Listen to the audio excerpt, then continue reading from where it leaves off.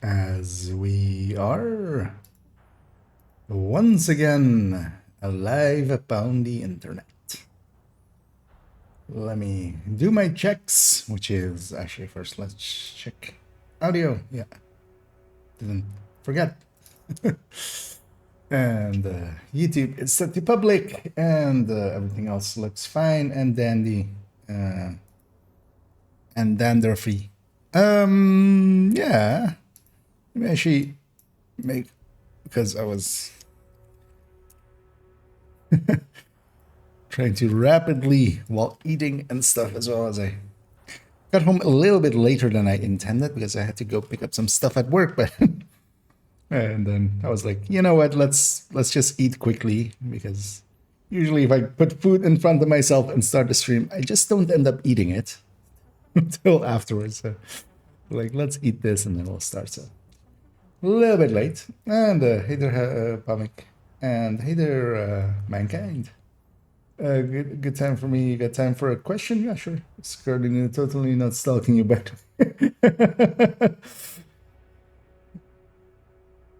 Suddenly in my room, like, hey, you got time for a question? But yeah, no, totally.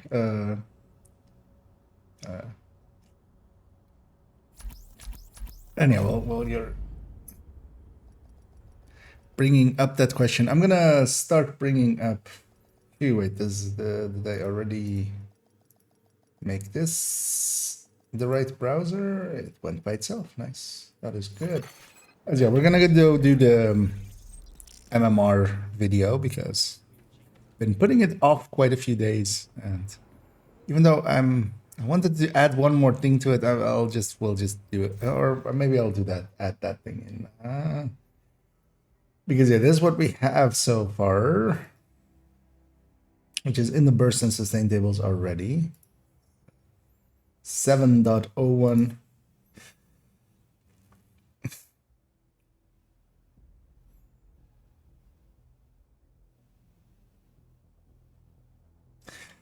Because I was thinking of adding in the first shot without hot shot.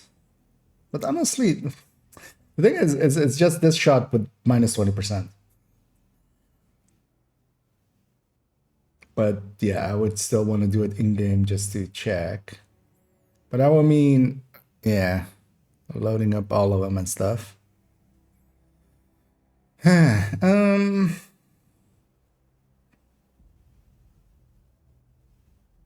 I think I'm fine without.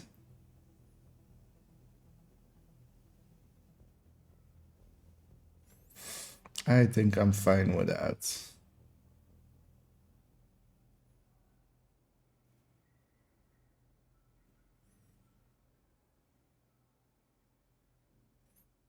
Because not even this is no, this one divided by, or actually times 0.8.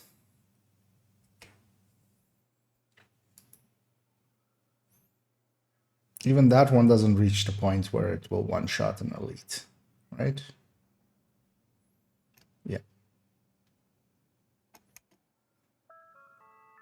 Not without some help. Let me catch up here. Good question. On the spreadsheet in the LMG section, you have P next to some of them. Is the P referring to the top? No. So all of those, actually, we can go there. We have it open here. I may have not added it to the LMG section, right? I forgot, or didn't I? No. Okay. So yeah, here on the right, it might be behind. Yeah, it's somewhat behind the game there, but just in the upper right there, it has that note, and yeah, the in between brackets thing is about the magazine. So for some of them, of course, they have a mag, so they can have big mag. That's what that BM means. And then P or ROF is for the bigger pouches, as the game calls them. And there you have the option between having the plus 50 pouch with gunner. That's the Ps, and the ROFs are with ROF mag. Because sometimes, for instance, with the GR9, it actually makes a lot of sense to go ROF mag. But even with a classic M60 or well M60s or like Negevs or Negevs not so much because they have short firing time, but an M60 or a M249 with a rate of fire mag, of course, has like 5% more basically.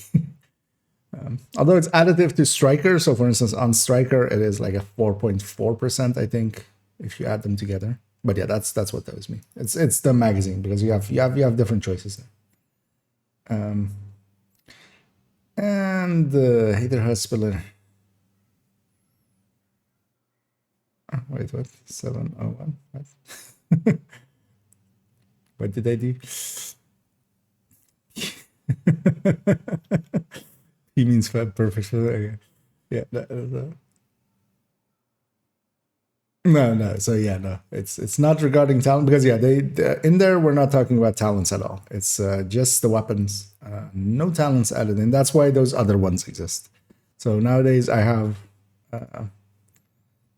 in that same burst and sustain folder this 3.0, which goes into Striker with talents because you can't really add in talents without knowing the build as well, because you can't say like outside of things like flatline, which are a flat increase, you can't say, strength is this much for this weapon because you need to know the build as well. It's you need to come at it holistically, as they so beautifully say.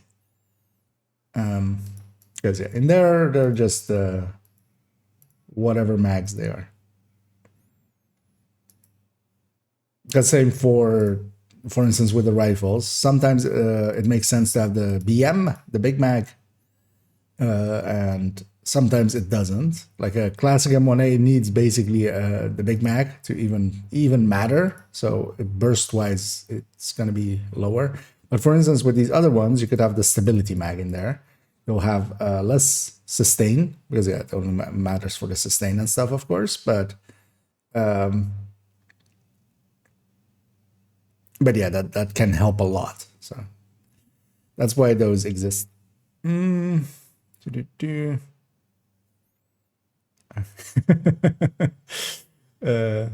have the match.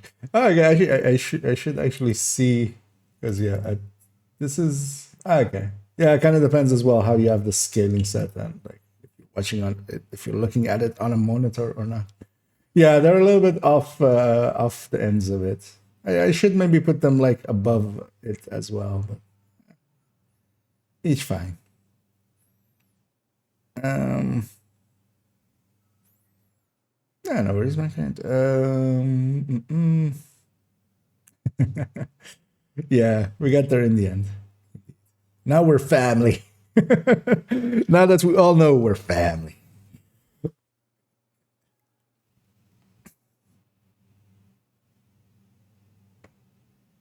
Oh, okay.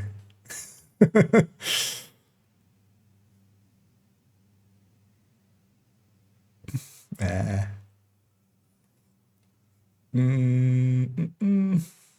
Yeah, no worries, and yeah, enjoy the lurkins.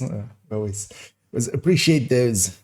Yeah, let me remind myself kind of how this one goes because let's already grab our hot shot, our hot shit. Let's grab the grade 20 weapons or grade 25 weapons. And this one, and this one, in the White Death, in the Nemesis, and in the Mantis. Just so we have them.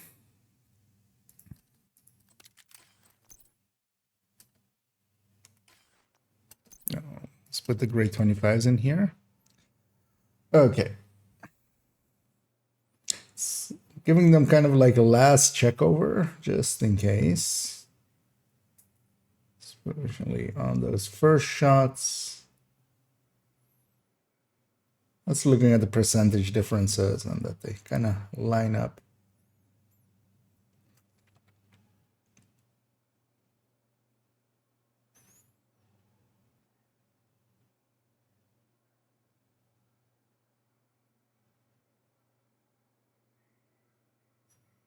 Yeah, that all kind of lines up.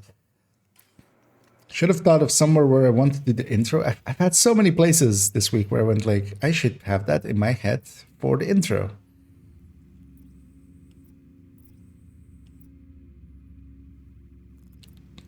Because it's too bad they took away the roof there. That would make the most sense, I feel.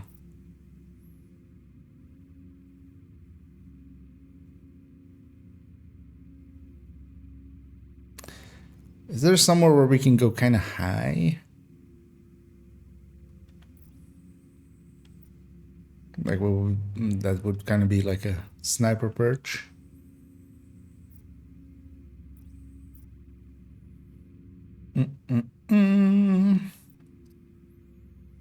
Maybe in New York.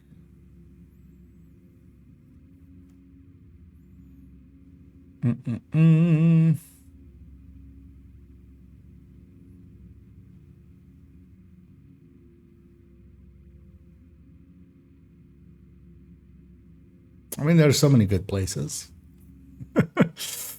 Can't.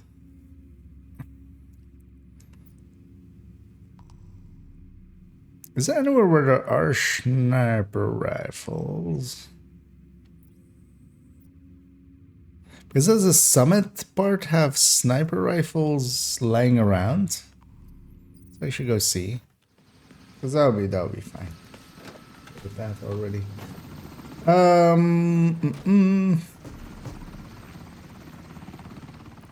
neither Dusty. The northern control it has district as a top. Actually, yeah, that's not a bad one. Actually, yeah. Just want to see. Is there? Because there's a ton of weapons lying here. Also, it's super dark, right? But yeah, not so much sniper rifles. I might use this for rifles or something. Because this does look kind of good. But mostly during the day, because it does use global time. So we are here at night. So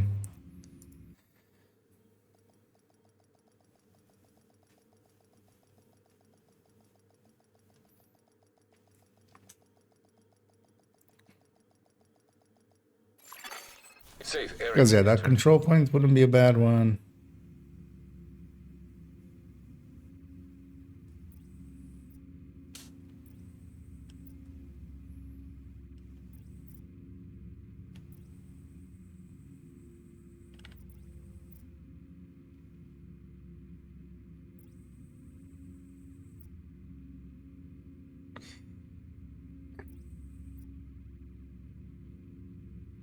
But I'm also now considering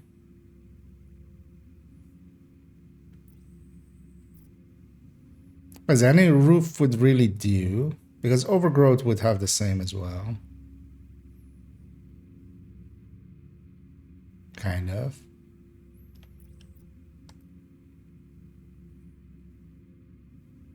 Yeah, let's maybe do that, because we'll need that account later on anyway. So, let me... Oh, wow. Actually, we need it on this. Actually, I can... Oh, okay, yeah. Let's do that. It's actually... Yeah, that works out. I'm gonna load up my second account on my laptop. And we can actually, instead of loading into that account, we'll just inspect it. Because that will work well enough. Because I just need to talk about the pieces and stuff. And what we can do... I have Overwatch... Overgrowth. We have Overwatch 2 running now. I'm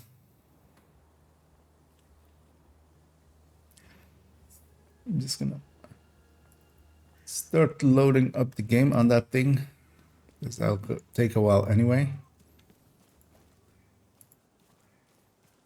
Oh, hi.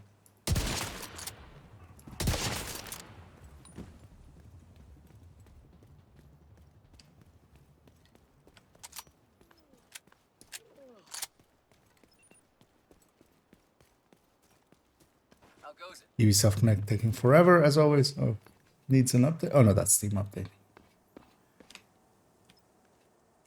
You can't go in photo mode, right?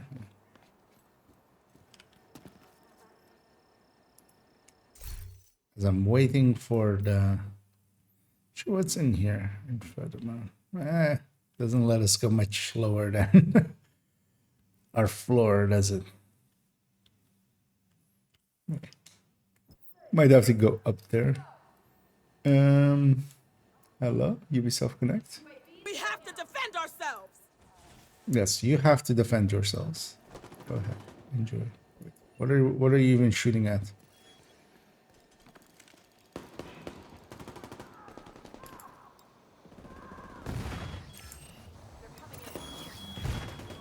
Okay.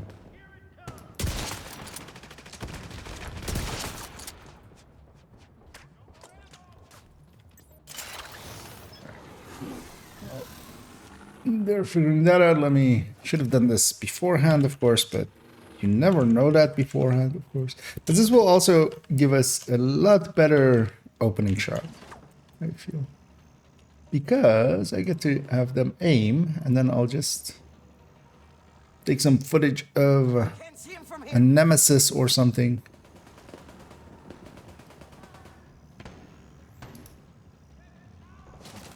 Go on, load faster. Hopefully the game loads in one go. It's extra annoying to do it on that one. Guys, could you kill each other already? Sorry, quiet on the set. Oh, and thanks so much to Mankind for subscribing.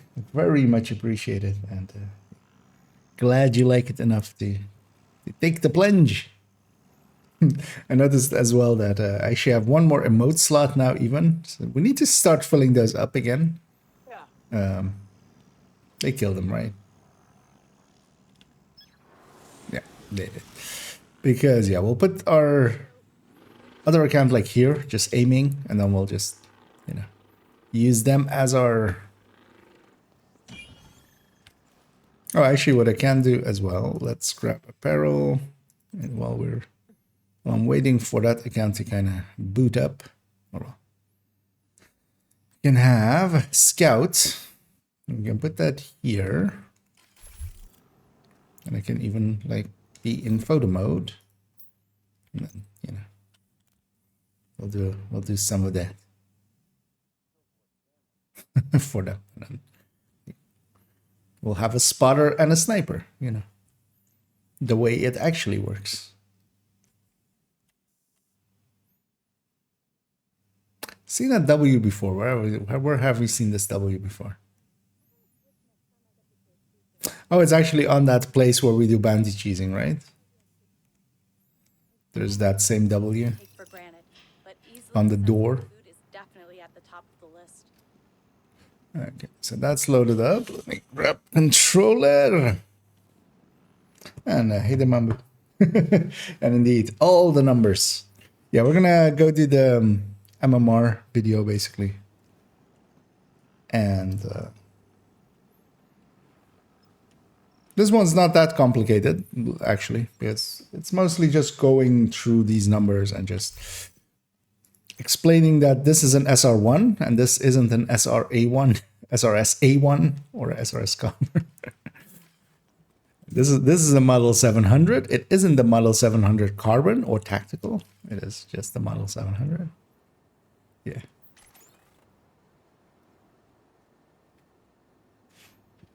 Let's load out first. Load out.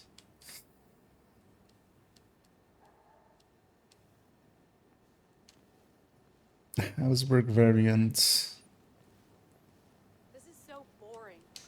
Want to play I Spy?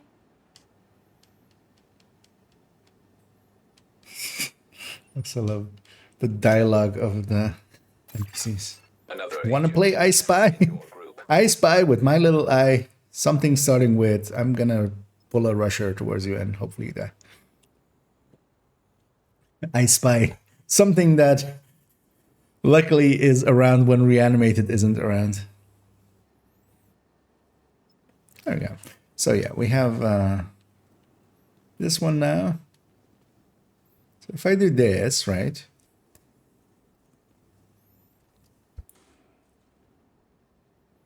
Actually, you know what? Yeah, we totally should, because it's a much more imposing weapon.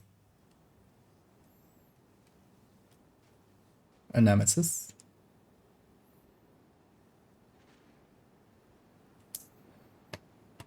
Kind of like this look we've got going here. Need to stand like this, of course. Why am I breaking my arm there? What? You okay? You don't seem okay. It's like it's not supposed to bend that way, dude. What you doing? Let's do it with a. Actually, we're outside. I could just equip a pistol, but it's fine. Let's actually do this before nighttime ends. So let's see how this looks. But yeah, okay, this looks fine. Let's go over here. Let's already as well load these browser thingies just at the ready. Okay. Let me catch up here as well. Okay, that's much easier to read there. But very specifically, I was hoping you could plug it into your calculator and you could tell me what build has more damage at max stacks. 4-piece striker with 1 Grupo and Coyotes versus.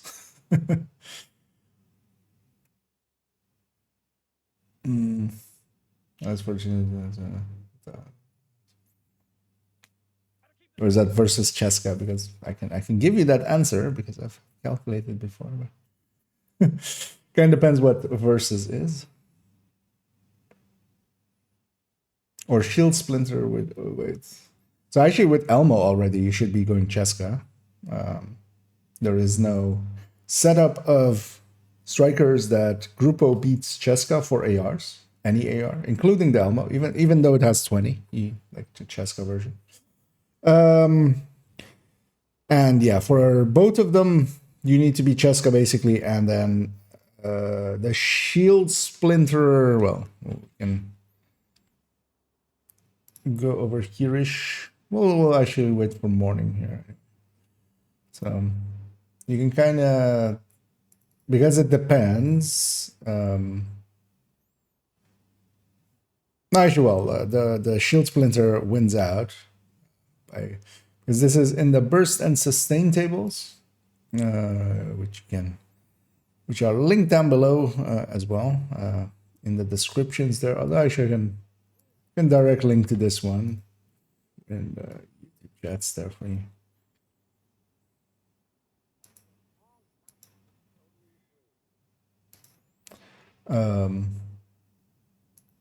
Because yeah, they basically end up like this. Like the Elmo is below it, but of course the Elmo is kind of, you know, let's say it's 300k, 350k DPS per second behind. But of course it does have that shock. And then its sustain is unbeatable. So they are kind of close to each other. Because basically that same 3% it loses on burst, it's gaining on sustain back. And then on top of that, it has its own, yeah. The shock kind of depends on if you need the shock or not, because often I don't need the shock and I would much rather have a shield splinter. But sometimes the shock is handy. I know, but I wanted the exact same crit chance, but that's not making it fair, basically. Because then you're putting the Elmo would be much lower, basically, than it is on. Oh, actually, I wasn't even showing it there. But yeah, I was on here because I thought it was still on the screen. But yeah, I didn't even link it as well. Yes. I'm awake. Wait, that link does work, right? Because I put 1/ too many there, but that leads there. So yeah, it's kind of, well, let's go over here so we don't have chat over it. Yeah. Actually, let's go here so it's bigger. But yeah, the shield splinter is above the Elmo on damage. Of course, because of its talent. But then yeah, it's 3% ahead.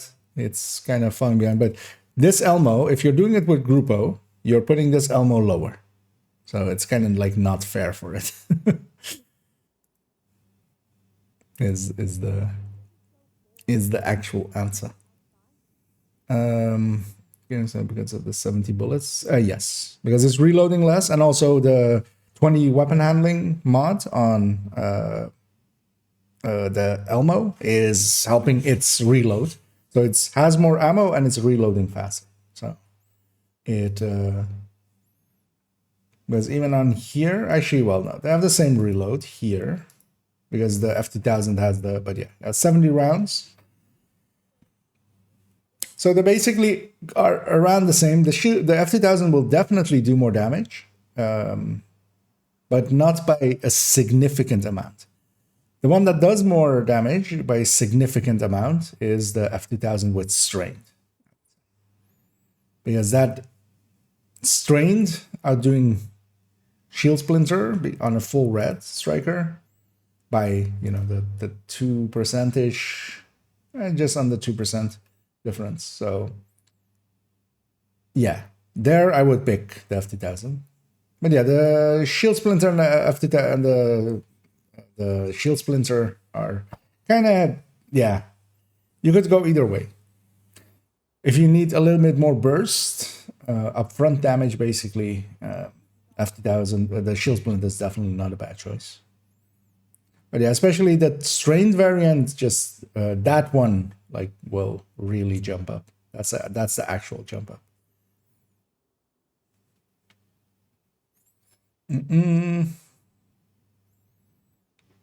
Yeah, let's go back here a second.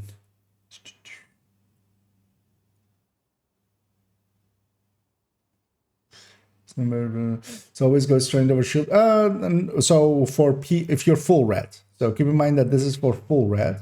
The less red cores you have, the more.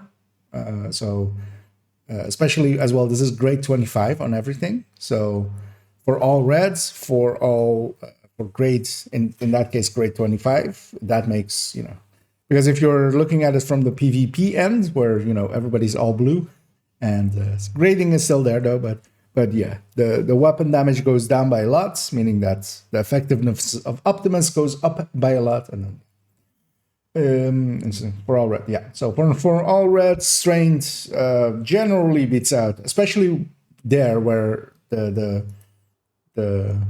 it's all based on, like, we have a few settings here, and yeah, grade 25 being in there as one of the settings, which, I mean, you know, I don't feel is out of the, like, I don't feel we're cheating there, but but yeah, having grade 25 in there hurts Optimist a lot more. Yeah, let's go back here. I kind of like this morning haze we've got going on. Kind of want to grab this. Let's make sure this account doesn't log out accidentally by wiggling it. What happens when I click this? Oh, wait, were they always like that? Or is it just because I'm holding a pistol that is weird? Because I don't think I've used that emote a lot, actually, but what? Now I'm curious. Is it because I'm using a pistol? Yeah, I need to aim that way, of course.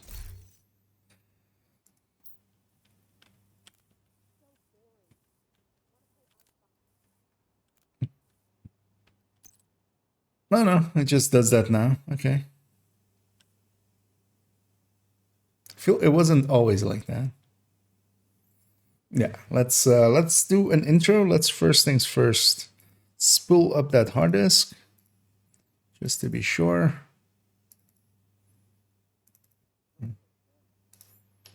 Okay. And yeah, I'm gonna record an intro first. Oh, I like that. Let's make use of the sunlight coming in behind us.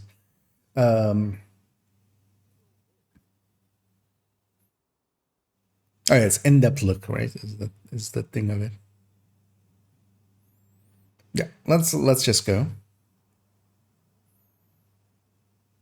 Oh, I have the wrong tab up. Because yeah, I need to have this tab up and then go here eventually. Yeah. Yeah, let's go. Actually, let's jump that part, but it's fine. Hi, I'm IKEA, and for today's video, we're going to have an in-depth look, this time into MMRs and how they have changed, as they have received quite the big change, as most of them have gotten a weapon damage base buff, some have gotten an RPM buff, some have gotten nothing, and that has really shifted around which weapons we pick, especially for Hotshot, for instance. And that is also the premise of today's video. We're going to look at it in a Hotshot build and go over their first shot, their second shot, and their cap shot, as that is going to be the relevant parts, I feel, for this build. And as always, we've put it on a build again. So let's first go over the premise, and then we'll jump into some of the numbers. I kind of like that. That one's kind of smooth. No, not my words though, because I was kind of paying attention to the screen there. But that pan was kind of cool, right? We're doing dolly shots now, man. The future's here. We're dollying, craning and dollying.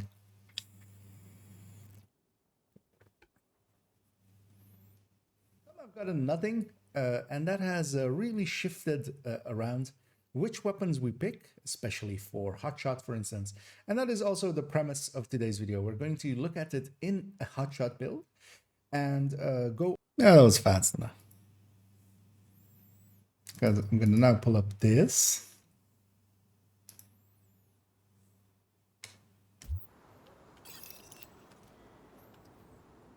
Actually, let's set up this shot first.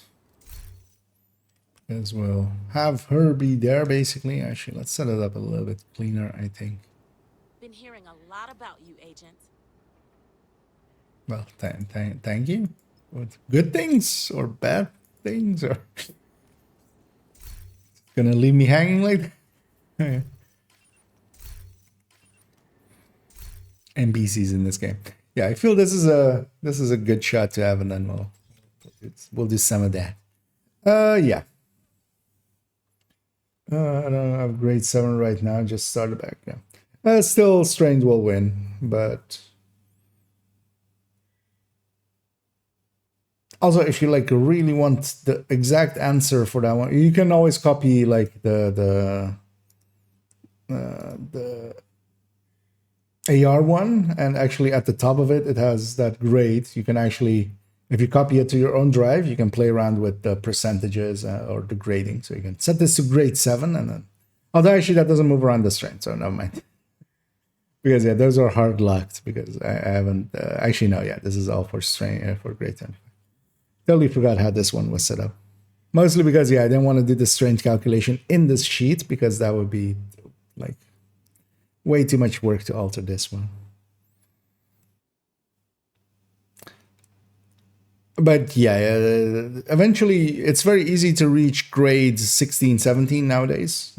If you just get all of the farmans out of the way, 16, 17 is like where it starts to get hard. So, and at that point, yeah, Strained will already win. Although actually even on grade 0, Strained wins already, but by a tiny amount on a red build.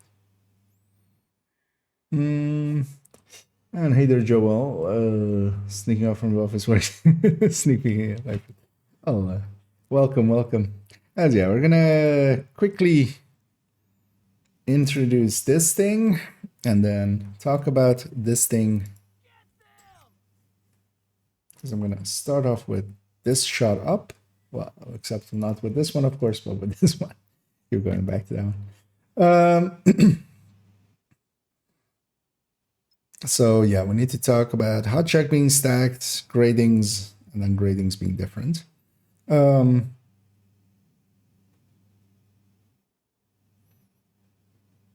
Yeah, let's just do it. Yeah, let's wiggle the other account just so they don't accidentally disconnect all of a sudden.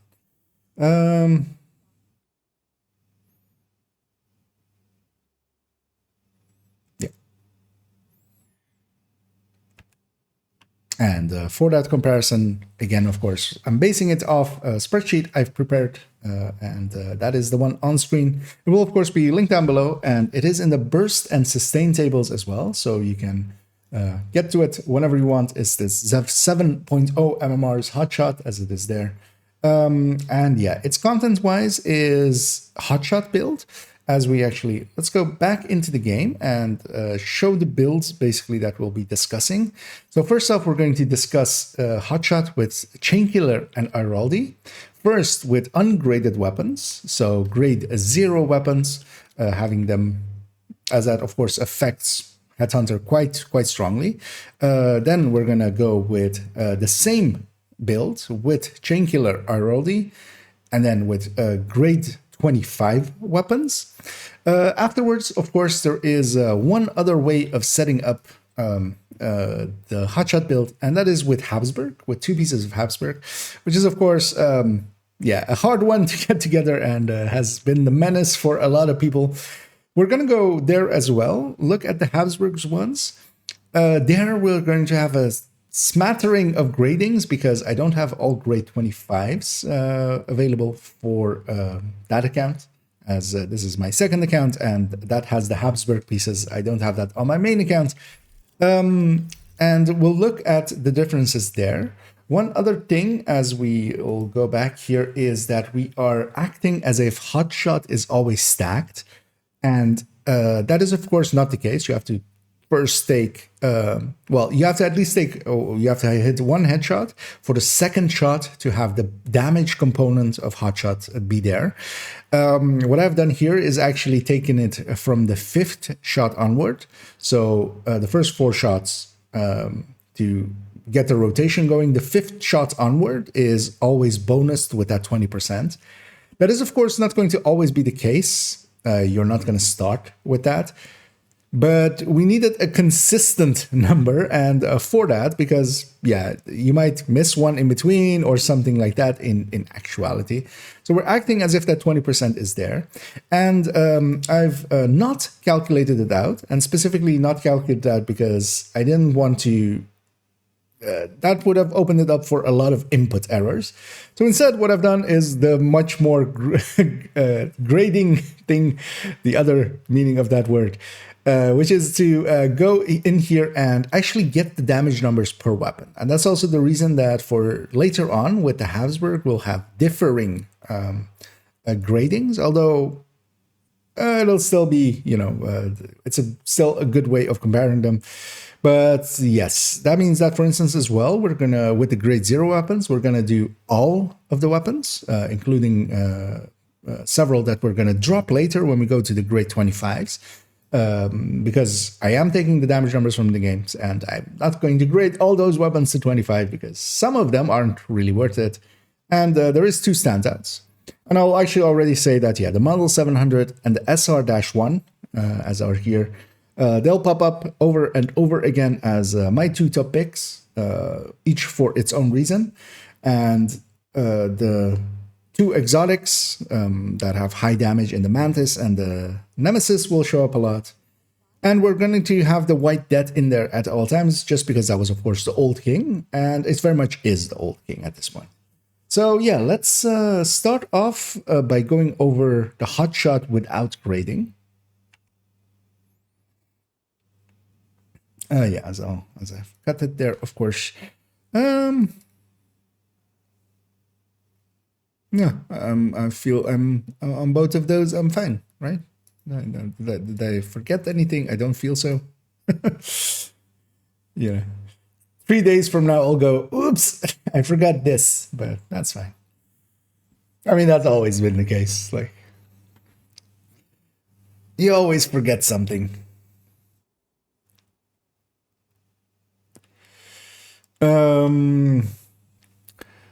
So actually, I'm gonna leave this gal here. Although, well, no, we'll do that at the end because we'll keep it in the same. So we'll just look over the. Because at some point I want to actually show the weapon and then go like this one. But also with the SR1 and the Model 700, I have those here. I wanted to go get the SRSs and stuff. But we'll go through the stash at the end anyway. because we'll do the same conclusion thing that I did with the other weapon types as well. Yeah, so let's bring this closer. Let's bring this up here.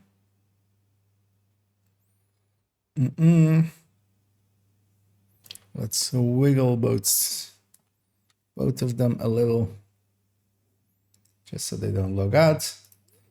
And yeah, I feel let's just get her going.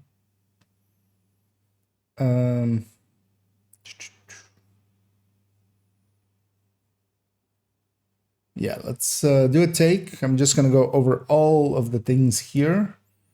In this one, we're gonna hit all of the weapons, and then with the other one, we won't. So actually, let's bring this still up. Yeah. And let's start with the grade 0 weapons, and on the Chain Killer Iroldi variant.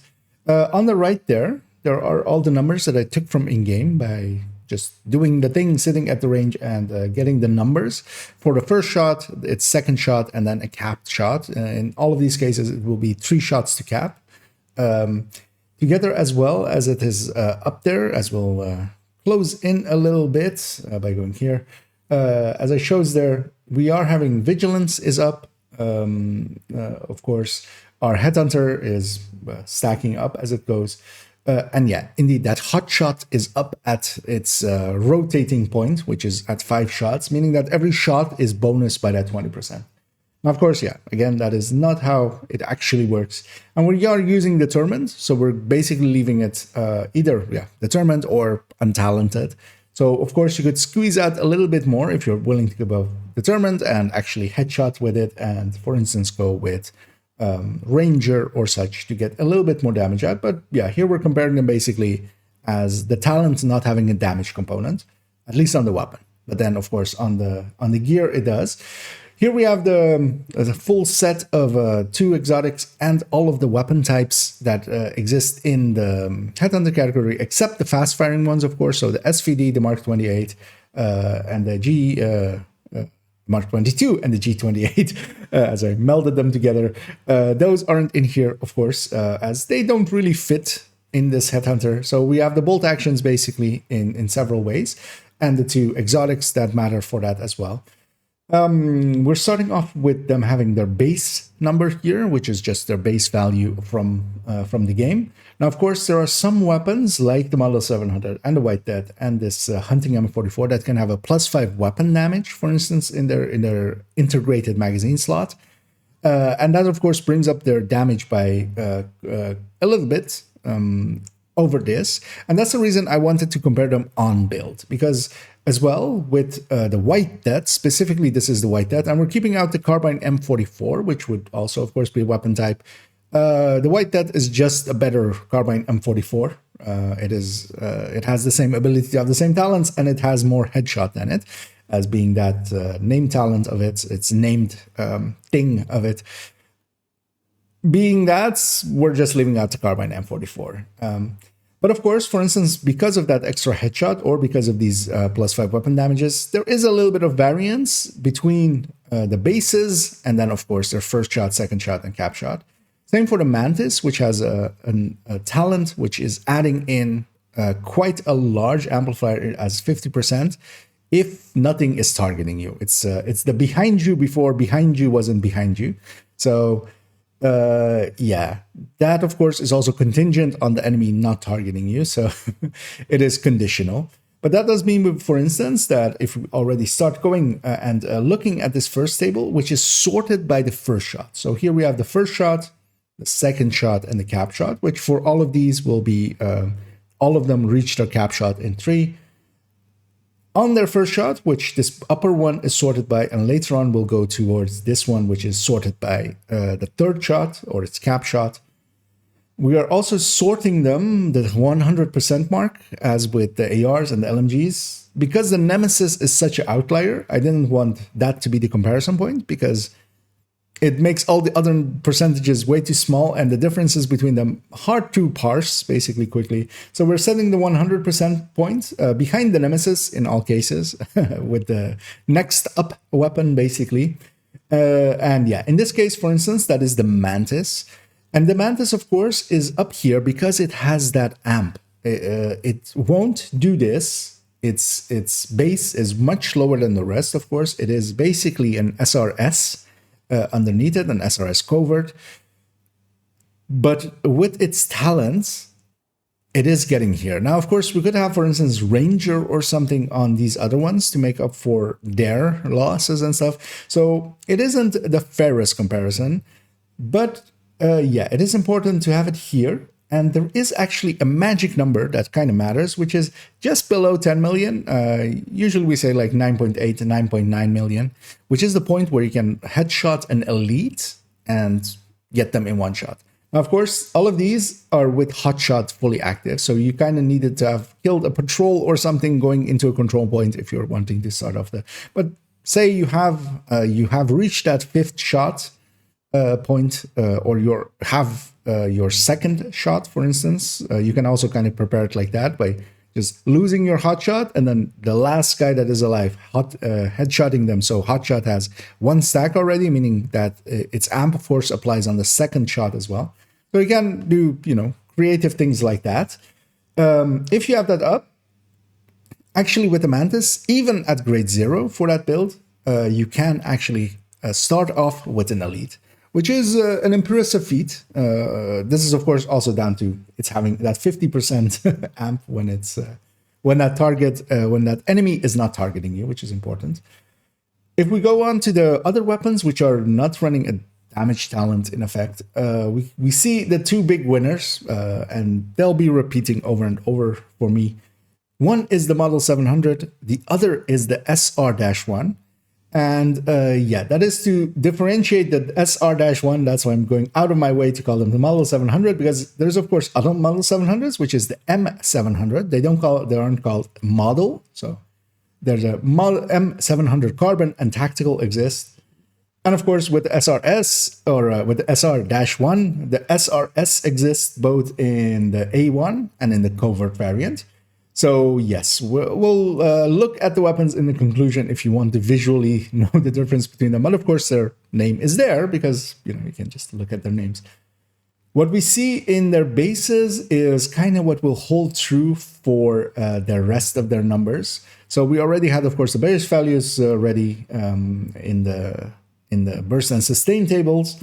Although I will say that I had a mistake actually with the White Death and had calculated out with this +5 weapon damage in its magazine slot still, which had a bigger number than this in the burst and sustain tables until a few days ago where I fixed that error.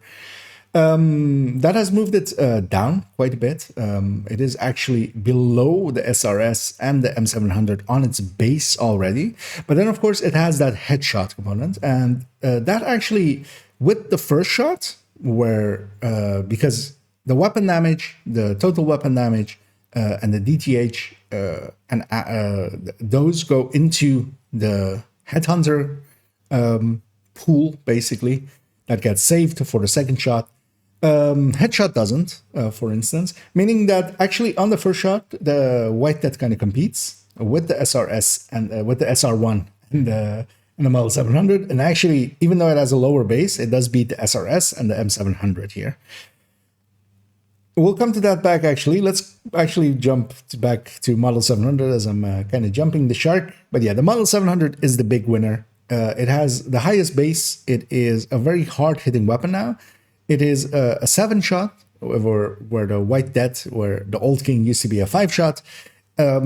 Also, it has its muzzle available for mod, where the White Death had its underbarrel available for mod. The muzzle is much more useful because you can actually take them +20 stability, -10 optimal range, taking its optimal range down from 55 to 50, or from 50 to 45.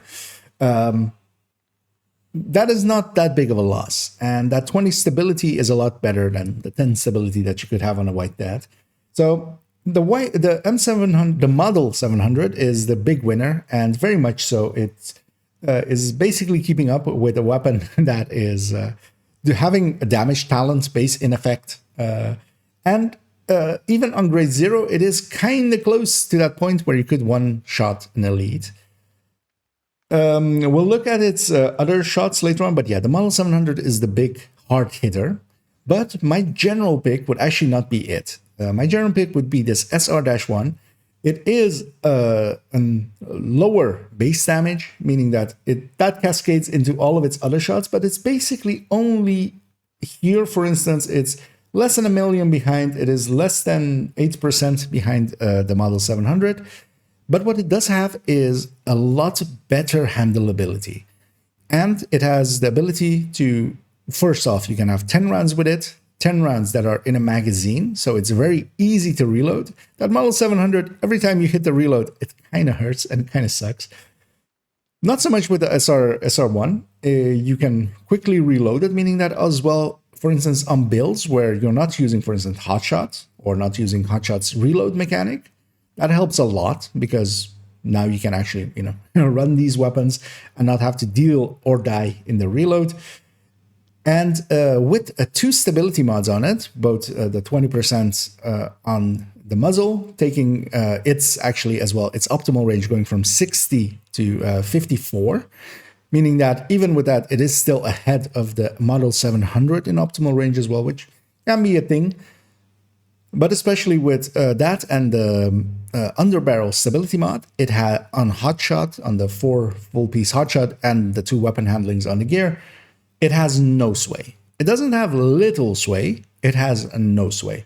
And that is very handy. That is actually one of my favorite things about this SR1 now on hotshot being very viable, because it always could do that. Although other weapons can do the same, the SRS and the models, the M700 Carbon / Tactical can also reach that point. But the SR1 is the highest hitting one in that.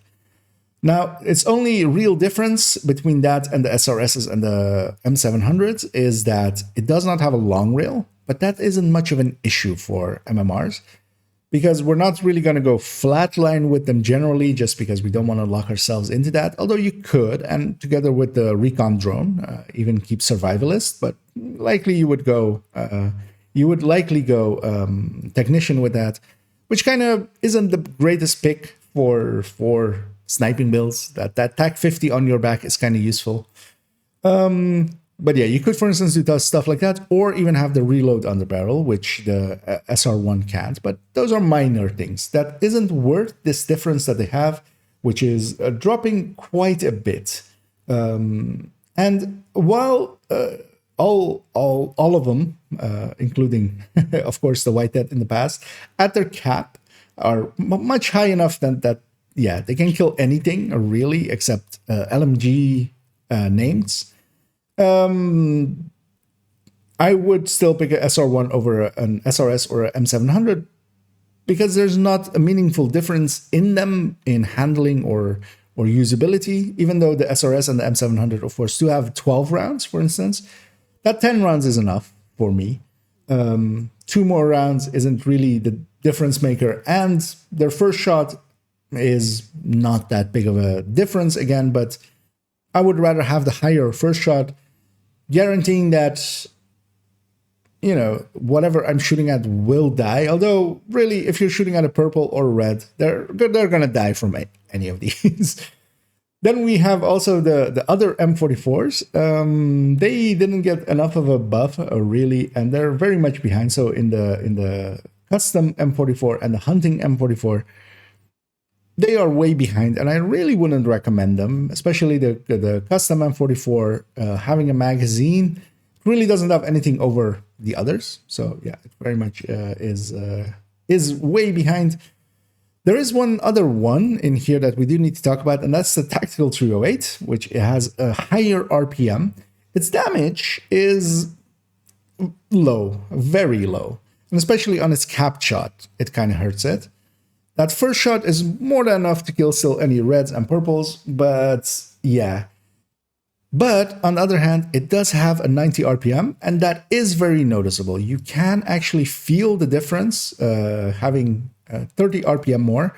meaning that instead of 60 rounds per, at having 1 round per second, you can have, just underneath 1 round per second, you can have basically 0.75, 1 round per 0.75 of a second. So that is actually a handy thing, but it is quite the damage loss. And this also hurts, for instance, the scalpel. Let's move on. And as we have actually discussed most of their dirt shots as well, we'll look at it here again. And yeah, we didn't really discuss the Nemesis, but yeah, the Nemesis is just very high. You could very much, of course, start even on an elite with the Nemesis fully charged, but it has a charging mechanic, of course. And on its cap, it is, of course, unbeatable. It is way high above it, almost double the next one up. But here we see that the Mantis has fallen away because while it does have that amp, that amp isn't getting stored with Headhunter because, again, it's just the weapon damage, total weapon damage, and DTH that is going into this cap number that is getting fed into it. And then, of course, the shot that you're taking goes into there as well. That means that, yeah, the Mantis falls behind on the cap shot, not by much. It is still way up there. And then, yeah, the Model 700 has the highest cap shot, both because it has the highest base. On top of that, it has that ability to put the 5 weapon damage in there. And because of that, it is not going to be beat by anything in the high-end class, except, of course, the Nemesis. The SR1, though, it is still high enough that this can kill any named, as they're likely around 20 million-ish, solo especially. This would even be enough likely to kill most names on 2 or 3-man scaling, but likely not on 4-man scaling. And the Model 700 might reach up to that 4-man scaling as well with this 31 million. So it could be, for instance, there, because, yeah, it is very situational. It kind of depends how you're playing it. But solo, for instance, both of them have more than enough to kill anything pretty easily or damage them very far. This 31 million actually as well is enough. For instance, that is one difference between them for LMG, especially, for instance, Outcast LMG named. The SR1 will leave them on a sliver. The Model 700 here will outright kill them, but this, of course, with grade 0. The SRSs and the M700 carbons basically line up in the same percentage-wise behind the SR1 again, because they don't have any meaningful differences in, for instance, their weapon damage differences. And yeah, here, for instance, on their cap, they are ahead of their White Death. And that's because, again, that the headshot bonus that the White Death has doesn't go into Headhunter's stored amount. So yeah, they fall behind. The White Death falls way behind here. Although actually, well, I mean, it's basically the same number, but it's now, why would you pick the White Death over any of these? And especially these two, the Model 700 and the SR1. And yeah, the Hunting M44, Custom M44 really don't have anything going for them. And the Tactical 308 does have, of course, that increased rate of fire. But yeah, that cap is just around the part where you can one-shot a named. But of course, this is grade 0. Let's start looking at grade 25, but we're only going to be looking at a limited pool of weapons, 5 of them. So yeah, let's jump into that. That was long-winded, and also thank you, Zeva, as I as I saw the raid coming in there. Hello, everybody from over there, and yeah, hellos. Big raids indeed. Yeah, thank you so much, Zeva, and yeah, I hope you had a good stream, and yeah, thanks for raiding this away. Always appreciate it. I should totally, of course, as well be polite, and now that I am no longer recording there, let's as for those that don't know Zeva, definitely check her out. She does a lot of running around and gunning around, and I always enjoy her positivity, and yeah, it is always nice. As yeah, we've raided her quite often as well, and back as well. And the missing thing, Soren gun does enough for me. But that, I mean, yes, it does enough like the White Death already did enough. But yeah, it is. I would recommend upgrading though here and there, because we're gonna go into the grade 25s, and yeah, there's a reason the 700s aren't in there anymore, nor the SRSs. SR1 just hits harder than them. Let me catch up on some things, because that actually, first let me see how long that segment was, because I think we went super long with it, but that's fine. That's the big one. That's the, there was a lot of explaining in there, explanationing. These ones we can go a lot quicker. He likes that cannot reach out. Well, I was there. I was recording a segment. These are going to be turned into videos. Usually, when I don't have the chat up on screen like that, that's what I'm doing. But yeah, I like recording often just on stream, because usually we'll do the setup before it, and sometimes as well people point out even mistakes or something that I've even overlooked. So it's kind of handy. Do you only have problems sometimes with yellow outcast LMG guys? Yep. And yeah, that for instance is the reason I would say SR1, because actually, yeah, the grade 20 grade 25 SR1 here does actually one shot those guys. Although of course they're not hard anyway, because they'll if you get them down, they're gonna go get set up, and then you can one shot them. Like, they're so low that you'll leave them low enough that the second shot is gonna kill them outright. Actually, let me catch up here, because I missed that one. That was likely right before I hit recording. What's the best MMR build? I had Ninja backpack, 2-piece Aces, 2-piece Hotshot, 1 Habsburg, and with Headhunter. Is full Hotshot better? So yeah, kind of depends what you mean with best. I like 4 pieces of Hotshot very much. In most cases, Ninja Bike is a loss there, because you're giving up vigilance. That's a hard sell. Yeah, it doesn't. With even the other stats that you have there, you're still kind of behind other builds. But of course, with that one, you just need 1 piece of Habsburg. So I mean, that's maybe a reason to do it. But yeah, either going, because you have several ways. You have either going 3 pieces Hotshot with 2 pieces Habsburg, 1 piece or with Fox's Prayer. That hits a lot harder than 4-piece Hotshot consistently. But the 4th-piece Hotshot is also some utility there, because you also have the reloading from it, making, for instance, the Model 700 a lot more usable. You also have the bonus armor and stuff, which does help here and there. There is something to that. So yeah. But yeah, I like the 4-piece Hotshot. That is my go-to.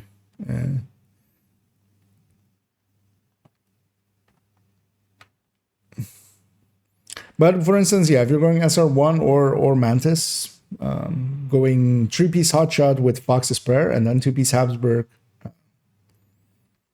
But yeah, those 2 pieces of Habsburg are very expensive, of course, but you could replace them with Chainkiller Aroldi, but it's at that point I would just go the Hotshot, the 4-piece Hotshot.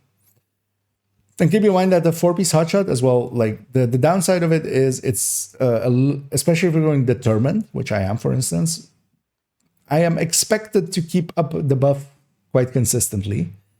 It's more when you aren't doing that you want to go Fox's Prayer. Explanation. Exactly. That's what we're doing, right? Is it that it seems like the extra stat it gives might negate vigilance? No. Because keep in mind that the headshot part of it doesn't scale with headshot. So unless unless you bring in a ton of marksman damage or weapon damage, you're not going to really. Your first shot is going to be lower as well.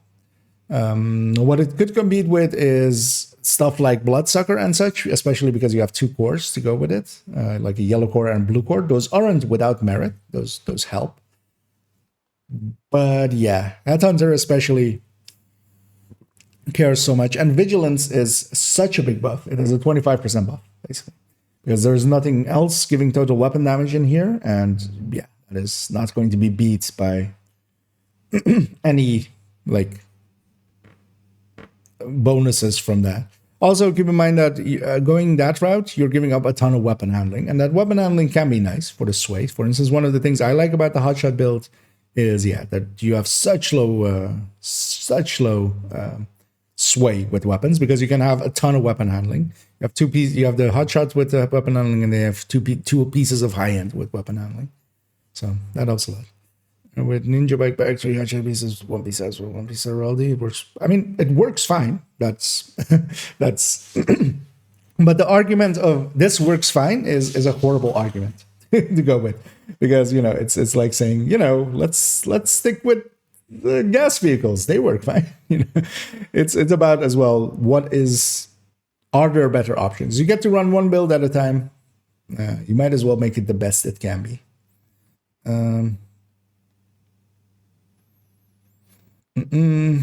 For Chainkiller and Bloodsucker, yeah, and Bloodsucker is pretty fine for that, especially as well, just because you do get enough kills to really make that worth it.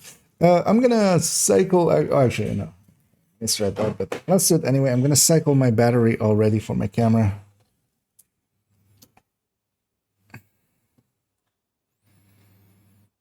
And yeah, we're gonna record this next segment. Let's wiggle both systems a little again. Yes. Yeah.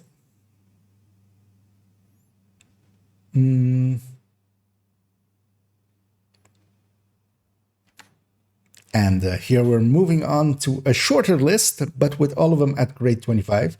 This is again still this variant with the Chainkiller and Iroldi. With the weapons at 25, both the SR1, the Model 700, Nemesis, Mantis, and the White Death. And that does shift it a little bit, as expected, because there is, of course, 2 of the weapons have a +5 weapon damage mod available to them in their magazine slot. That means that they gain a little bit less from grade 25, but just a little bit less. But if we jump in it right away, let's actually compare. And we're comparing again on the second weapon here, where the green one is, that's the 100% point, because again, the Nemesis is such an outlier. And again, on this first shot, again, it is such an outlier. It is 65% above it. The Nemesis, of course, on its first shot here on this grade 25 increases by quite a bit. Here actually at the end, these black numbers, these are the percentages versus the earlier ones that we have up here with grade 0. So that is versus grade 0, how much did we gain? And as expected, as we could have just calculated this out with the weapon damages, we can take the weapon damage of the build, add 25 to it, take that number and just divide it by the old number. We would get 9.9%, 9.09%. That's the same number that these go up with, because it is, of course, just a difference in their weapon damage that goes into here. Both of them, of course, gaining 9% from grade 25. It is substantial, especially for instance, as we see here, the Mantis has moved up even more so that if you have Hotshot stacked already, if you have the damage component of Hotshot, you're definitely one-shotting all non-LMG elite types. But the Model 700 is moving into that range as well. So the Model 700, if you have if you're at the point where you're going to have the damage component from Hotshot as well, you can actually start off with an elite. So if you cleared out the previous control point with getting all of the last few shots all being hits, you can go to the next control point and start off on an elite. So that is actually quite valuable. The SR1 here with this build with Chainkiller Araldi isn't reaching that point. So that is a meaningful difference between them because, of course, the SR1 feels a lot better than the Model 700. But the Model 700 can do this on a Chainkiller Araldi. That is quite the increase in, So situationally, I could definitely see that being picked. We have the White Death here again. And the White Death is basically here just to we're just kicking it while it's down, because yeah, the white death to me is basically dead. While of course the white death, it's doing nothing, got nerfed, nothing got moved downwards. It is doing what it was always doing, and what it was always doing was fine. But now we can either take an upgrade either in handleability with the SR1 or in damage with the Model 700. And you get to run one build at a time, and your one weapon is in your hand at a time. I would say make it the best choices you can. And yeah, in my case, I'll mostly be going with SR1s, except for instance with the Habsburg one where I'm trying to go all out with damage. A Model 700 looks pretty nice, and we'll see even its numbers on that Habsburg version. One thing we can look at here on the first shot is, yeah, the weapons that have that +5 weapon damage, they're gaining a little bit less from the grading. They're gaining only, so the other ones are gaining 9.09%. These ones are gaining 8.93%. It is, of course, that isn't a meaningful difference. That is, it's barely 0.1%. But it is, of course, still there.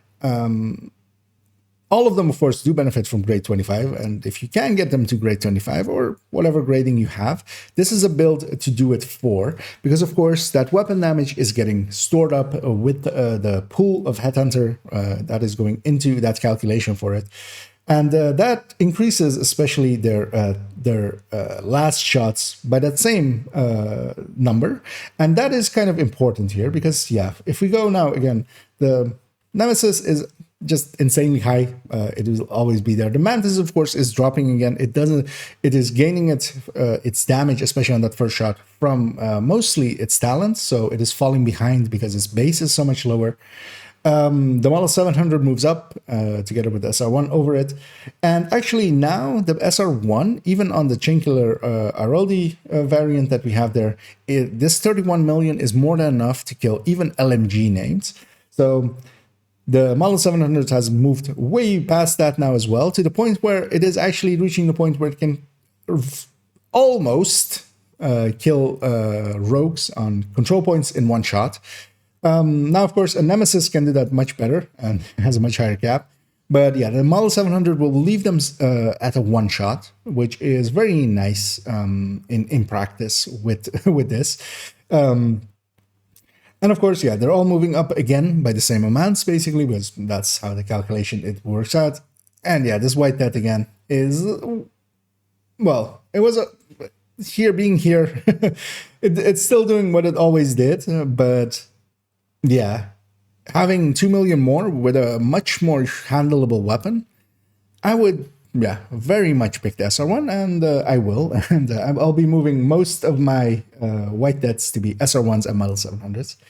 Let's move on to the last set of numbers here, which is the same, but now on Habsburg.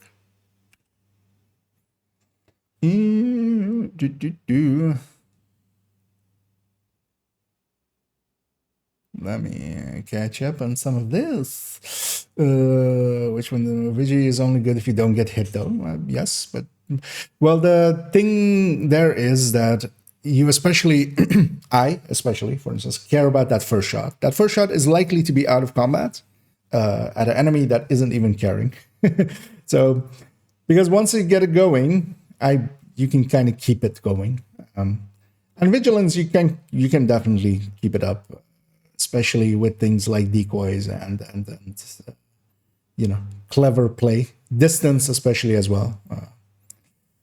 The auto reload of the mag and extra armor is what makes it attractive. Yeah, that for hot shot, yeah,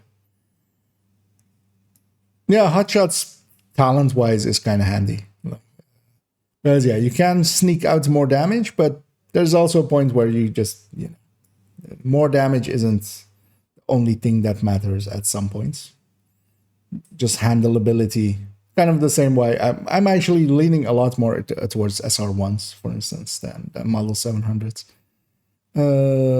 Just get distance. Yeah, I think I'll just go 4-piece hotshot for extra percent. Yeah, that's my recommendation, especially for PvE. It's just so handy. Saves you a lot of ammo here and there as well. Bloodsucker for Opal. The circle around the NPC though, or no?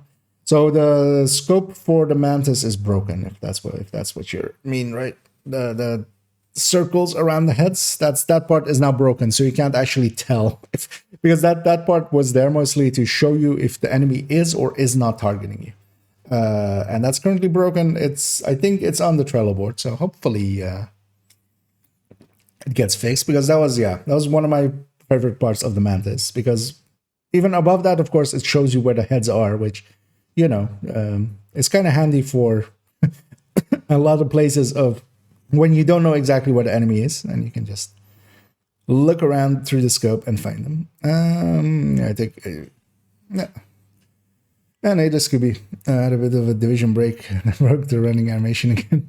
A little bit. Also, the getting in cover. But hopefully they'll fix that back up. And yeah, welcome back. I didn't notice you being not around for a little bit, but I mean, that's always fun, right? To have a little bit of a break and then, distance makes the heart grow fonder, or fondant, the candy. And thanks so much there, Car6, for subscribing. I very much appreciate those. And thanks that you, as a vote of confidence, as I see those, I always appreciate those. And thank you very much.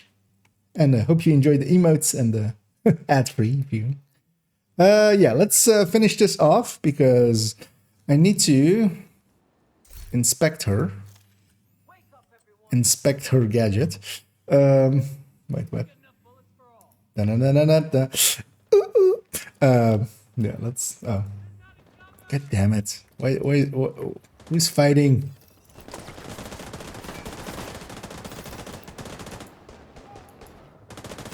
Stop fighting.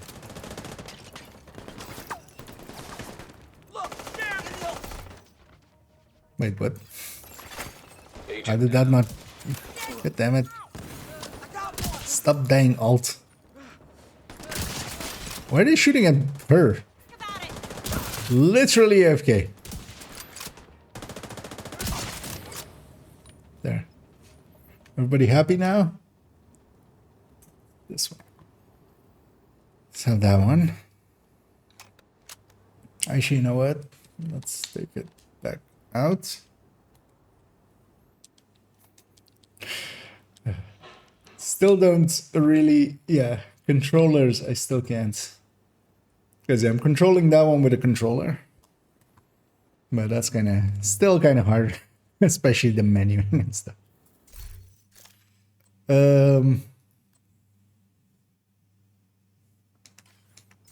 Actually, you know what? We'll start here.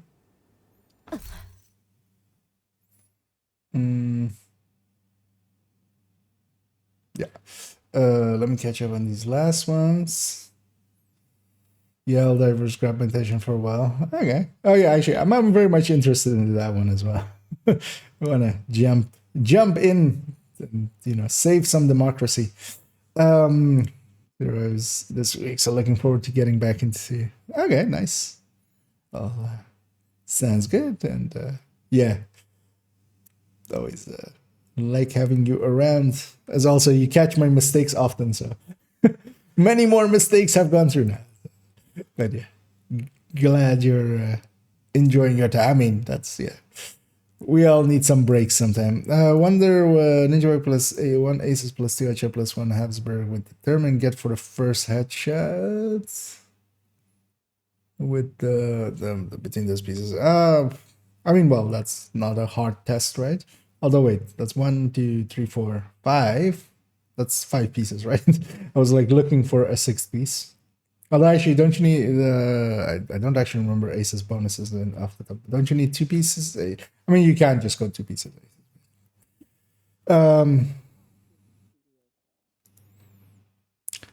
But yeah, a lot lower than these basically is the answer there, because giving up vigilance is acting as a 1.25% multiplier, so not much is gonna beat that. So let's do this segment, as this is basically the last set of numbers, and then we're going to go to the stash, and I'm just going to go one by one through the weapons, and then that's it. The video. Yeah, let's jump right in. Or actually, wait, let's have this. So where do I go? This one. No, this one. No, this one. First try on the third try. Okay.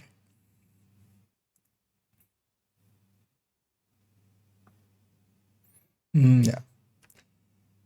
And let's move on to the last set of numbers. They are based on not the chain killer RL that we had up, but this two-piece Habsburg, in this case as well, with Vigilance. Instead of chain killer RLD, we have Habsburg with Headhunter, and then Habsburg with Vigilance. With the weapons, though, we have them on different gradings, because on that account, I don't have them all at 25. But that is still, I think, fine, because we're putting the two exotics at grade 12. We're putting the White Dead at grade 20. We don't really care about its number. We're mostly wanting to compare the exotics, kind of how they stack up, and especially what the differences is between the Model 7 and the SR1. And again, here the black numbers exist, and these black numbers are the difference between this set of numbers and the previous set of numbers. So how much do we gain by going Habsburg, and especially on these two grade 25 ones where we've kept them at grade 25 versus each other?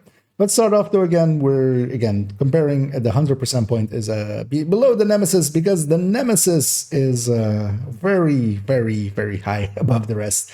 Yeah, it is very much, of course, the 62 million is very nice, because, for instance, if you do it right and cap this up right, this is more than enough to kill basically even rogues, even hunters, stuff like that. Now, of course, that requires some setup.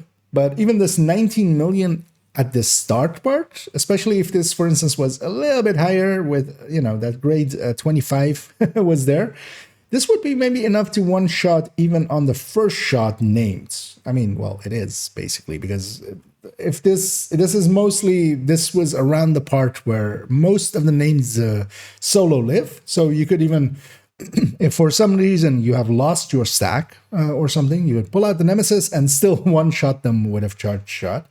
That is quite the number.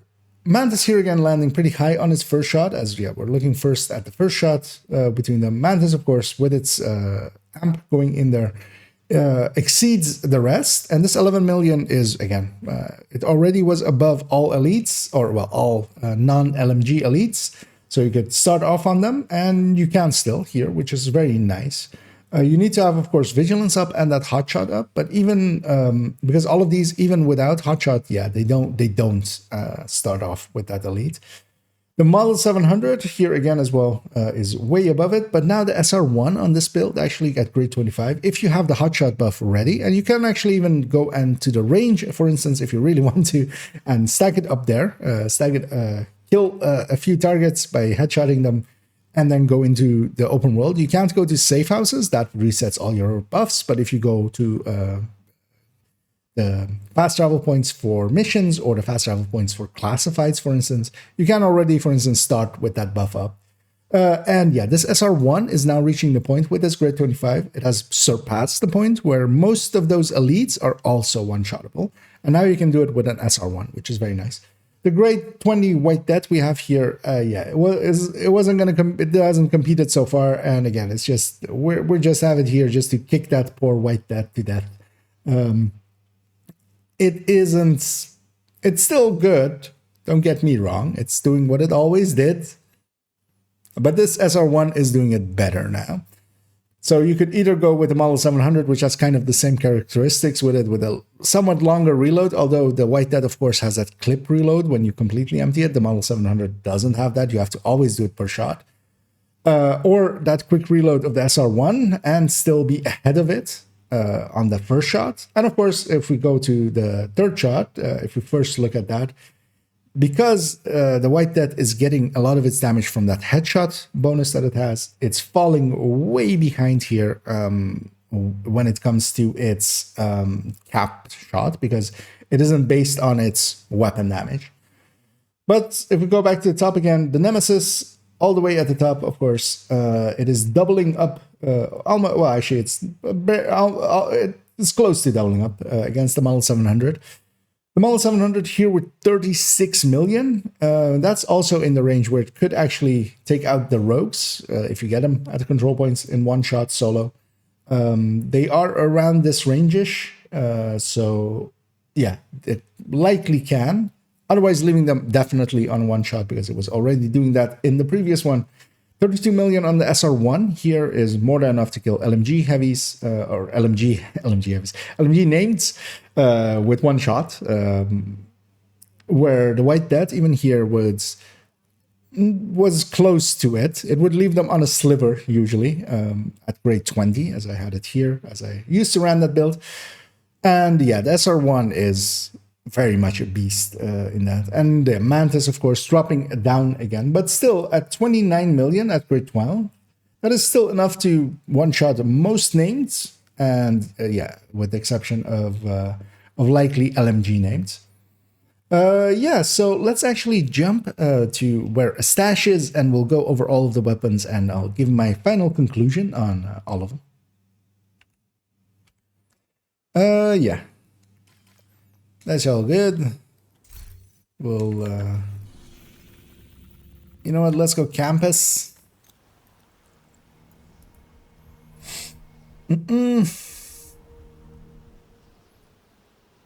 Gaming 2 only doing numbers. Later on, I'll be jumping into some gameplay. Here for now, well, it's gonna just be this segment, and then I want to go do some farming.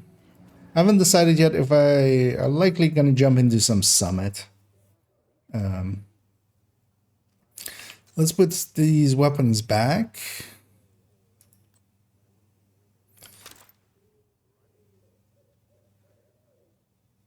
Wait, this isn't linked to anything? Okay, let's put this back, this back, this back.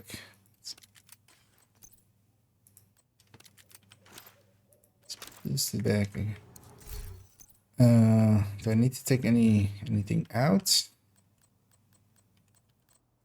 No. I know some of these look shitty, but you know what? It's fine.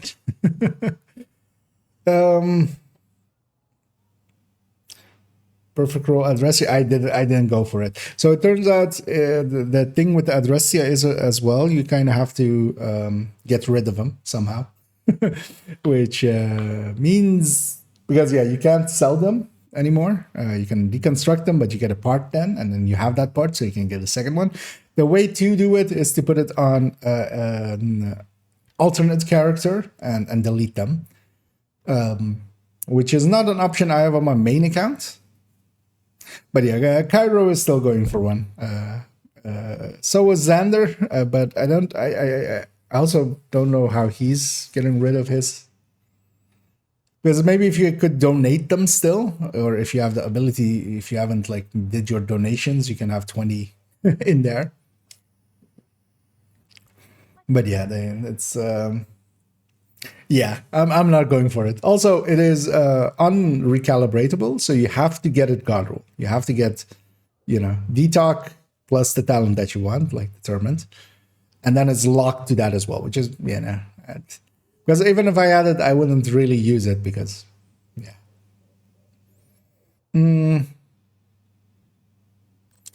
Yes, let's do this segment and then we'll end it off here. And yeah, to give my final conclusion, we'll do the same as we did with all of the other weapon classes. We'll go through my stash where I have one of each type. And we'll just talk about them for a few seconds. The Mantis is looking really good. It is very much a powerful beast, always was.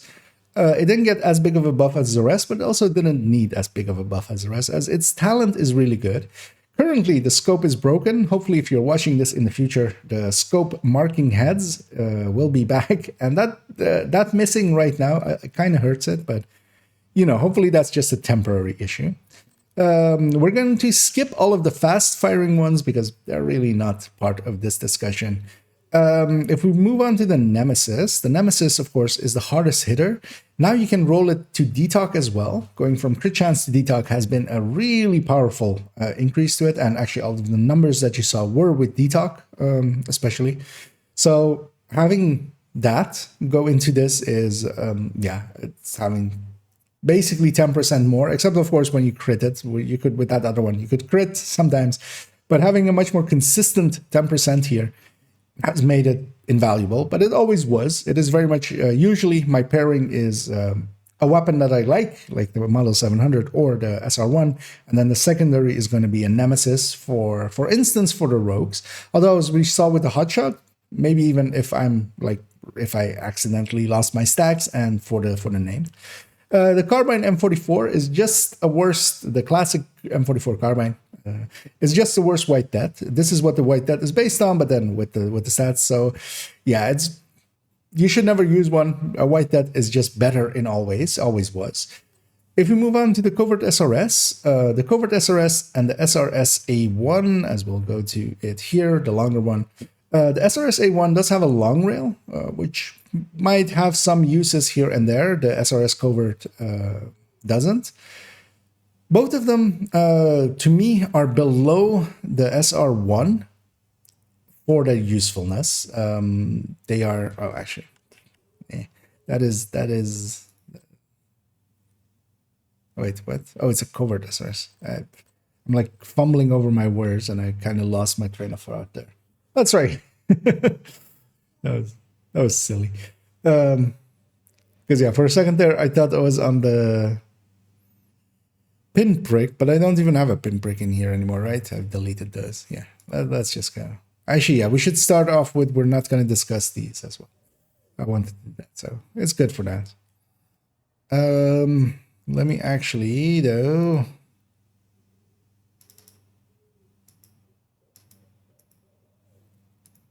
So this goes in here. This goes in here as I'm moving stuff around into the folder that they all live in or will live in. You see how many minutes are we into it now? 34. So yeah, another like 5-6 minutes here and then conclusion. Yeah, let's try again. And here we're gonna have a brief talk about each of them, give my final thoughts. We're gonna leave out things like the Dread Edict and Sacrum and other fast-firing weapons. They are in the burst and sustain tables, and you can kind of compare them on those. Although, of course, here we're really looking at a hotshot build with Headhunter, and they just don't fit into that much.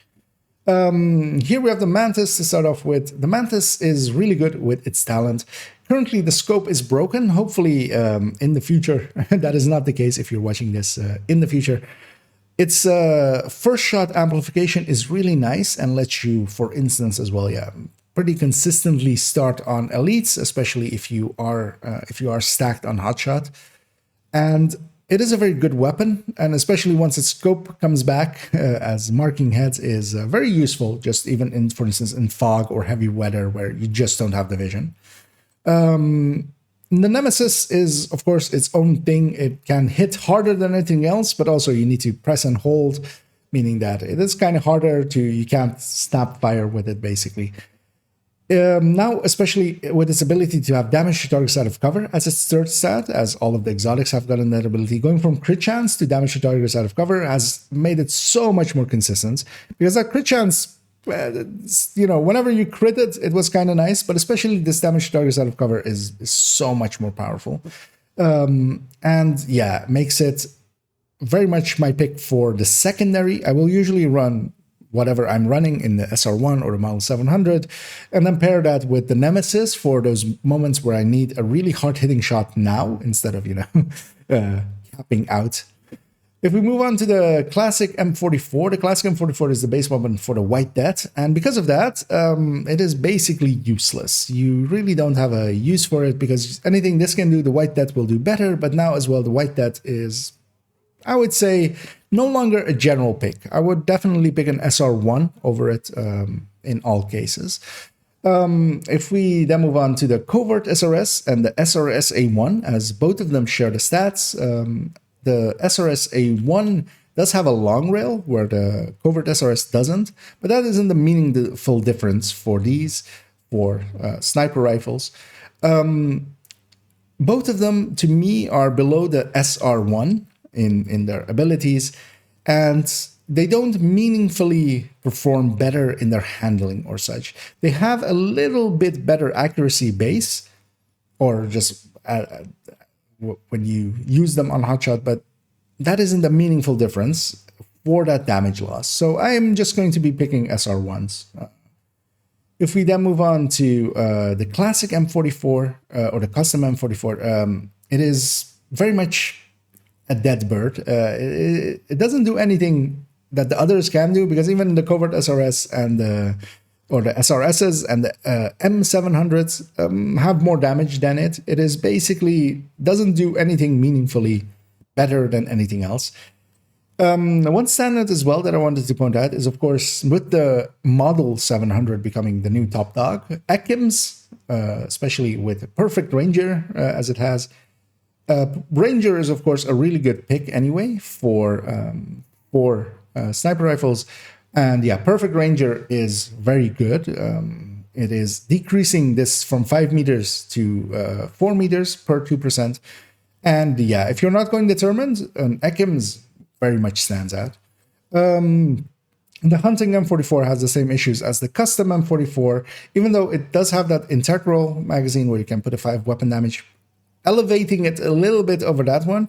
It is a 5-round weapon. It doesn't do anything better than the Model 700.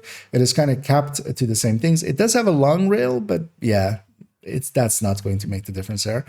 Moving to the M700 Carbon, and together actually with the M700 Tactical, as both of them share stats, even though the mods are different. The M700 Carbon does get a long rail. The Tactical gets a side slot, which is actually something that mostly only SMGs and pistols get. But there aren't really any meaningful things you could put there to make the difference. And to me, again, the SR1 is this, but better. There is, unless you have nostalgia from Division 1, as I keep hearing over and over again, I wouldn't pick these. I would pick an SR1. Then we have the Model 700s, and as you can see here, I'm starting to build up a collection of them as I'm starting to gear up my characters to have Model 700s and SR1s. And this is very much the new king. This is what the White Death used to be, and especially if you were happy with the White Death, you'll likely be a little bit happier with this. It is worth upgrading. It is, of course, a farm, but keep in mind that marksman rifles is a much smaller pool than, for instance, ARs and such. So you'll get the weapons, you'll get more of the same weapons more often. There is less trash in it. The pool is smaller, so you're more likely to hit the one that you're looking for. And yeah, especially having the determined ones is free talentable detox ones especially are going to go into a bunch of my characters. Then if we move on to the SR1, the SR1 is my other pick. It is the usability pick, and I will likely as well put this on a lot of my characters. It is in handling so much better. With these two stability mods on there, it has no sway at all. You can just pinpoint accurately, put it on the target. If you have the weapon handling pieces as well, so if you have 4 pieces of hotshot, where you're getting the bonus weapon handling, and of course the 2 pieces, for instance, as well with Habsburg have the weapon handling, then it's pinpoint accurate. It has no sway, which is very, very nice. Not having any sway at all, having the scope just not sway out, is something that you owe to yourself if you like sniping to try out. And it is very, very handy for that. And of course, it comes with a 10-round mag. That helps as well a lot. And being a mag lets me use this, for instance, on some of the builds where, for instance, in the past, a White Death was annoying because they didn't have a reload mechanic. For instance, the high-end hotshot third drone hybrid, which was an oddity. That, for instance, now having a weapon like this that hits as hard as a White Death, but has a magazine, so you don't have to deal with that super long reload, is very nice. That leaves us only with the White Death. Actually, let's do that one first. The White Death, yeah, it's sad, but the White Death is it died. It is now the White Dead. Yeah, it would be nice if it maybe in the future got maybe a little bit of a buff. It is a named item. It should be competitive. It very much isn't now at this point. I would definitely pick an SR1 over this. There's no reason to take the hits in handleability and such over this. The one nice thing about it still, though, is that it does come with one stat max. So for newer players, it might be worth it to go for this because you're very likely to get a capped out one, especially if you're getting getting into countdowns. And with the final hunters dropping 8 named items, you'll likely run into a White Death that maybe has its stats maxed out, and especially one of its stats is always going to be maxed out in that headshot. Meaning that, you know, for that, if you get a detox one, you can just put talent here. It's good enough still, but yes, if you're really going out and setting up a build, I wouldn't pick it anymore. Then we have the Tactical 308, and it's named the Scalpel, of course. The oddity of having 30 RPM more is actually a beneficial thing, especially if you're just snapshotting with Headhunter, especially if you're also, for instance, not going with a scope. Although its cap is reaching a point where, yeah, you're going to 2-shot a named. You need to put a second shot into a named. That kind of hurts it, and it will never reach the point where it can one-shot an elite, for instance, to start off with. It can, of course, one-shot an elite once it gets going. But yeah, it kind of is down there in the damage. But yeah, I feel there is some value there, but I wouldn't outright recommend it. And of course, as always, the best weapon in this is the O'Carroll still. I mean, who cares that it is still a classic M44? It is the best weapon because it twinkles your lights. Although, yeah, actually, honestly, this being a White Death as well, basically. Without the talent, it got a little bit worse. So, well, I mean, it's still the same, but situationally, it has gotten worse. But yeah, there we went through all of the sniper rifles. I hope the marksman rifles. I hope something was gained by you from it. As yeah, it is quite interesting how much they have gone up, especially versus the White Deaths, and because of that, we have basically increased our caps and our first shots. The White Death, of course, is still doing what it always did, but now there's so many more weapons above it, meaning that, yeah, there's even more benefit in, for instance, a hotshot determined, hotshot Headhunter determined. And yeah, that's the Habsburg version being just a few % ahead does make it valuable, does make it quite the increase. As yeah, that 5% extra can be the difference between one-shotting that elite or not. For me personally, though, I'll be keeping my main account ones with Chainkiller Araldi, as I do feel you basically need watch-outs for Habsburg, and I don't have the ability to do those here. But yeah, all of the things shown, of course, are available in the burst and sustain tables, and will be linked down below as well. And next up, we're going to be discussing rifles as an in-depth look, but in between it, there's likely going to be things and stuff, and maybe a build overview as well, as I want to continue doing those, maybe actually as well on the hotshot determined. Yeah, we'll move on to rifles as the next in-depth look. So yeah, I hope you join me for those, and if you enjoyed this video and are willing to help out, maybe doing all of the algorithm stuffs down below, you know what they are. I'm not going to go into them. Yeah, as always, have a good night. Yeah, let's see. That felt kind of long. It's 11 minutes, it's fine. We need to go through a lot of moments. That is a total runtime of 45 minutes, which is actually way longer than I thought it would be, but I talk a lot. Turns out. Let's go back to here and let me catch up, as I was very invested in getting that video done there. let me as well, in the meantime,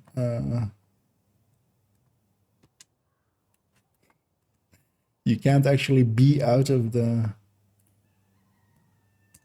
game. Okay. As I'm shutting down the other system in the background, just so because we don't need it anymore.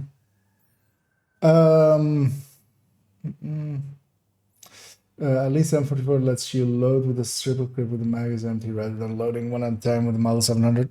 It's true, but the Model 700 does so much more damage. It's like, if that is the thing you're concerned about, then the SR1 still exists as well. Because SR1 just does more than a White Death now, basically, outright. Let me close that tab. We don't need any of these tabs anymore. I do want to keep this tab open.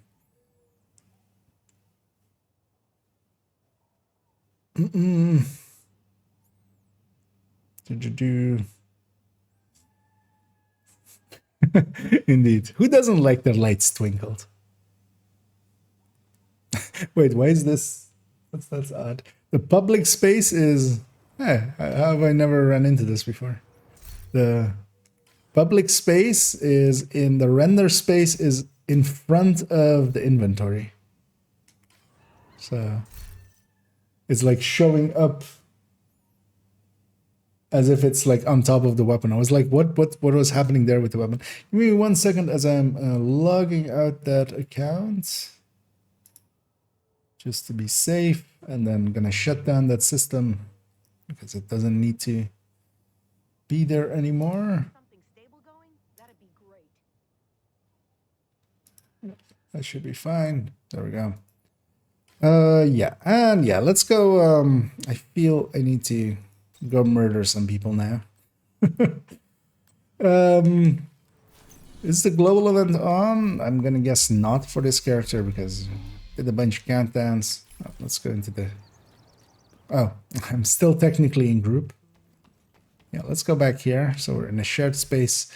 I'm gonna go do a summit a little bit. And if anybody's interested in some summiting, maybe, feel free to join up on me. You know what? Let's go run this ongoing directive third drone hybrid for a little bit if I'm solo. If I'm not solo, I might run the combat medic. But yeah, let's wait for this. Let's also... I always wanted to do this. Man, I hate this guy. This I_Kia. I'm so happy that I finally get to kick him. You are no longer in a group. Screw that guy. _less for the win. What do you mean I have multiple personality disorder? No, you have multiple personality disorders. I don't have a multiple personality disorder. We have a multiple personality disorder.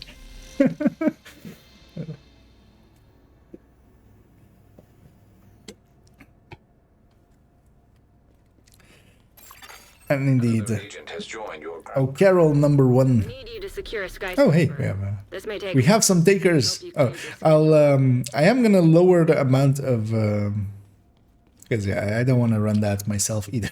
I'm gonna guess my allies need her. Let's maybe take no region, hard to earn, not fragile, not cool skill, not scavenged. We'll keep ragers. We'll basically take those 4. And what I'm actually gonna run is the combat medic because I haven't ran that much. You know what? Let's take a grade 25 capacitor. Annoyingly, I have now 2 capacitors, which are actually max rolled on their DTA that aren't this one. But of course, I'm not going to grade them to 25. Because yeah, we'll take hard to earn and no regen, but I'll be combat medic and I'll play hard to get instead of hard to earn. And yeah, we're starting on loop 21 or loop 21. That's exactly where we're starting.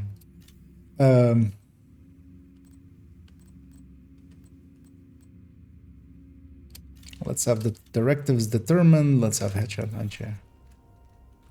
Ready? Yeah.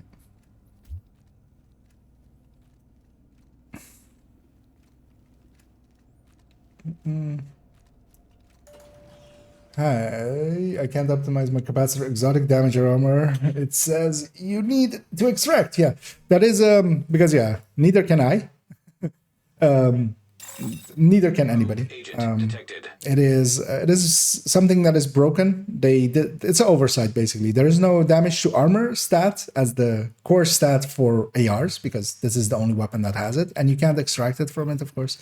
Likely it will be fixed in the future, but yeah, for now it is basically you get what you get on the DTA when you reroll it, so you have to take it as is.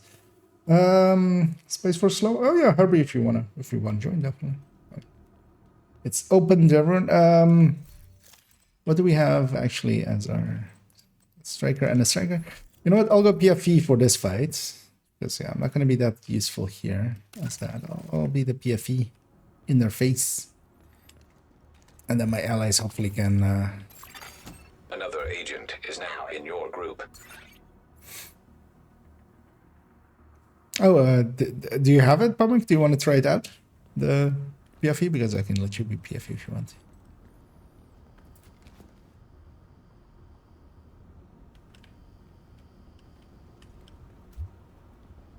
Ah, okay, you're already... okay. Yeah, then... yeah, once we're all ready, yeah, let's trigger them. Let's let them spread out a little bit. A little here, they'll automatically spread out. So we'll use that one as well to kind of just gonna get everybody's attention. Hive detected. Agent charge compromised. Oh, I have charge, of course. Restoring. Get out of the way. Shock trap detected. Hostile shock trap detected. I know this last one is not easily shootable for my allies, but I'll keep them busy. So, Rogue agent eliminated. already had a holster, right? Well, actually, I might actually change my targeted.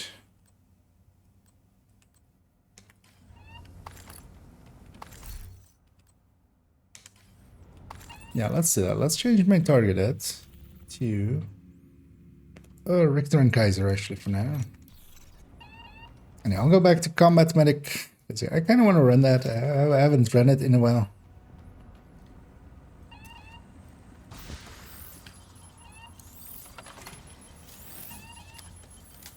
It's the Overwatch variant. I could run it without Overwatch, but I'm actually going to run it with Overwatch. See if I can help a little with some buffins. Let's see. Stomach needs some healing. Let's give him some. We'll charge him later for it.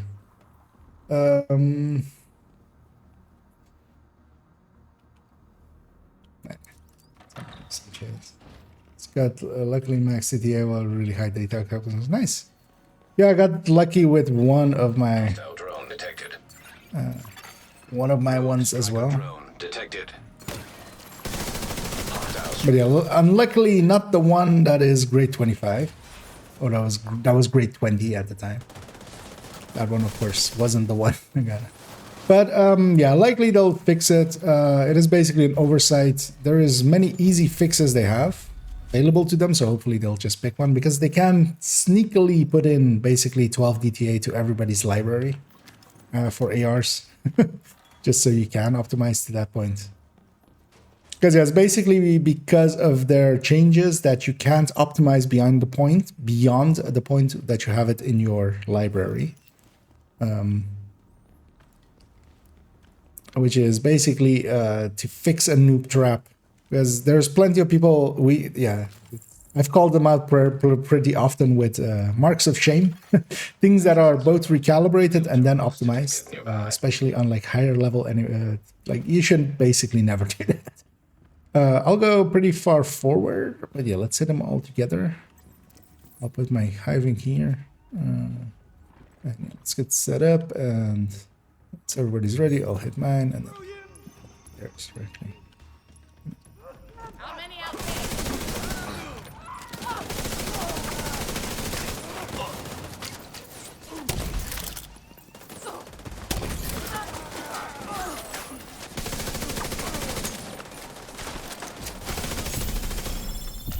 I know, once we get the global event going as well, this should be a breeze.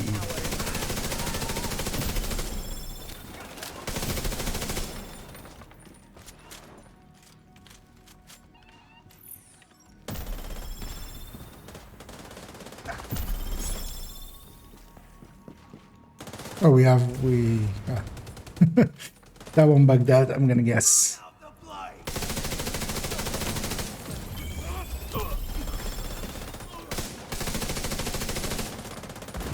Is it? Terminal controlled. This is something they should fix as well. Sometimes those terminals bug out and you don't get progress for them, or they get locked basically on a number, and then wait for it.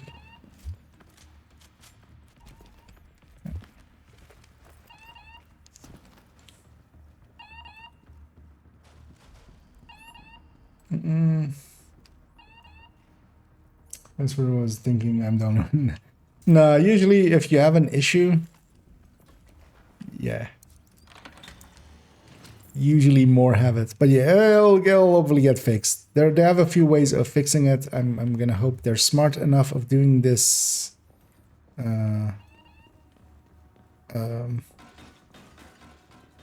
Quickly. Yeah, I got a key there. With the next one, because they could just give us all 12 DTA in our library, like hidden behind everything else. They could just remove maybe it for just that. Yeah, it is tied to veterancy, Pommy. So the higher the veterancy, the less extra damage they take. as a pass up. Because yeah, reds basically insta melt, but elites just take a little bit more damage, but then names actually barely take more damage.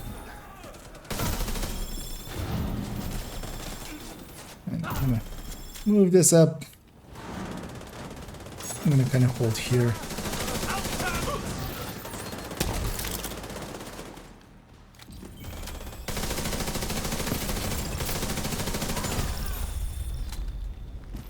And yeah, I do always enjoy playing a combat medic. It is, you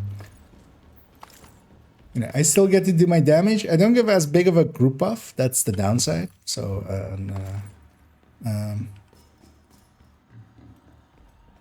FI, of course, is giving 25% total weapon damage to my allies, which is basically if they have obliterate, which are likely to have, or two of them were definitely obliterate strikers, they'll have 20% by extra damage.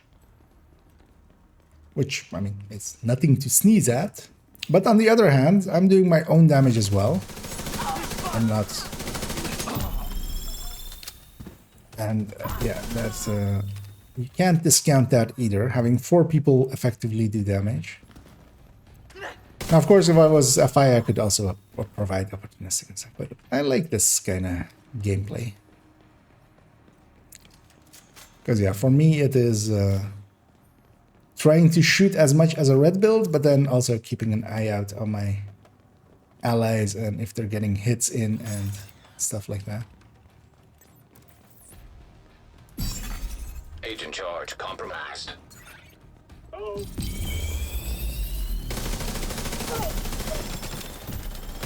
It's kind of hard to stack because I'm striker, but of course with this global event up, everything's melting instantly.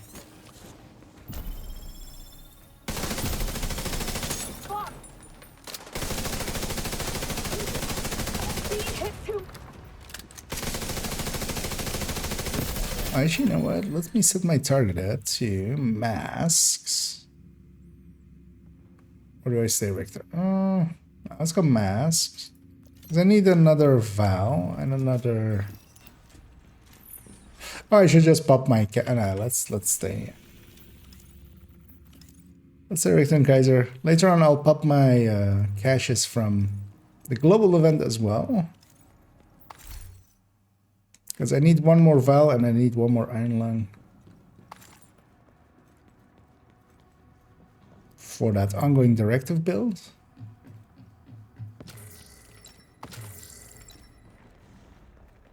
Well, especially the Val. Because we're gonna delete that tip of the spear build. Likely.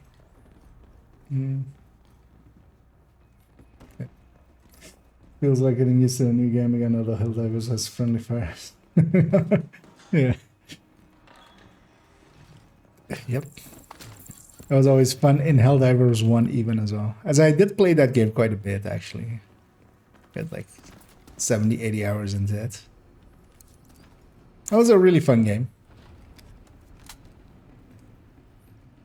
It's kind of why 2 is very much on my radar, but yeah, I'm gonna stick to my likely, you know, waiting for a bit at the very least.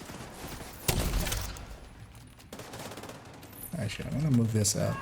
Let's be aggressive, right? Nobody mind that I tried to heal that that hyena there. That's totally not what you saw.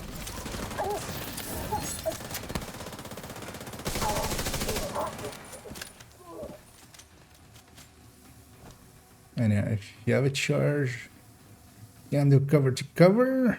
Oh, it's there. Because yeah, that would pulse him as well.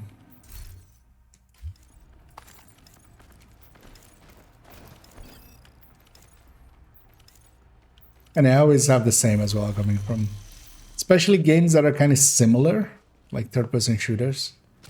I have it often when if here and there I've gotten into breakpoints. Well, in the past, like not nowadays, but in the past. Oh yeah, there's a chest on the left there. Be sure to get that one. Oh, I should set mine to crate crazy as we're going crate crazy.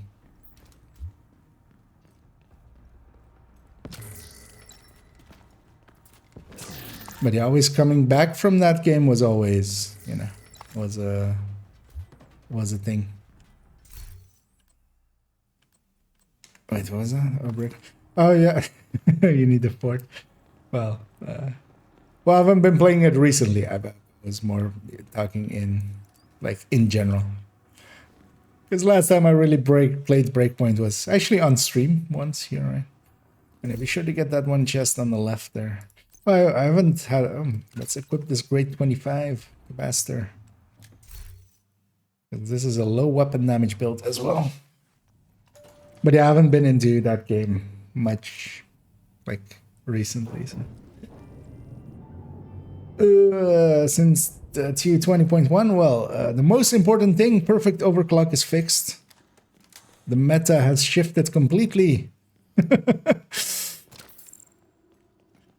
Oh yeah, not really. A lot of minor stuff, but nothing major. I do want to try it out though, still with Eclipse here and there, but we'll have to find one.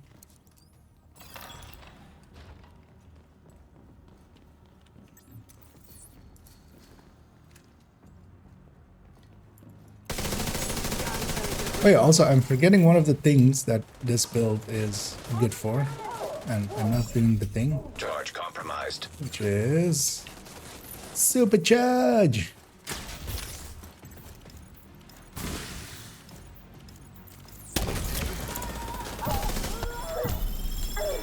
Although in this case it's just invulnerable shield and stuff, but it can still be handy. Get the reset hives.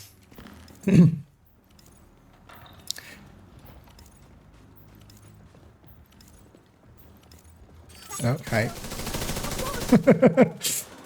Run around the corner, see a hyena's face.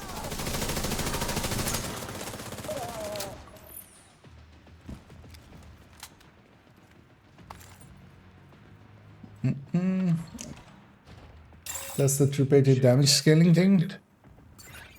Damage scaling thing. Oh, not particularly. Yeah, I should. At some point, right? Rogue striker drone detected. Most of it is because I don't care about it that much. It is, I think, basically meaningless. What that explosion scales Rogue with. sniper turret detected.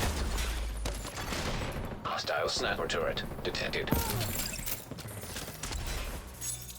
Because that's not like a thing that matters at all for that build, really.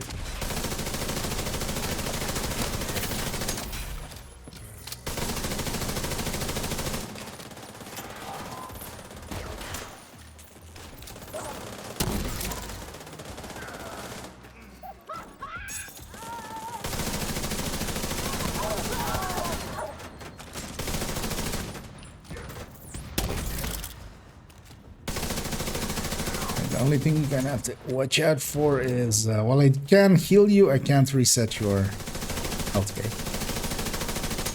So, seeing as you did hit health gate there. Another big hit can still take you down.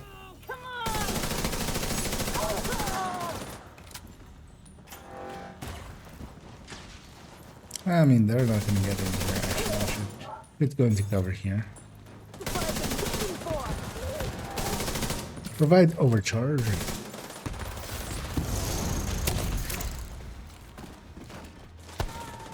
It's a lot of waves.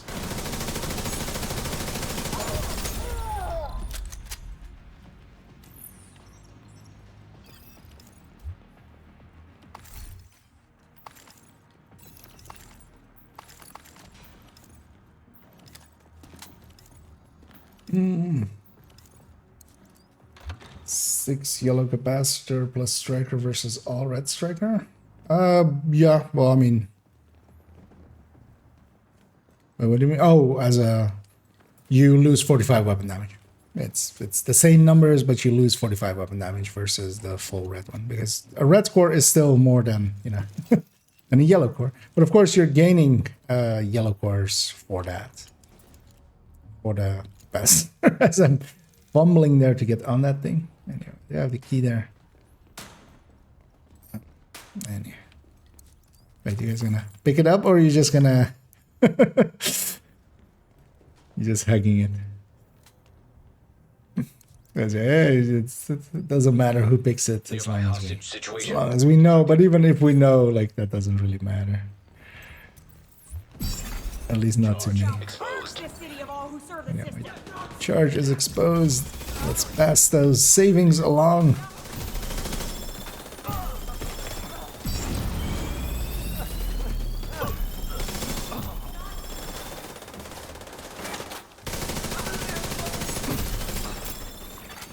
Agent down. Over there.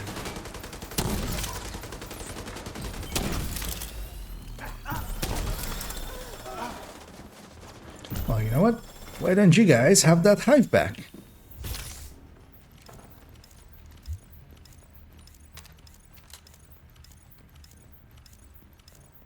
It's pretty, it's shiny.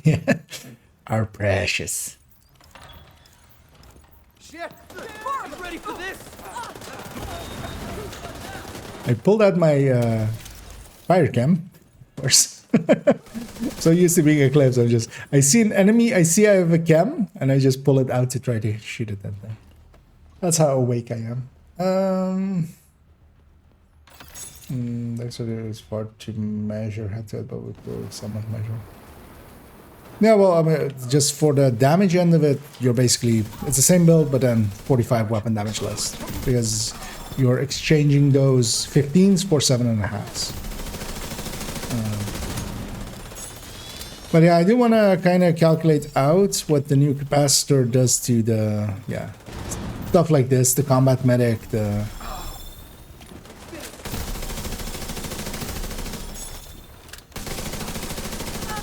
the, you know, the drone hybrids.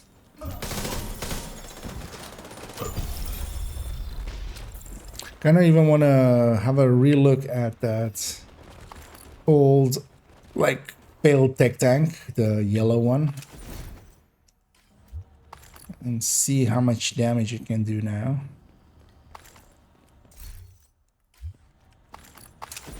Because basically a tech tank, but then instead of the 3 blues, the three yellows. So, oh, 12 haste. Yeah, if somebody wants one of those, I'm good on those.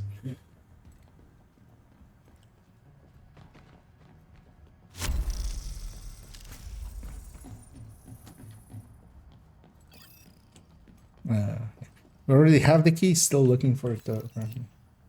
I just remember because it was in my room. Yeah.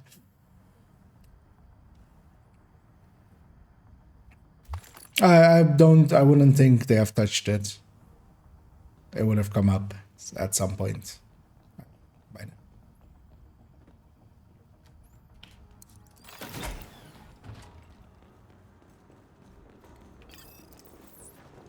To your little settlement!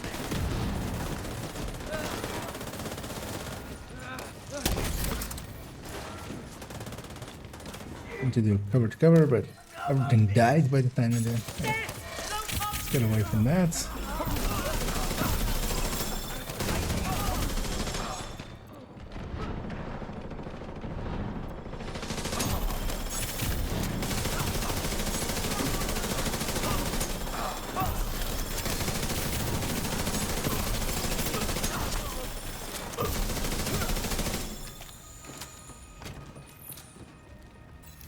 You know what? I want to try because we're going through this at high speed anyway. Let's try this. Gonna grab a booster hive. Actually, isn't there a mod for booster? Stim efficiency, duration, and stim charges. There we go. We have some enemies there. Yeah, let's keep pushing through.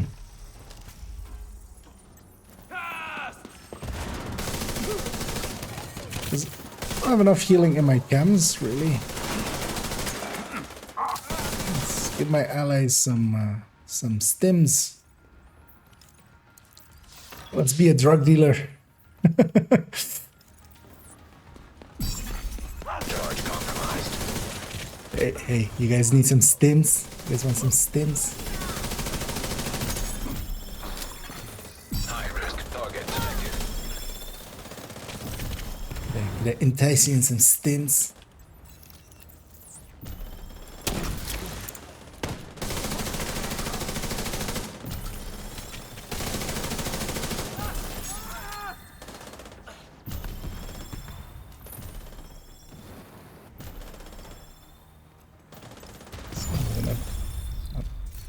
Already done.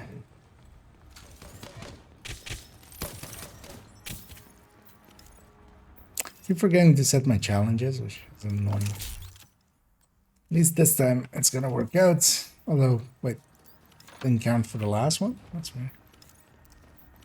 I think I picked it too late, right? You want your drone with a come close to the flats for the front of this swamp.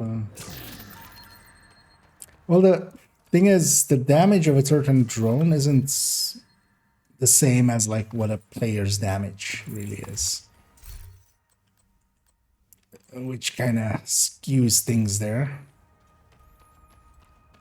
But yeah, I'd be interested. I mean, once we have the numbers, we can just compare them to this to a full striker.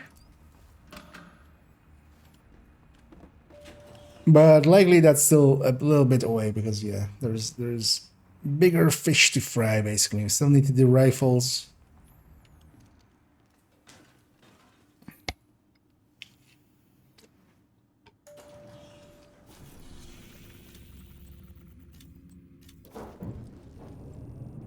What skill mods do you recommend using on the FI healer build, and would you choose demo over survivalist? Depends. So if you're going, it depends on what you're healing. If it's for the incursion, demo over a survivalist. For the raid, survivalist over demo. That's most, well, kind of depends as well if there's already like how the group is set up.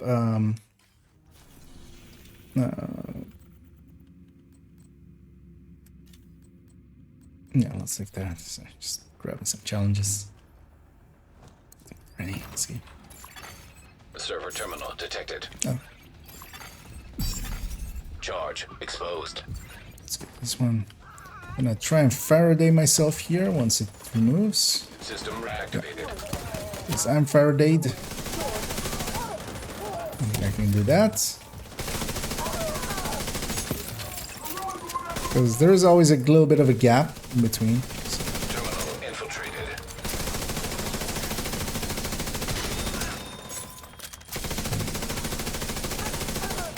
Me going into this corner and Faradaying myself is kind of handy. We still have secure up. Unlikely. Oh, behind.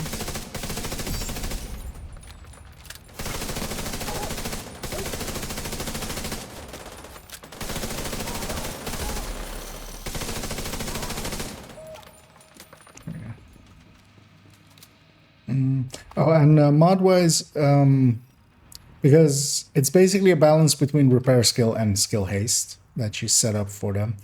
The thing I go for is trying to hit around 3, well, again, also depends on if you're running survivalist or not.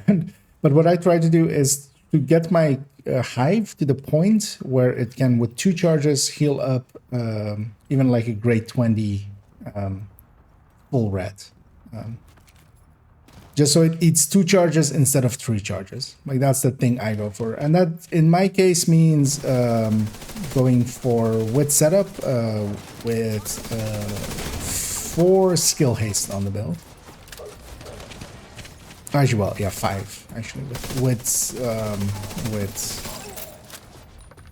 BTS choose 1, which isn't choosable.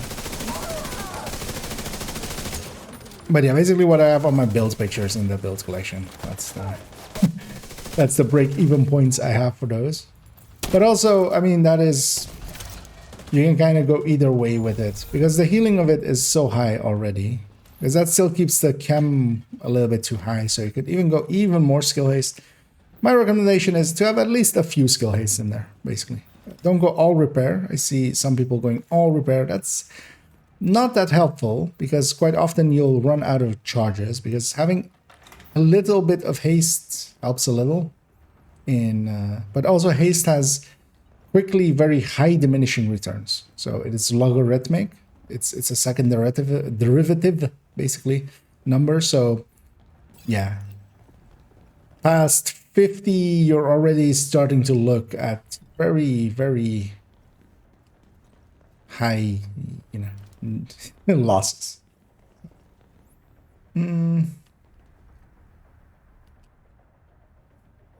But yeah, it's basically a mix of repair skills and skill haste, and you can kind of pick like which ones do you have Compromised. maxed out and stuff, and would be easier for you to put in there.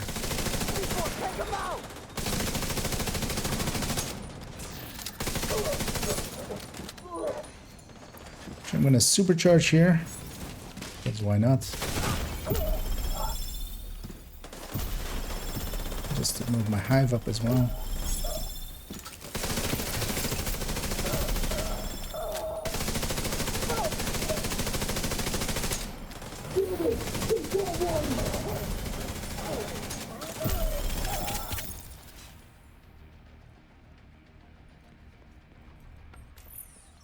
You know, that booster drive is kind of handy. I can definitely feel the difference on like faster.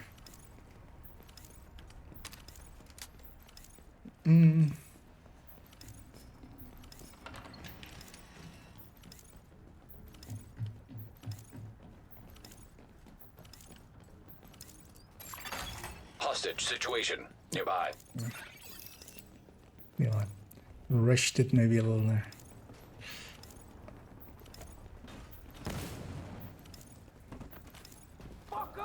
Actually gonna push up this left side.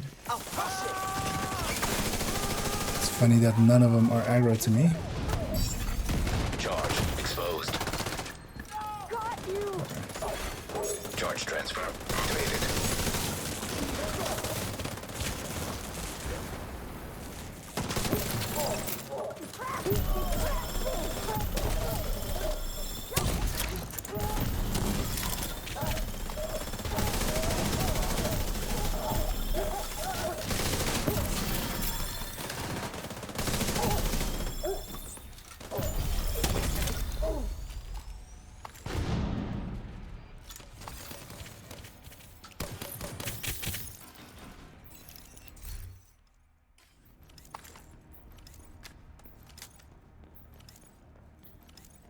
And on we push.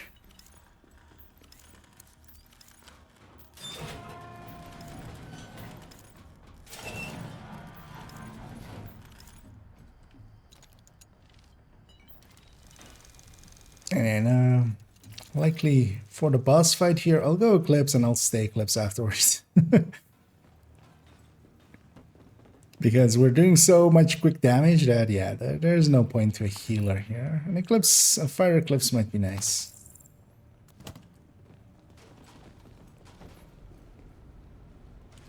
And yeah, that's just the global event extra carrying us. Automated defenses detected. Caution advised.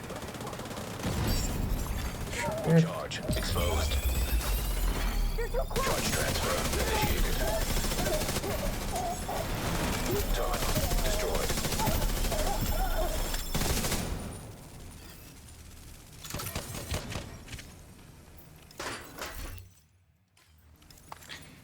And yeah, my target is set to RNK for one of the tank builds that I have.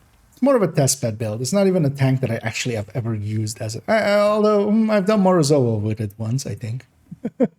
Just to try it out. But yeah, it was a build that was set up as full hazard protect and at that point 70% explosive resistance. It has the ability now to still be full hazard protected because they've added 10% to 3-piece Uzina, which is quite strong. And I could go 2-piece Richter and Kaiser.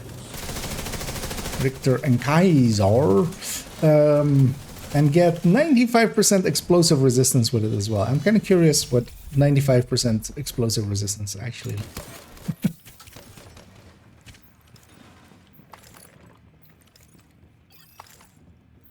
Actually, you know what? I'll stay this combat medic. Because then I realize, of course, I picked no regen. I keep forgetting that no regen is no longer like the free one. Because I'll just negate it with my chems. Kind of like this thing anyway. I'll leave the crate for whoever needs it.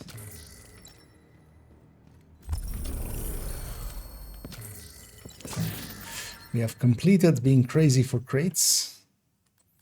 But for it, I need a holster and a knee pad with hazard plus explosive resistance. Which are yellow pieces. Because I was considering Lengmo as well. Lengmo has 20% as one piece. But yeah, of course, 2 pieces with 95% instead of 90%. Sounds enticing, right? But yeah, that thing is more of a testing build. So. But I do want to give it an upgrade. But currently it's also at 110% hazard resistance. It has 3 pieces of Uzina, so that is now a little bit more. Oh yeah, excellent execution. A boss room challenge. Comic testing fate once more. He's not sick enough of being stuck underneath stairs. He wants to be stuck underneath other things as well. And yeah, let's push up on the left side altogether.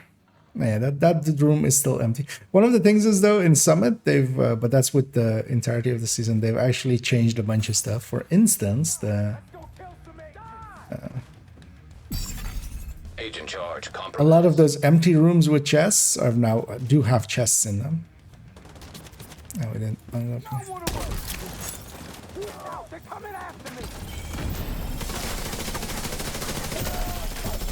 Let's get ready to camp. Target approaching. With this enemy. Yeah.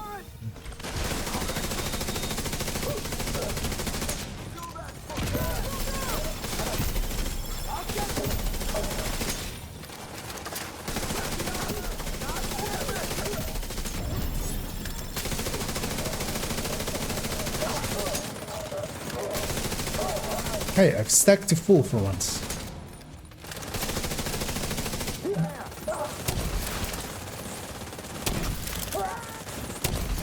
All of these out. Why not?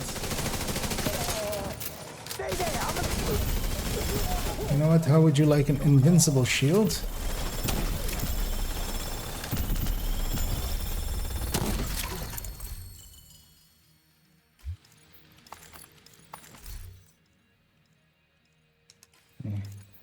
And I needed to have both of the things already. Because I would take it on the mask maybe as well, because I can craft some Yao. Because the mask is Yao on that build. Could move that to somewhere else, but that would be expensive as well. But at least that's a blue core piece, so it has a high tendency. Yeah, feel free to just push through, because with these kind of things, it's not like person can push through and already at least pop the chest and stuff. Because the people catching up will just catch up.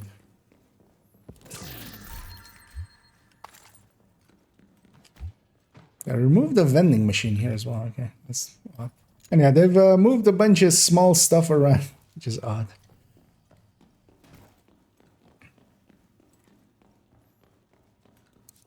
Maybe. We're gonna continuing on.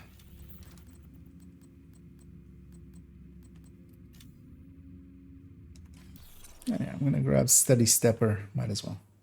Get some progress on that.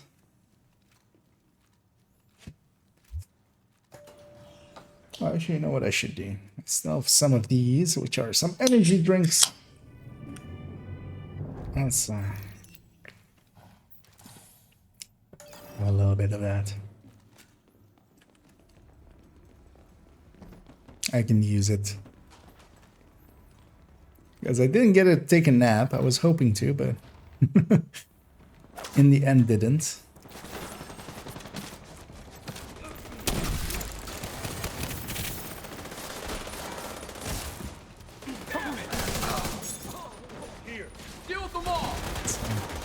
There's a few of them.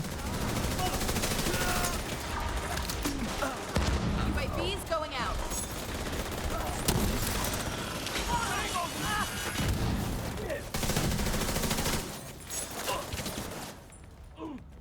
Tangos are trying to flank. Reposition. So this up.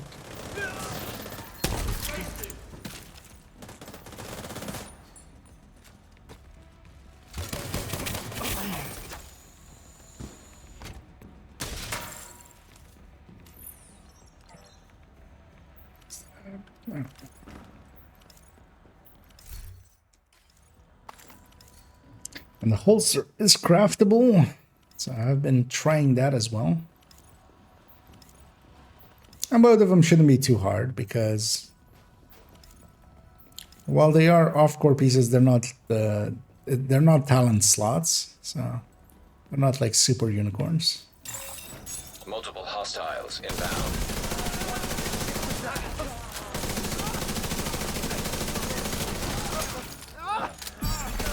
Agent charge compromised. We need to do our transfers. Charge transfer completed.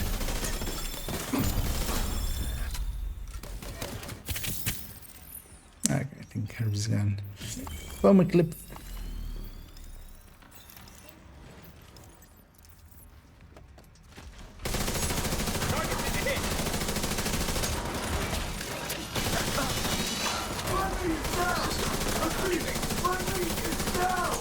System restored.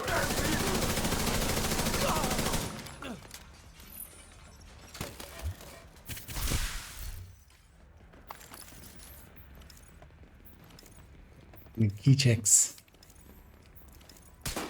What? Oh, to whoever was running through me, I think. That's fine.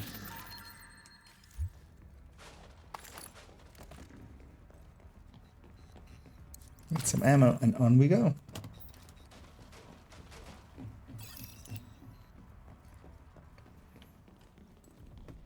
Unlikely after the stream I'll stitch together already that MMR one, get it uploaded for tomorrow. Timestamp it tomorrow, give it descriptions and stuff. Detected. And Agent we can charge. start working on... is there cover here anywhere? There is. I lost it already. That's okay.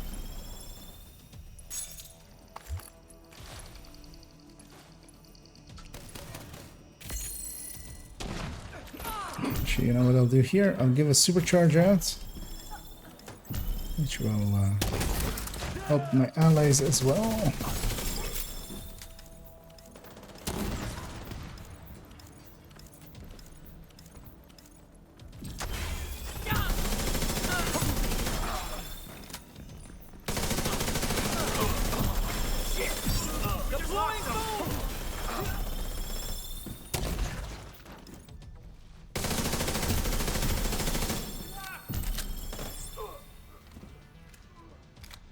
Oh, it's bugged. So everybody get out of it, Herbie, if you can as well, and then reset, and then. As I was stuck on 90%. Terminal accessed.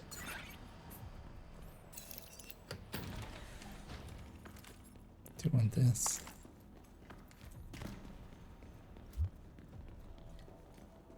Oh, we got the key as well. Nice. Because that is the nice thing about Summit. You do get to use the global events. How many more floors do we need, actually?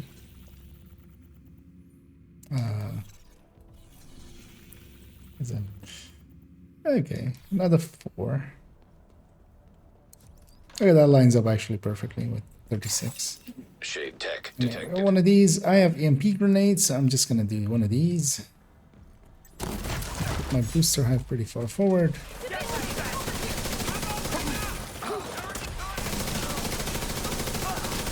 The only thing we need to kind of watch out here for is that they spawn behind us as well.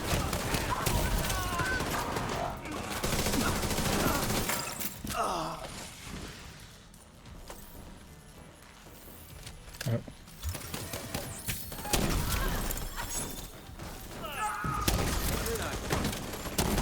An agent needs assistance. Yeah, Spamic's up. Oh, actually, Spamic and Scooby are up. I will supercharge resetting their hives right away. There's no proof that they ever lost their hives. You have to watch out because yeah, they spawn behind here as well, so we need to cover those guys as well.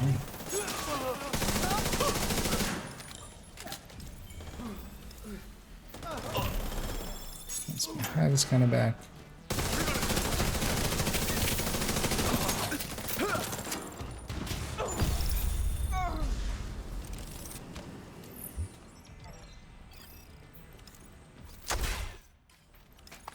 I actually like this thing with the booster hive. It's nice and silly.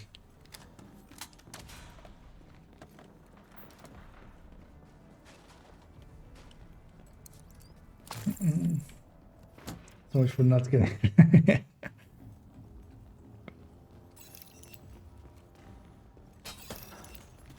And these guys always aggro even with suppressed weapons.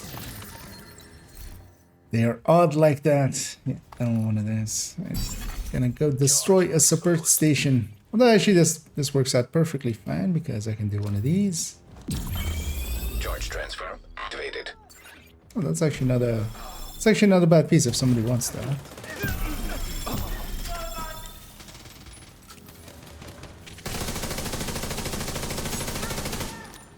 Oh, we should actually destroy the support station. Agent down. Got make some loving over there. And once the cooldown of supercharge is gone, I'll supercharge once more. I'm caught up. Got a man down.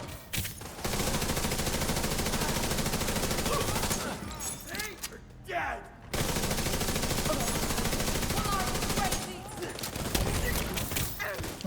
Preemptive one.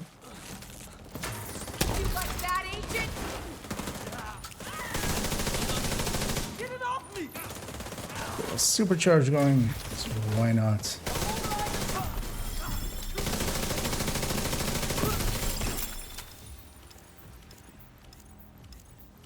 Alright.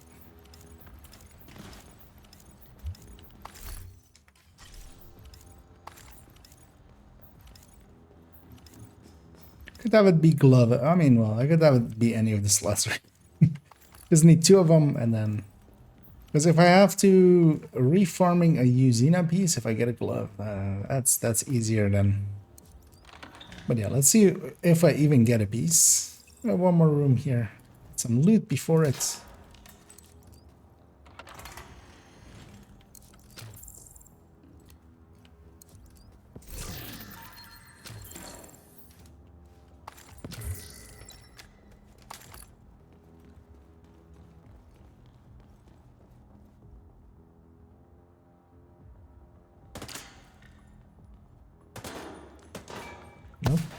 We can never get into that room. There's no way we could move a wheelbarrow.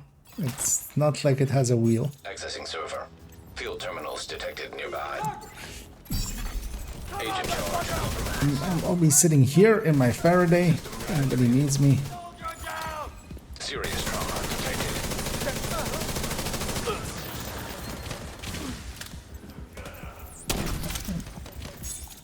Do my best to give my allies some lovin'.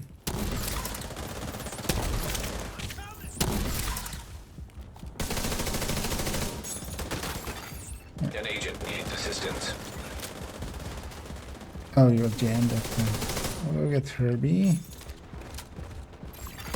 Terminal accessed. Although, yeah, functioning. Need some covering fire over here. There's a lot. Don't bother coming. Shoot one over there. I'm gonna get him up.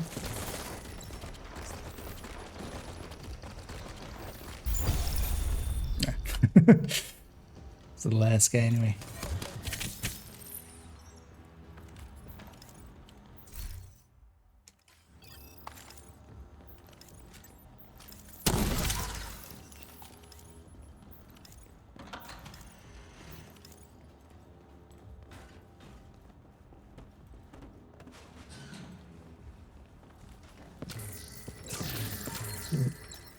Do we need an exact 3 floors?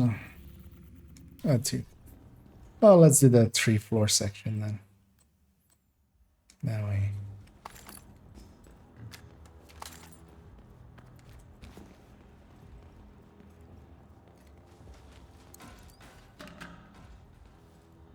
Let's put that one in. Oh, wait, what's that? Find the 3-item mar is a good weapon. It's not bad, definitely. It's 90 RPM is like the tactical 308. But its damage is so much lower than everything else now. Rogue agent detected. Oh, we have rogues again. Actually, you know what? I'll just stay combat medic. We'll go back to healing hive there. We'll actually need some healing maybe.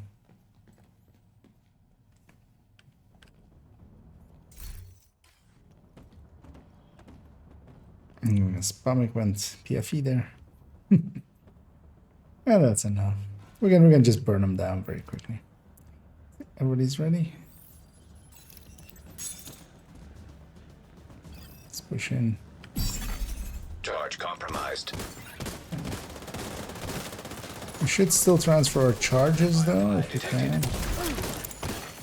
Hostile. They're pushing in pretty harsh. Rogue artillery turret detected. Hostile artillery turret detected. Rogue stinger hive detected. Hostile Yeah, it's too late. detected. Agent down. Let's go, watch out. They're putting out a lot of skills. Rogue Mender Seeker mine detected. But Hostile. also, yeah, we should focus our damage on them. We can just push out of the skills, basically. Rogue agent eliminated. And then seeing as 2 hives went on cooldown, I'm gonna do one of those. So that they reset. So, oh, nice. That's 1. Hazard plus explosive holster. Although, well, I wish it was the knee pads, actually. It's fine. Because, yeah, that's a dream if it's knee pads plus holster. But holster was craftable, so at least I don't need to craft anymore. There's that. Let's take this back to booster. So I'm kind of liking the booster hype, honestly. It's actually pretty fun.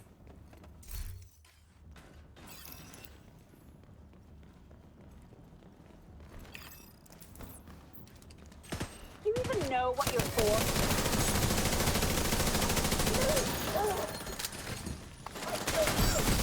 Charge exposed. With that, Charge transfer completed.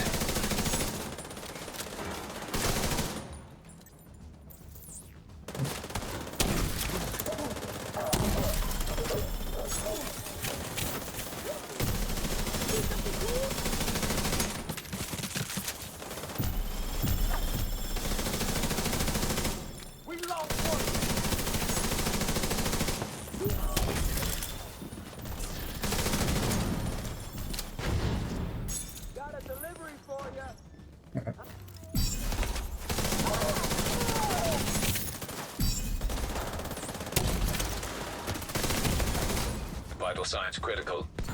Keep some armor repaired.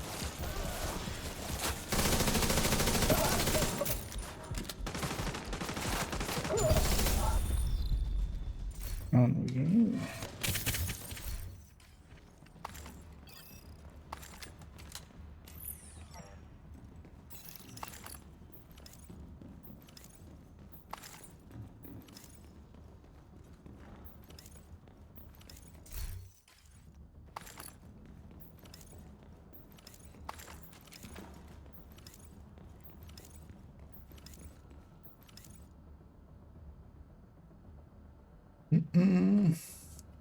This should be such a perfect under backpacking. Sire knees when stacked, extra 30 damage.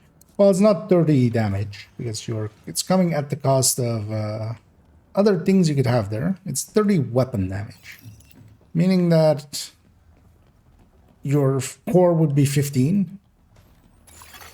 But yeah, your headshot and your weapon handling wouldn't be as much as that. But yeah, you need to sit still. Like, it depends on if you're actually sitting still, because I see way too many people using that and not sitting still. Well, let's hit them all together. Whenever anybody's on the front one. Oh, it's mine. It's fine.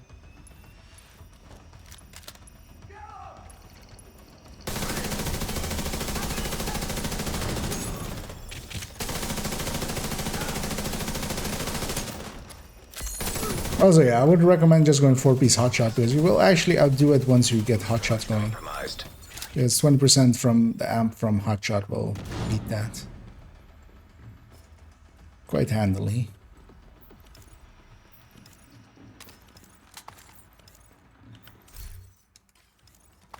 Because yeah, Sawyer's is just, it's so dangerous at times. Forces you to sit still when, you know, and there's a ton of stuff in the game that is there. You try to make you not do that.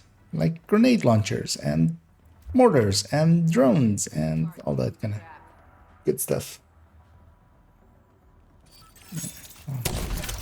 Nice up here. Ouch. Oh, that's gonna... Oh no, I'm fine. Oh, hey, the warhound escaped sadly. The loot hound.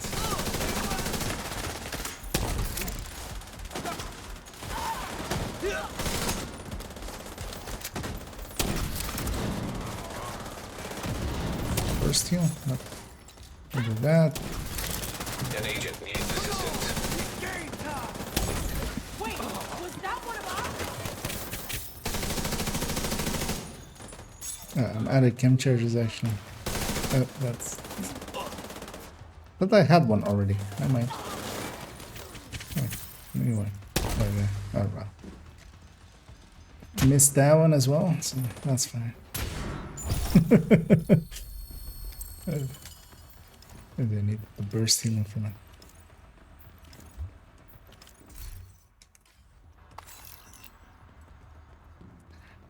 Okay, that was our project. But let's go one more floor. Let's get to the end. Oh, and if anybody gets a Val or Iron Lung out of their stashes and is willing to trade, I'll trade you an exotic component for them. Actually, yeah, let me pop mine as well. Let's see what I get. So, an Imperial. Yeah, I saw that one.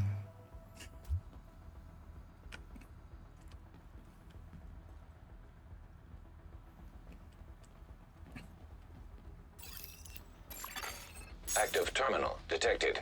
Oh, it's terminal. Charge exposed. Agent down. Oh, we got Pamic. So yeah, watch out, you guys. Neither of you have hives yet.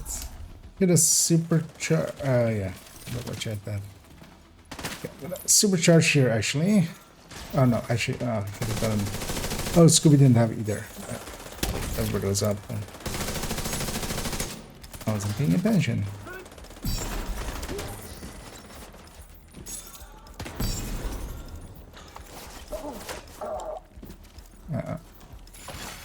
System disrupted. disrupted. Hopefully that guy just ignores me.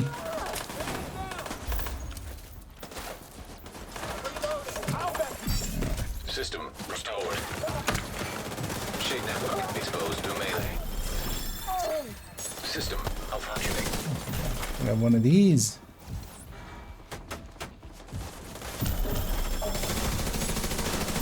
System reactivated. An agent needs assistance. And get it out in the right timing. Okay, they're gonna be spawning behind us now. System restored.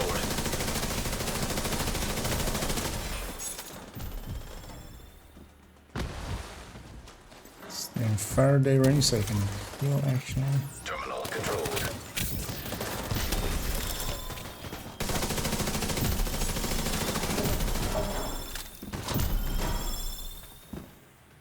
Let's see what we got there. Do one of those.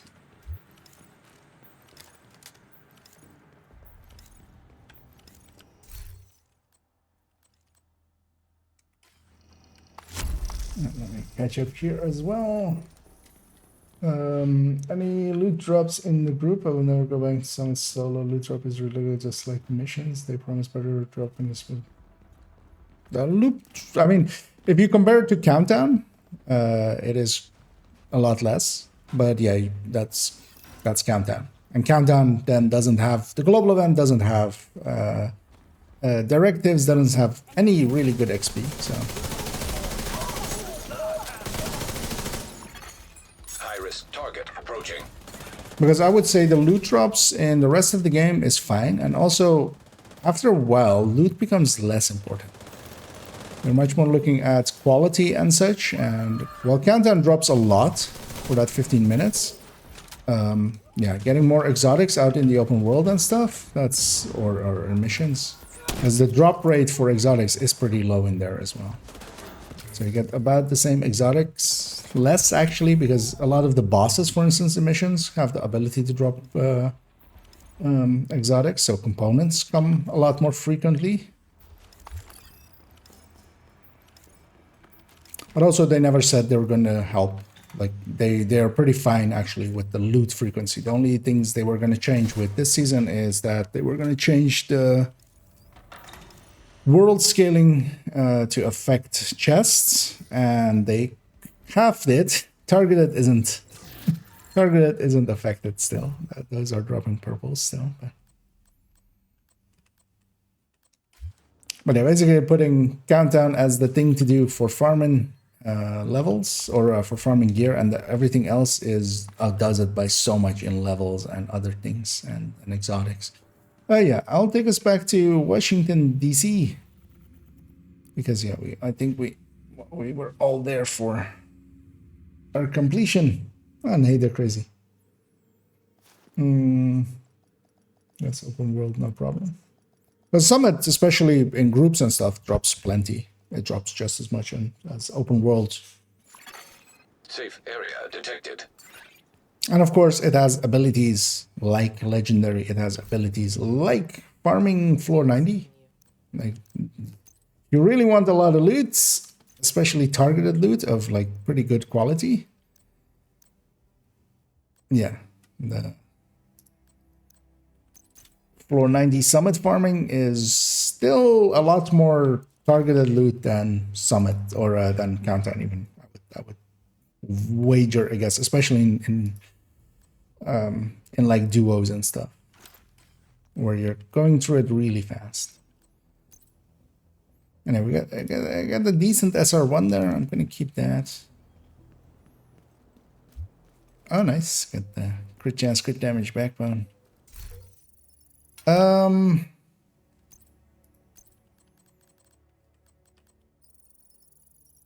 Yeah, let's actually pop these caches quickly. There is a marksman zone. I don't know how much you guys are interested in marksman rifles. I kind of am.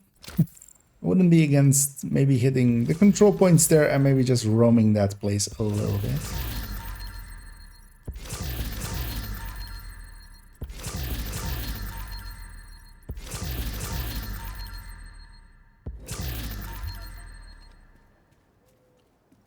Okay, yeah. Bowing out for Herbie. Yeah, that's fine. And thanks for indeed tagging along, and An hope you had agent some is no fun. longer And in yeah, your group. we'll catch each other later, likely. See if anything good came out of Thanks for your these. business.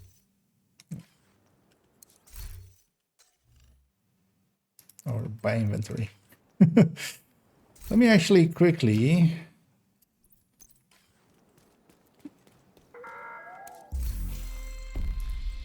grab these exotic cash. See if we get a Val and Iron Lung.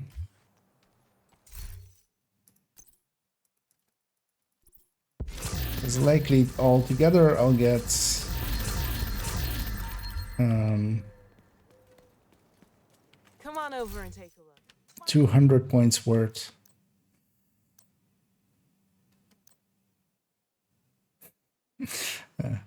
An old-fashioned pestilence. Oh, a detox Scorpio.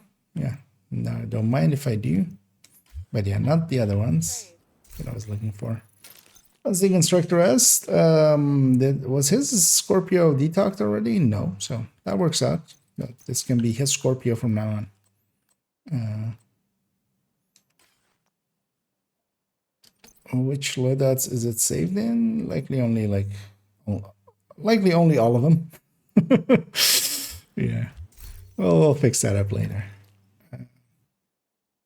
Because I'm just going to replace those two.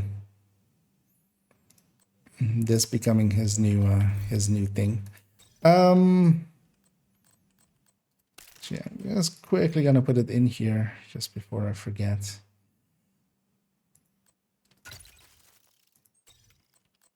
Let's see.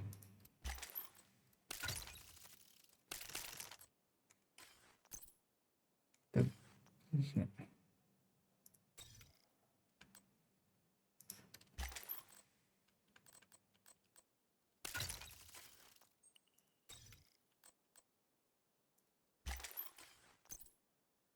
Is this all correctly modded actually? Yeah, it is. Yeah, good.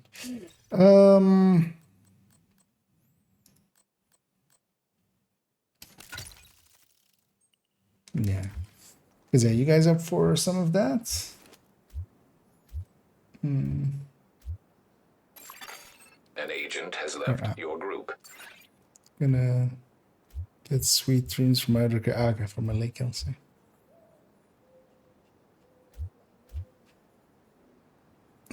There's a lot of exotic caches being bought, I see. Let's see. I see. Has the rotation changed yet, or is it going to change later? Combat simulation program active. It's downpool. This is still that one, right? Okay, but it changes in 52 minutes, but also, yeah, I'm not gonna go that late. So, yeah, likely no dissenting, but likely tomorrow, maybe. With new rotation. Because, yeah, this rotation just isn't great. But what is kind of great is this zone. Because, yeah, if you guys are up for it. Was something in New York as well. Oh yeah, Cheska and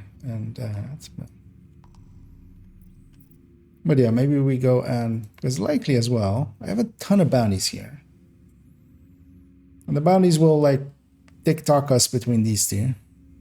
Oh, most of the time. So we'll go just roam the zone a little and just. But let's have some directives on for that. So. So maybe not go 5. So maybe keep everything except Scavenge Skill or except Pistolero. So we can run whatever we like.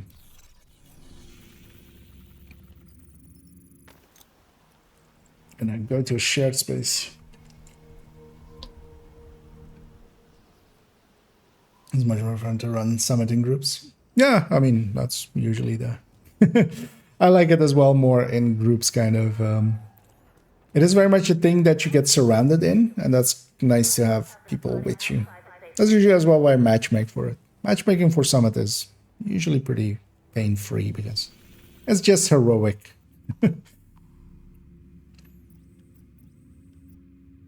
yeah, let's maybe go hit this territory control. We'll already start moving towards it. Pamek is just swapping an item around and he'll be right back.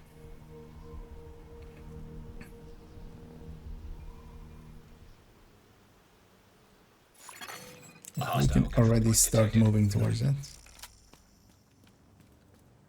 And I'm not taking Pistolero. I want to run Negotiator Technique. Haven't in a while. Snitch is going to be here. My buddy is open for business. I can give you the location. Although, yeah, we're in this zone. Although, it's going to go that zone anyway.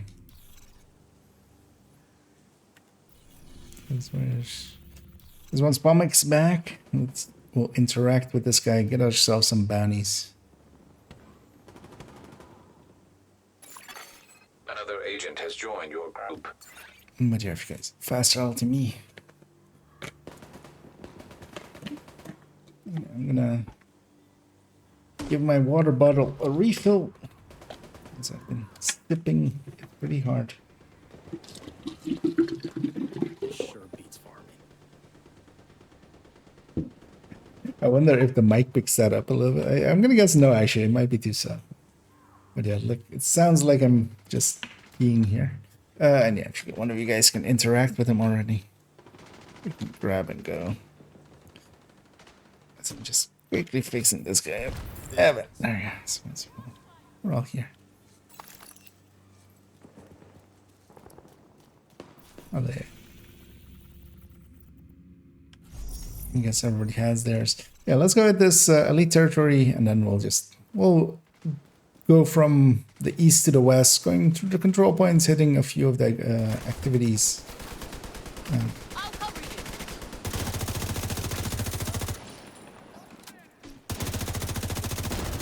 I got blinded, yeah. Likely that guy.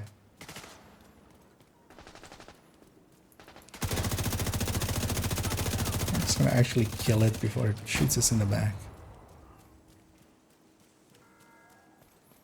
But yeah, let's go with the territory control up there. This propaganda isn't really worth it.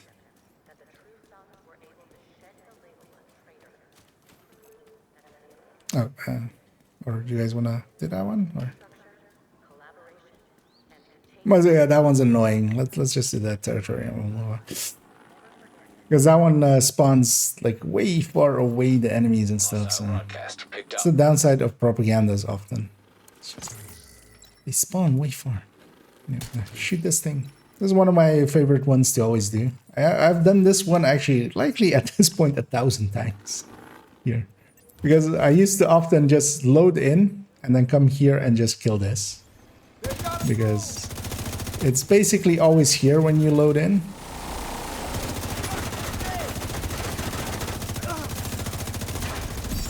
And yeah, I'm negotiating. Incoming hostiles detected. See about getting one of these going as well. Detecting additional. Kind of want to mark her if I can. Or shoot like that, I think.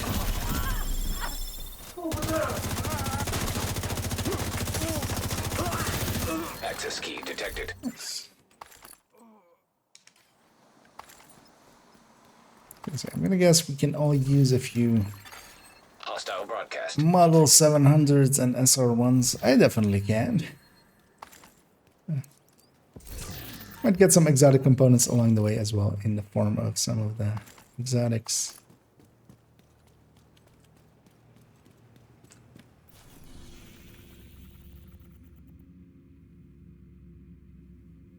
Yeah. Nothing good. Let's actually maybe, yeah, let's take a detour because that's the same length anyway. Let's go with that territory control from DZ and then we'll go. Because I have a ton of bounties here as well. And especially if we have the control point here, that's not too bad for that.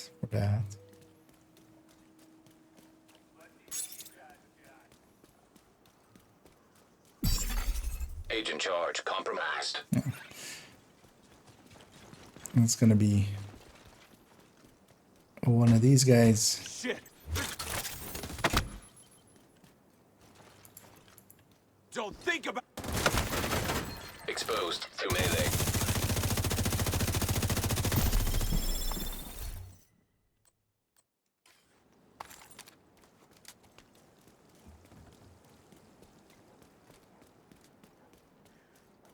Take that territory control along the way. Actually, I should go a little bit this way-ish.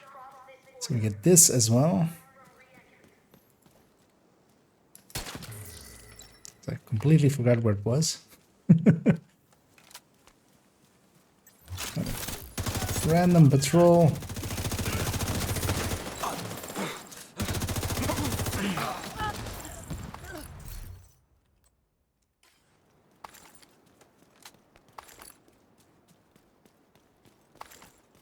Oh no, yeah, also if anybody wants to join us, because we have a slot free, we're just gonna run this zone. This zone is marksman rifle, so if you're interested in some, you can hop right in. Or just give me your name if you don't have me on your friends list. I can slash invite you in. Going in. And I guess Pomix doing some sweet dreams and Charge compromised. Flank us.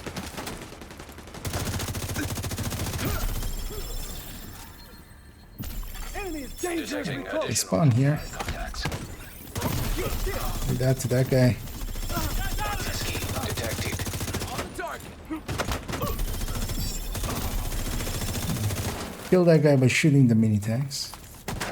Is this thing still half in the ground? Yeah. Hostile This thing is still identified. half in the ground.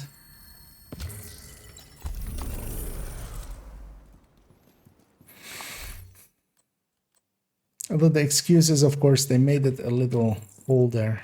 That's actually what's happening, right?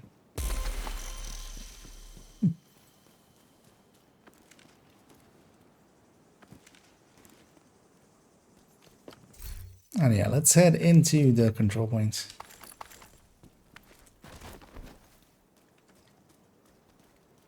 Oh, actually, this is the daily.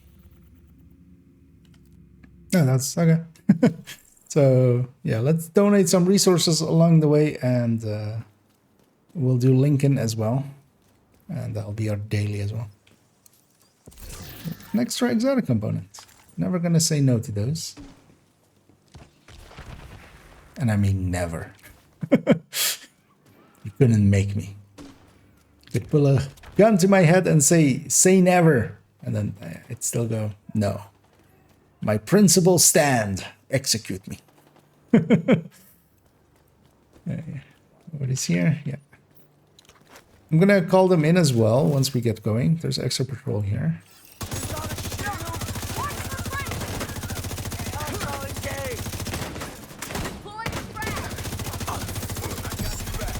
Charge exposed. Charge is exposed. Let's pass that along. Transfer activated.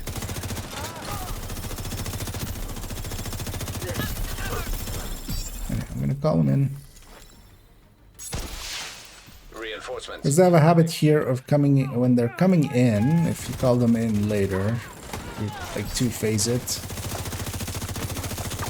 And getting caught up in whatever attack wave is coming in and just scattering them together. Hostile detected. Not that they're gonna be here that early, because this control point is basically cleared at the moment.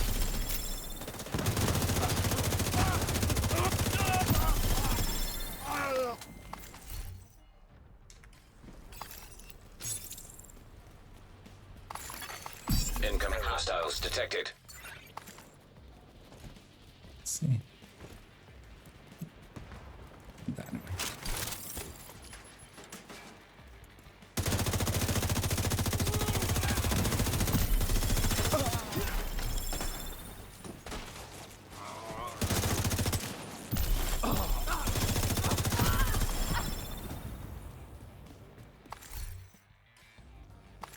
No, don't want to push out too far, because they spawn all around. Anybody on Xbox want to play that? Yeah, you could also, if you're looking for matchmaking, well, as well. You could always there is the community Discord, which also has voice channels, but also the official Discord has some LFG channels. But yeah, you could always reach out on the LFG channels, and I feel they're pretty popular. I see a lot of people in them often. Heavily armored As well. detected. Because yeah, I'm not sure actually how many people. You might get lucky here as well, but yeah, just as options basically. How am I such high level? No comment. No. I have forgotten what grass feels to the touch as. Is that a good answer? I play this game a lot. I've been around for quite a while and have played this game for quite a while. I've on this account more than 8k hours was the calculation, right? We calculated up all the. That's even likely even more so than that because I had like a 200 level or 200 hour character that was like my DZ character that I at one point gave up. And yeah, this guy has more than 50 remaining. We're running low on resources. I need to a bit of that and a bit of that. One more. One more. Yeah, that guy still has 50 left for someone, but we'll be hitting all of the control points anyway. Well, I'll be hitting all of them. Oh yeah, by the way, we're fighting a marauder. I don't know if you guys knew. I want this loot. I'm on the worst build for this guy. Negotiator is the worst at single target damage.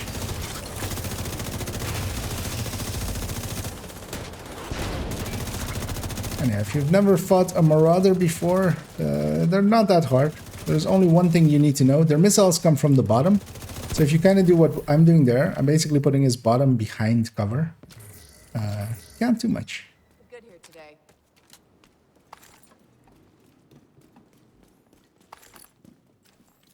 And yeah, let's go get our loot down here.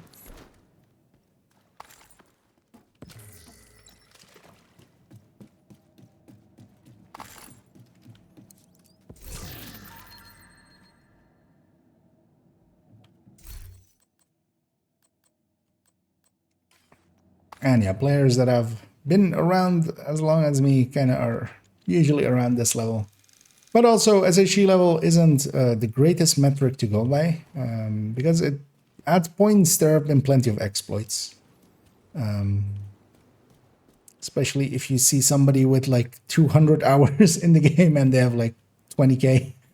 That's a little suspect, at the very least. I mean, that's just cheated.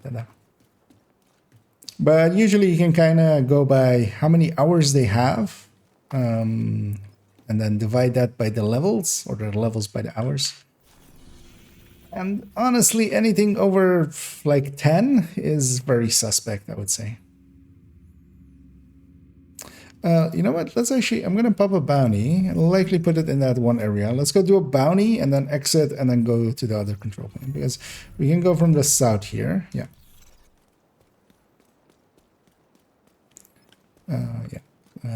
That away.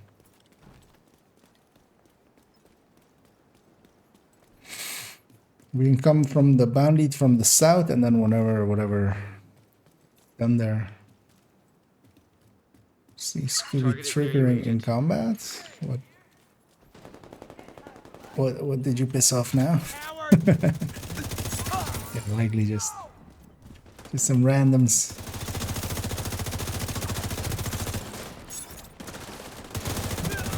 Even more randoms over there.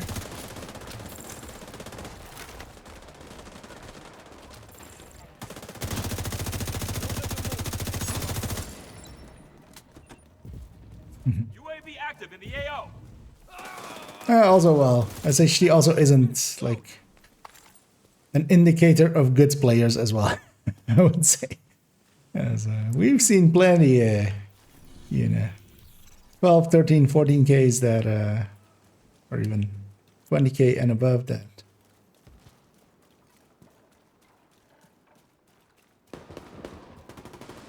really didn't get up to their levels worth in build layout and stuff.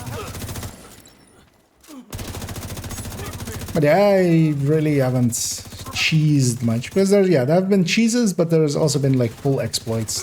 The descent, you could, if set up correctly, you could get hundreds of levels per hour, thousands of levels per hour. But there's been other stuff like floor 10 farming, Feilau and stuff. I haven't done most of them. I've done most of them just enough to just get like for like 30 levels or 50 levels, just so I knew what the thing was, just for curiosity, like what the setup is and stuff like that. Knowing how the game breaks teaches you a lot about like how the game works. Charge exposed. Because even there are players of my SH or my playtime that are way beyond me because most of their playtime has been spent farming, for instance. If they've been farming levels, just open world or such. Because here as well, if you want to just farm levels, like, because I think up to like 10, 12k, I was really not that much into directives. But most of the time, keep them off. No, I mostly turn them on for the challenge more than their XP, actually, even as well.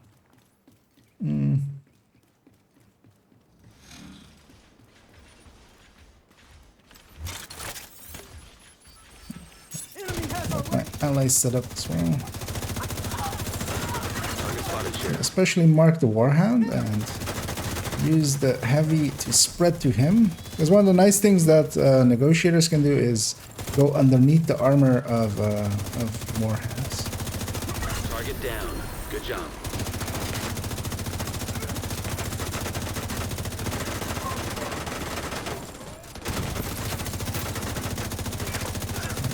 Oh, they almost broke me.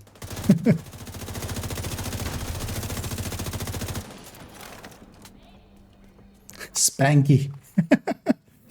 I like these names. Like those names are the best.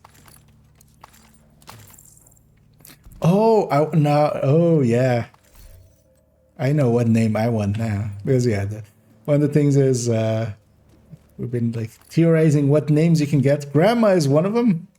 Extra is one of them. I totally want Extra Spanky Grandma. I feel that is a collection, like we need to grind Black Dusk Bandies till we get that.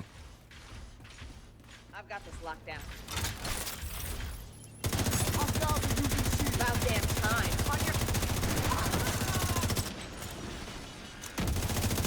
That's your target. Oh yeah, we are fighting Black Dusk, actually, I totally forgot.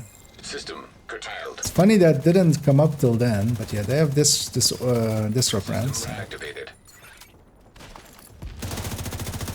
You can actually disable my shield. Target neutralized. Good work. Target spotted, Sheriff. I'll put some shock rounds in my rifle. A makeshift Scorpio in some ways, basically.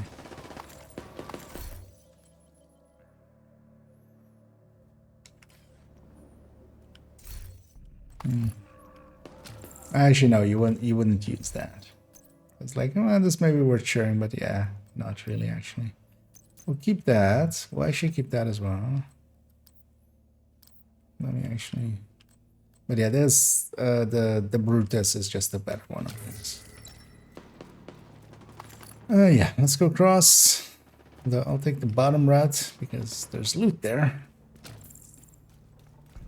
Although we need to shoot this first.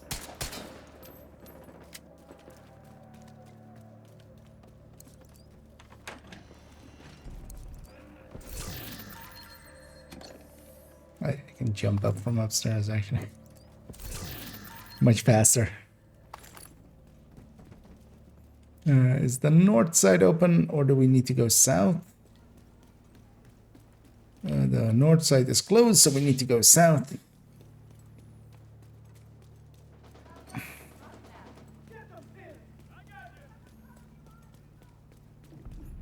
Because this is always the annoying part here. If it's the north side isn't open, you have to go all the way around here. And I'm gonna actually grab some aggro. Do one of these. Compromised. Charge transfer activated.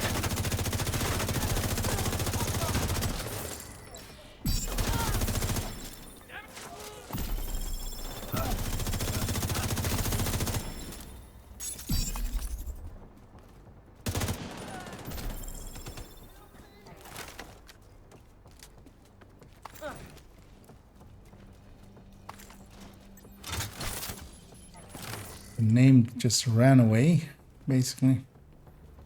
See. Sneaky bastard. Gotcha.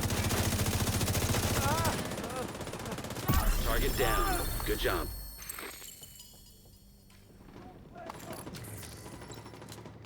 Let's see if That's we have another one anything. down. Good job, Agent. Let's actually be in this zone. So let's actually do. Yeah, no, let's do the bounties. Because this should put it there. Oh no, hey, put it in the streets. Let me try again. To farm materials for optimization on gear. Well, it depends on which. Oh, put one there. That place is kind of easy. Let's keep that bounty, maybe. Let's actually do the control points. Get this. But let's just go from. Yeah, let's just go from this, and then we'll do the mission or the bounty after the control point, because we're gonna just run from there. Because that place is nice and easy. Civilians. Let's do the control point first, right? Get that out of the way. I might come back for these 3 public executions. Yeah, to go back to it, especially if you're decent SHG level, watch points, watch alting is a really good way. But you usually need to be around, at the very least, 1500 SHG level for it to be even worth it, really. Otherwise, depending on which ones you're looking for, if you get the blueprints, that can help a lot. So the blueprints you get just from the general pool, just doing control points, 3 and 4 control points, level 3 and 4 control points. That can help a lot. And then, yeah, field recon comes especially from summit and from control points. SHG calibrations, you can get a trickle of it from countdown especially, but otherwise as well from project and such. And the weaves and the alloys, you can do targeted for what you're looking for. And the tactical assessments, you can farm with bounties. Or if they have a good mission for it. For instance, well, only really True Sons have Lincoln, which is a good mission for tactical assessment farming. Otherwise, you can do it with the bounties. So it kind of depends on what you are after. And also, countdown is not bad for it because you do get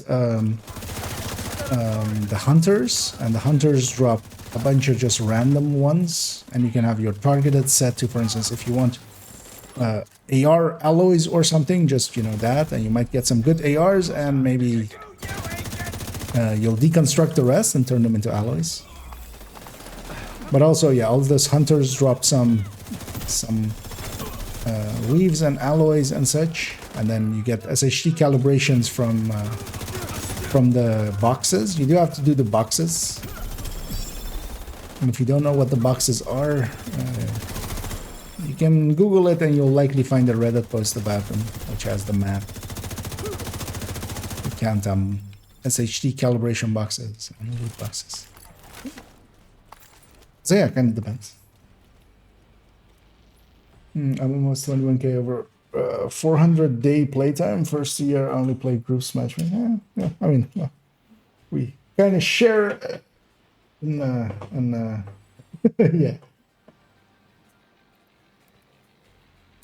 Around the same leveling, basically.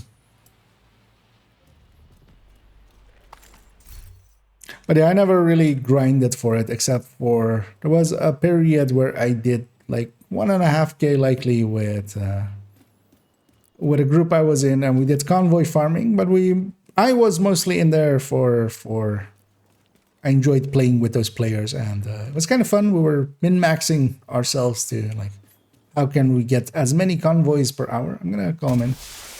We Reinforcements see him en already. route. Detecting additional hostile contacts. North.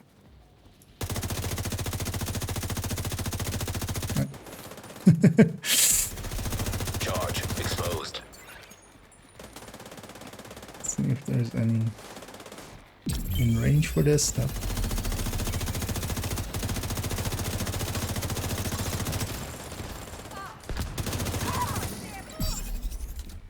But yeah, it kind of depends as well where you're spending your time. So people that, for instance, do a lot of raids and stuff, like they're not horrible for XP, but they're also not good. Same for like people that do a descent a lot. Also, again, not great for XP. And then you can have people that really go XP farming. I don't mind it either for here and there, as we've done bounty cheesing here and there quite often, and it's quite fun actually. 5 directives with a decent-ish group, and yeah, I do need some pickups, so let me go do those. As I put my shield away, I'm gonna close the distance a little bit. I'm not gonna push in too far into them because we still want them to come towards us, just so my allies can shoot at them as well. I'm not afraid of you. Heavily armored hostile detected. Only something is north. Don't let them get past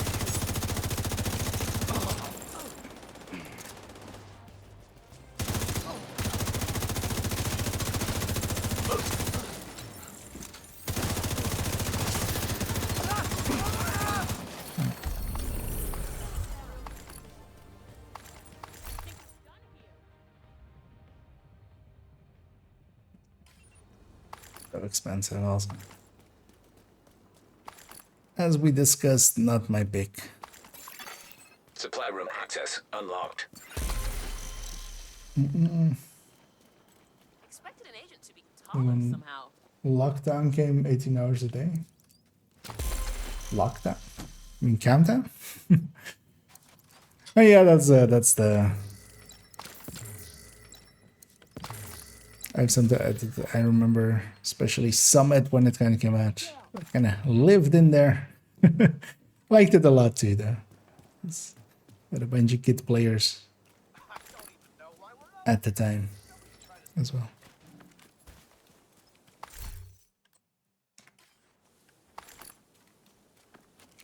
Let's make our way to that bounty.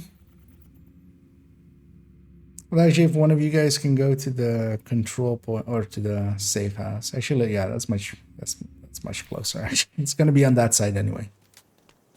And then I'll walk through it, and then I want to save my mementos.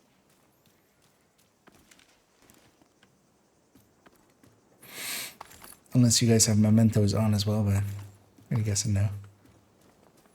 I need a lot of tactical assessment, and so you can get them from mission bosses. I was searching for a better way and couldn't find bounties, especially. So really only Lincoln and DCD are fast enough that consistently are also like, well, I mean, if you can like super speed run, like if you can do Jefferson Trade Center in 4 minutes, like for instance a silly Pomic can, then that's worth it as well. But bounties give the same 4 on heroic, so they're scaling off of how many Nearby. like what the scaling or like what the difficulty is. So you get 1 on normal, 2 on hard, 3 on challenging, 4 on heroic. So. Heroic bounties give each one, and give 4 each, but it's only from the final name, so it's only 1 time 4. That's the same for missions as well, so it's only 1 time 4 for them as well. And that 1 time 4 is But especially those is one of the good ones to get the blueprint for eventually, because crafting them is a lot faster.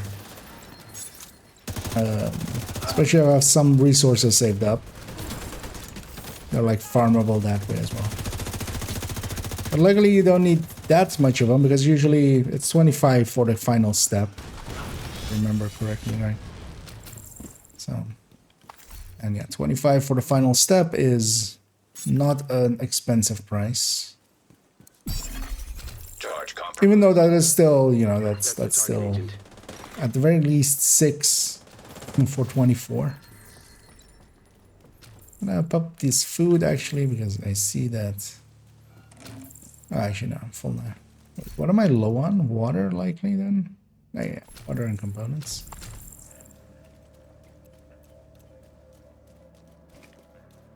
And yeah, let's head downstairs and kill Leggy, Kippers, and Peaches.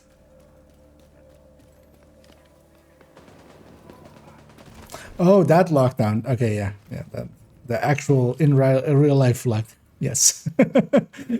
I'm like, I was just thinking of game turns.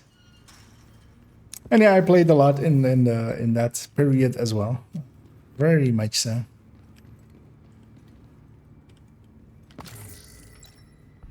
Because 8K hours in on a 5-year-old game. It's we're reaching the 5-year mark in March here. I'm gonna start it up.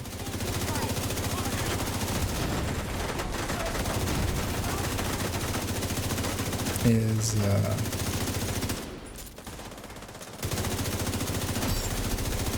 because I know from other games, you know, people that have pretty high numbers, but usually that's even longer than. And also, yeah, I likely have even a little bit more than that, because I have my second account. Adding them together, it was like 10K with third account as well. A little bit over 10K. But some of that time is also spent dual boxing, but then also some of the time on my second account is spent like with watch alt runs and stuff. Target neutralized. Good work. Take a few hours each. There is actually, I should, so Tracker GG shows the account lifetime without like caring about. Good job. I should maybe check on that one time. System reactivated. Looks like you earned yourself another bounty. Well done. We got an exotic here. It is a sacrum with accuracy. That's not gonna stay. And yeah, I'm gonna shoot that yellow box. This thing is well hidden, by the way. I didn't see this till like a year ago or something. And I've been down here quite a lot. I'm sharing some stuff. Oh, nice. Oh, okay. Yeah, maybe if somebody wants that. I'm gonna refrain. Yeah, annoyingly, because that would just be one extra shot if you keep it with determined and then giving up DTAC or keeping behind you. But yeah, that's not. Yeah, let's go hit this control point as well. And yeah, if you guys are up for doing the same tactic.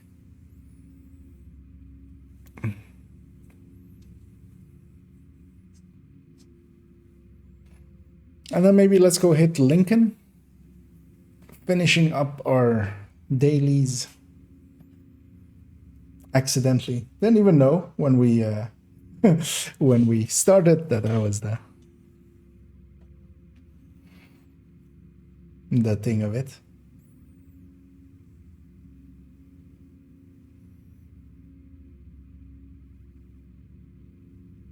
Oh yeah. And I see my allies out.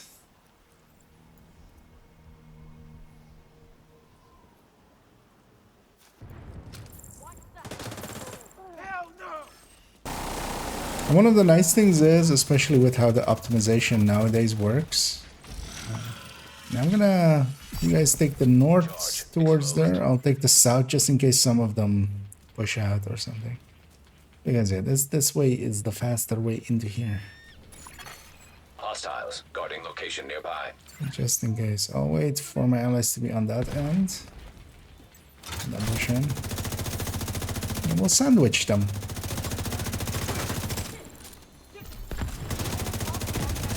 We don't want anybody on the minigun.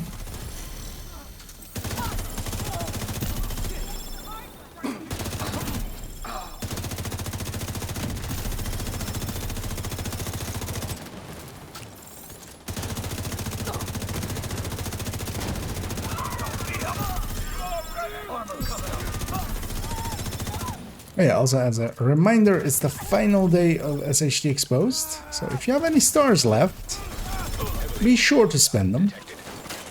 Well, they have actually, even this time, some of the numbers carried over. Yeah, you can't expect that. That is actually outside of even what they say that they're going to do, so. Do spend all your shit and I'm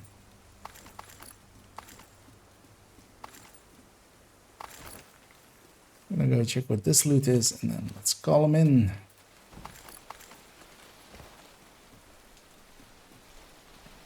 I'm trying to jump over, but Reinforcements incoming. pop some out here. Incoming hostiles detected. Agent charge compromised.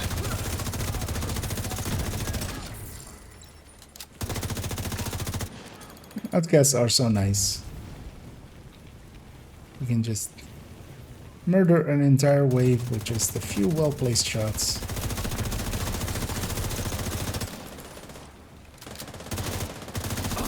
Now, they don't even need to be that well-placed. See if they're close. They're over there.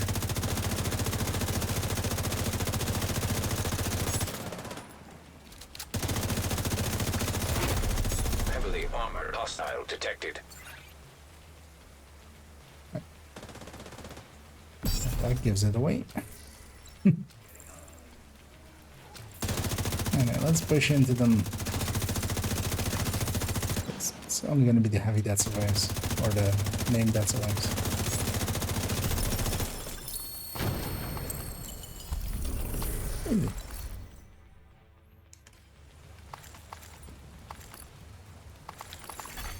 Detected. Nearby location. Guarded by hostiles. Supply room. Started the sentence at some point, but yeah, what it is now. With the optimization system. So even if you're not getting, like here, I'm not getting the marksmans I'm looking for, but at the very least I'm getting alloys and stuff towards optimizing a marksman. Like if I get a good one.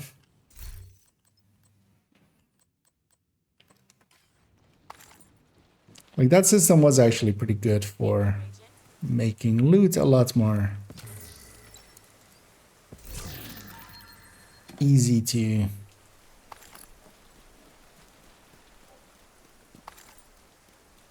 even if when you're farming the thing, you're still getting some useful stuff, especially now with optimizing me.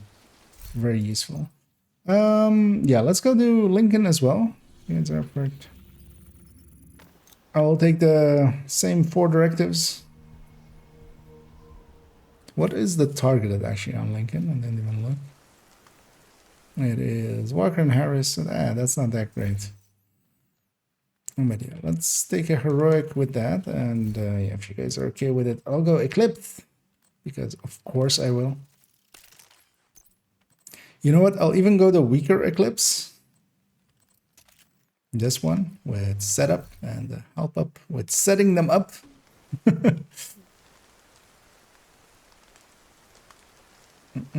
Yes, I can go 2 days straight from the components. Yeah. Yeah, Sacrum is. I feel Dread Edict in like that place kind of does it better. Let's take a matchmake for 4th actually. We have instantly someone. That's nice. We need you to secure the memorial and remove the true Of subject. the 4 directors, we don't have Pistolero just so we can just run red builds. And what we need to do is, and I'll do it, it's one of these. Charge transfer activated. Once we have done that,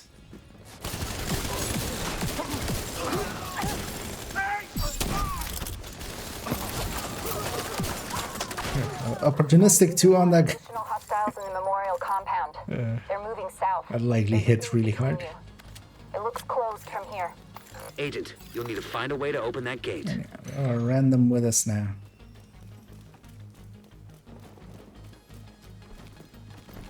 I always love the flow of Lincoln, except, yeah, that running part at the end. To the kill house, always kind of never really Activated charge felt transfer. it.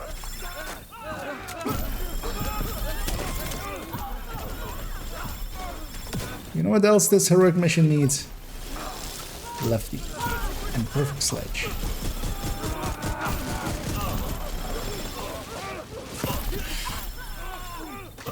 Oh, my hive didn't run out. That sucks. I still have enough charges.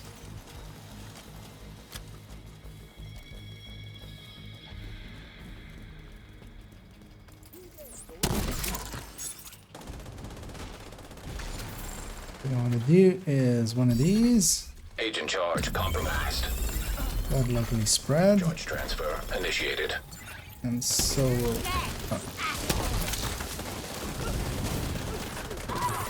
Toss a flame grenade there.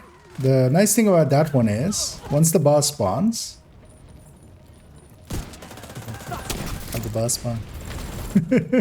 Once the boss spawns, it is actually above them, and it sets them on fire because the fire is above them, and they're getting so they're getting sledged from above.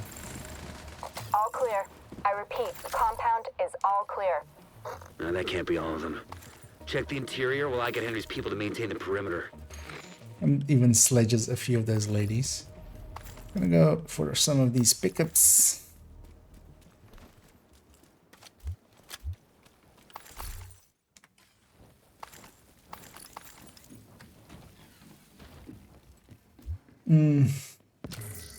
The way of the dragon, indeed.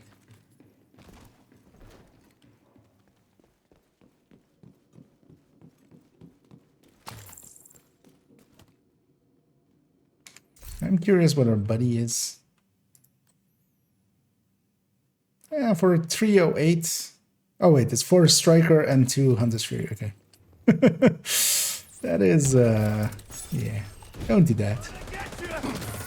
That does not come recommended. Oh, why did I send my... Agent charge over compromised. there? It's fine. Who cares? I'm gonna grab this.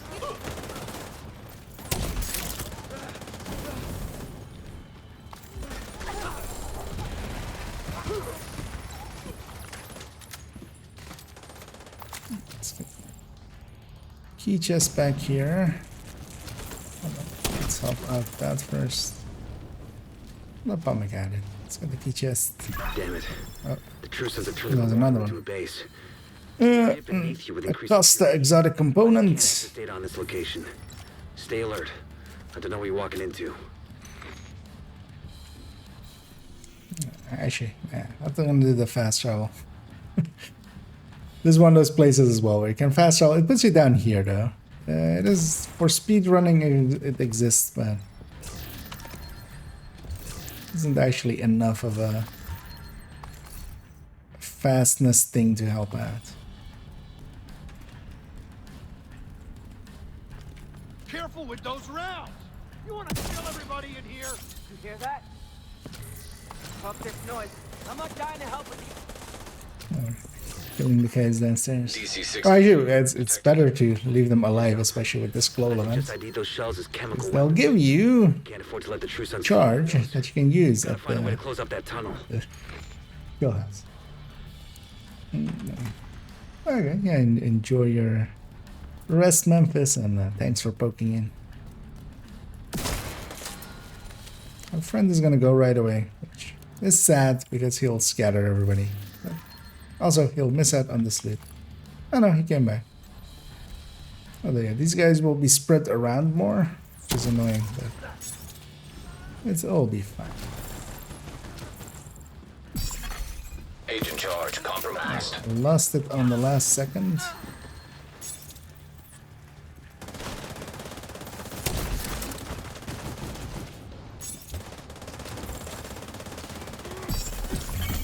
Activated That's- charge transfer. Yeah, we're spawning in the back. Give it a second there. I'm gonna pick up my hive first and then do these pickups. Just so I'm at full.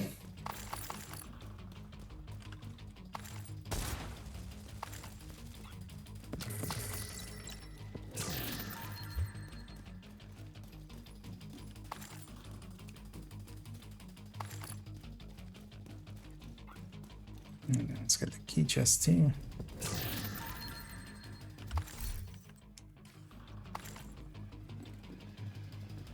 Yeah, 2 more rooms. According to the schematics Isaac pulled upstairs, we can lock that tunnel door from the control center. That should keep them from being able to transport those mortars loaded with DC-60. Charge exposed. These. Lost mine.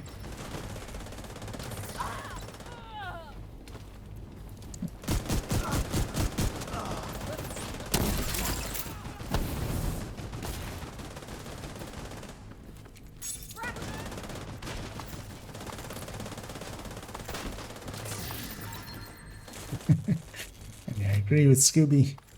Those guys have it. Let's go get the loot already. Where's my knife? Sorry.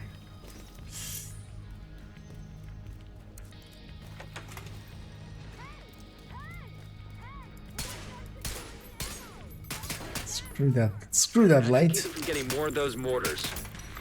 We're coming from the darkness. Gonna speed through this. Charge compromised. Maybe do one of these actually. Okay. Yep. Charge transfer activated.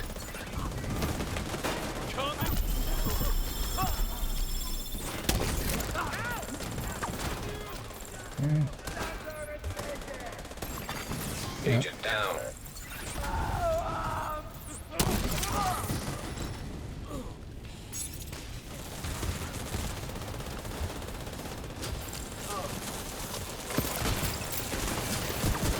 Good work. Oh, we got this Go on and head backpack back right out. away. Nice. The team from the campus has taken position inside the memorial.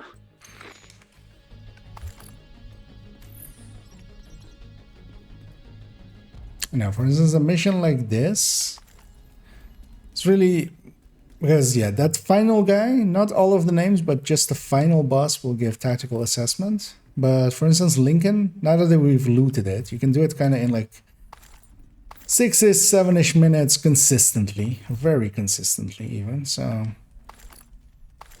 yeah, you can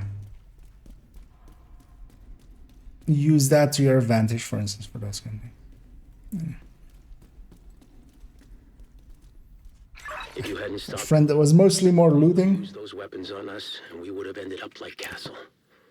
What build are you playing? I'm currently playing on Fire Eclipse, although a little bit of a weirder one with the setup. And this I won't recommend this really, but I do have a. Oh, wait, who ran that? Oh, that guy ran. That guy. For a second, that was We fun. dealt a great Yeah, we got our daily done. structure. We So yeah, it's specifically, I can link it in the chat there because it's 2.05. Proud.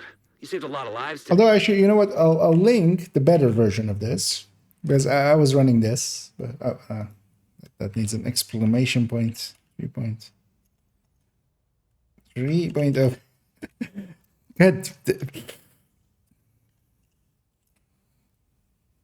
It only took me 3 tries. You know what? Can I delete my own messages? I'm a mod, right? I can delete my own messages. Yeah. Never mind. I'm awake. But yeah, it is. I would recommend that one, which is with the backpack basically. So it has. It's like this. I have the pieces even for on this character. And yeah, it is a lot of fun. I like eclipses a lot. It is kind of what I run. Anyway, we got an exotic component out of it as well. Let's see, what do you guys want to do? Do you guys have any preferences? I want to be against maybe... Actually, I want to be against maybe doing 2 or 3 of the control points in the mask zone as well, if you guys are up for it.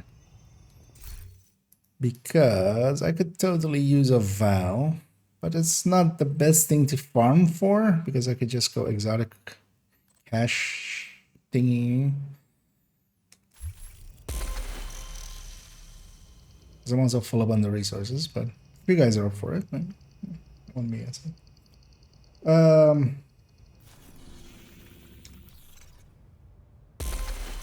Or we could go do some countdowns. Either or. Any preference?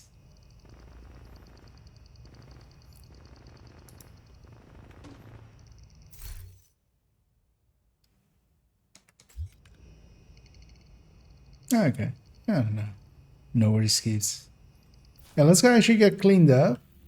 And then, yeah, let's maybe do actually some countdowns. Well, if you're up for it, maybe Pomic. Otherwise, I can...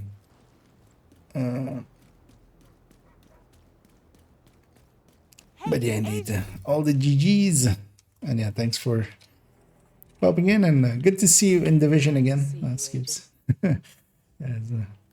We need you over here to help with all of the things and the stuffs, so happy to see you back. You went in for some democracy, now you're back to murder some democracy, right?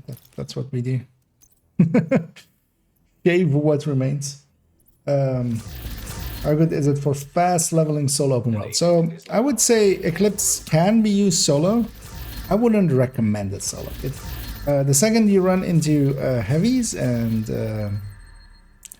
like warhounds and such, it doesn't work that great for them. You can set it up a little bit differently for solo, taking a capacitor to deal personal damage and taking an agent has disconnected. Good to be seen. What's it called? Firewall instead of survivalist, as I have it there as a group support. But yeah, to me, it's very much a group build. It is a group support build. If you have a bunch of reds and they're supporting you, man, that's expensive. Still gonna hang on to it. We'll see if we find a better one. Because yeah, I am actually gonna. Oh, Scooby. Scooby, did you not leave group before? I think there's this only tips you need to add. It's fine. I'm just ribbing you.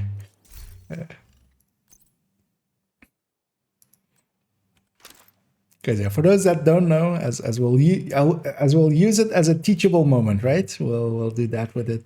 That's the reason he did it. He wanted me to teach people.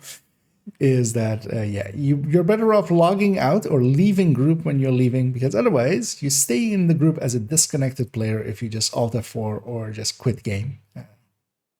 Because is this better than this one?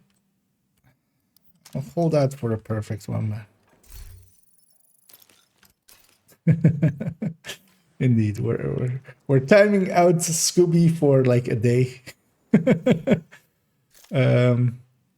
But yeah, let's because that forces that to happen, a vote to remove, which, you know, at least here we're both gonna vote yes, except maybe Pomic won't because he'll be a dick. But an agent has left your group.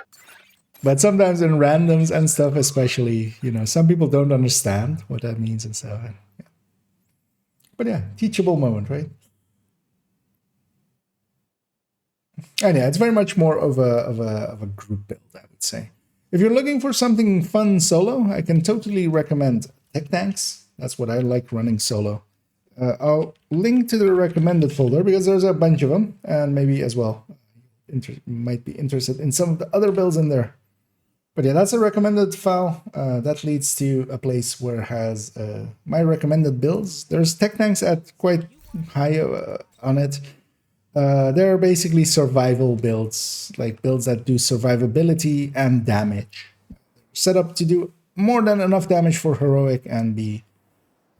But if you're especially looking for something to solo level with, that's also on that list, which is Hotshot Determined. You can really easily make a Hotshot Determined build, which is basically what I'm having there. It's a sniper build with Determined. You don't need to headshot with it much. You only need one headshot to get it going, and then you just body shot it.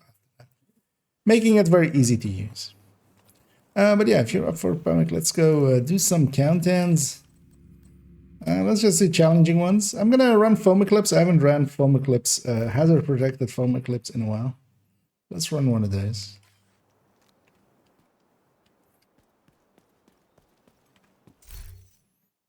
Oh yeah, also yeah, I totally need a screenshot of this. But yeah, I bought some exotic caches last time, and yeah, I've never played Countdown before. I'm on a perfect 0. There is no proof I've ever played Countdown ever before. So I landed on the perfect 0, which is quite the feat, of course, because controlling how much... Oh, I'm the leader. Look at me, I am still the leader. Yeah. Well, I'm going to let this power go to my head, and I'm going to kick everybody that comes in, including Palmex, starting with Palmex. Kick. No.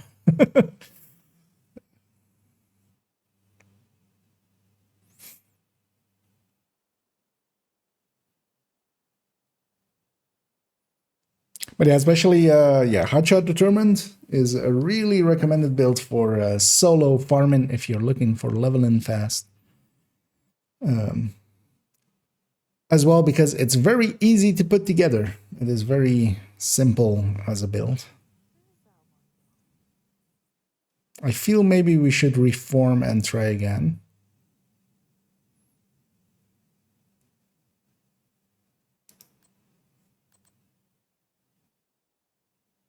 Because I feel it may have put us like at the end of a queue.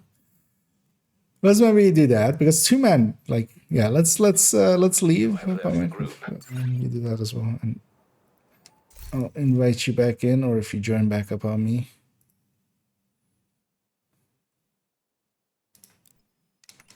I'll just invite you. Another agent is now in your group. Sometimes the matchmaker kind of just works out. Because a 2-man team should be...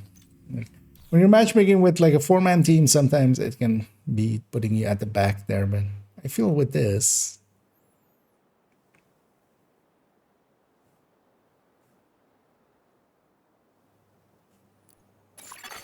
Invite to another agent's group. Receive. Oh, yeah. You have left the group. Not much better. Joined a group. But at least if we're joining on this is like the most forward group. So hopefully it'll fill up quickly, you would think. Challenging countdown. Even though it's Monday, late Monday, I would still think it would fill up decently quick. Let's see what our leader is running. Grupo. Have they not watched my videos? This needs to be a Cheska. Also, yeah, Chess Striker is not the way to go. But actually, I mean, they're 168. This is a perfectly fine build for 168. They even have a Detox Elmo, which they're optimizing up. So they're doing their part. They could be a Helldiver. I would dive into hell with them.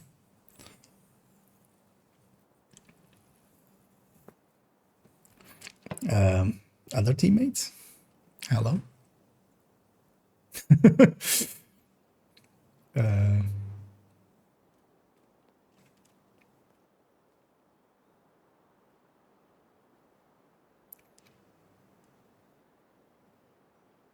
Usually it goes Yeah, it's starting to fill up. At least we're getting more and more people. Likely, usually when a person starts to join, that means that we're at the head of the queue.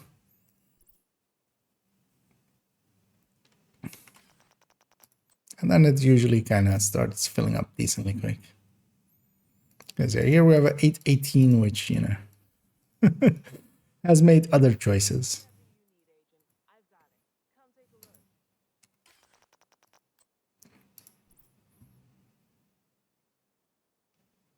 PFE, although trying to get Coyote into this is awkward.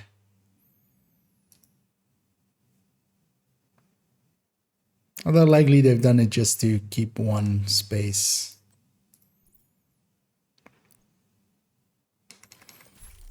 And yeah, that's perfectly... I mean, this is also just challenging, so it's not even that hard. And yeah, I'm gonna try Foam Eclipse. It is actually not that useful on challenging. It's a little bit overkill on challenging. But also we have enough damage.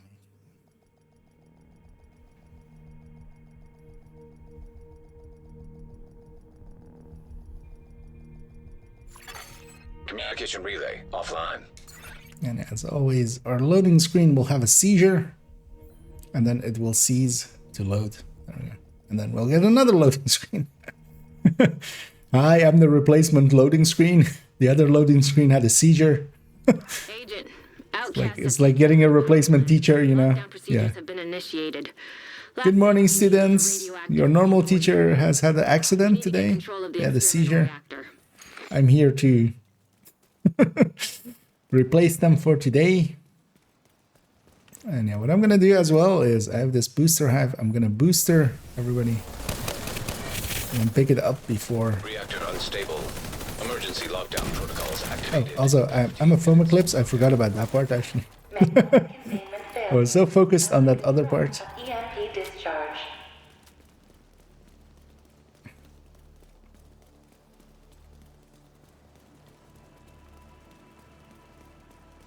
Because I should be doing that and then trying to opportunistic the enemy. That's actually the play. I'll go for the button.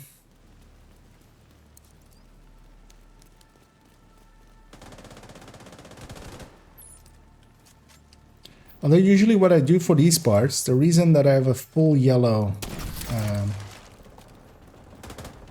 wait, I direct impacted them but didn't foam them? Oh, foam is disabled. Or all status effects are disabled. That's this last thing we'll get here. But what I can still do is some of that. Some of this.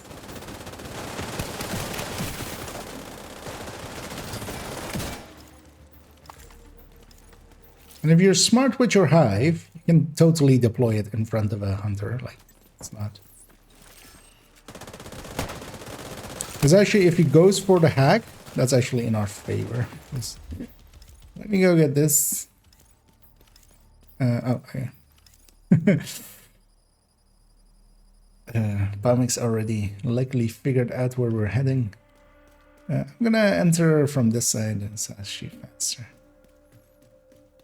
But yeah, we're doing containment reactor, which makes sense because yeah, we're skipping the VIP. No VIP! I feel, you know, Xander isn't here, so I need to... No VIP, question mark. Has to happen, right?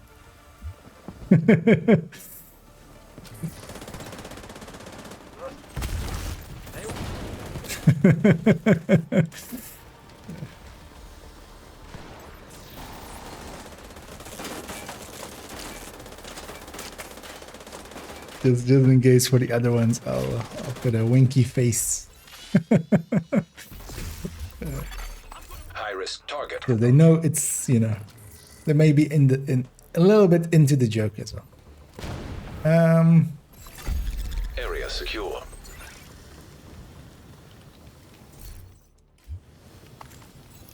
And I'm gonna be on Richter and Kaiser for a little bit.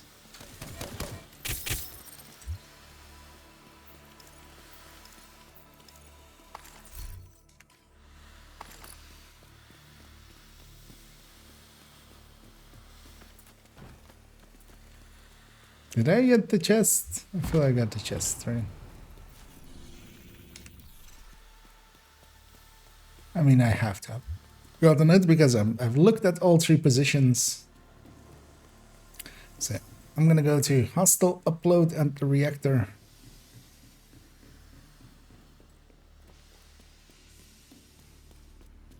Wait, is this faster to reactor?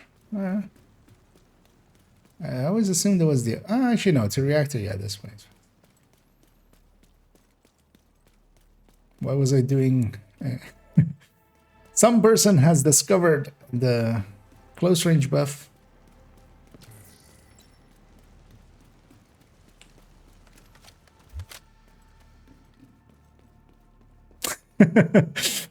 Why was I doing 2 million a hit? Because you were doing 2 million a hit. is the oh boy, and yeah, we have as I need to catch up there. I see. Indeed, yeah, I should do my job. Initiated. What was my job again? What's my job again? What's my job again? Anyway, my job is to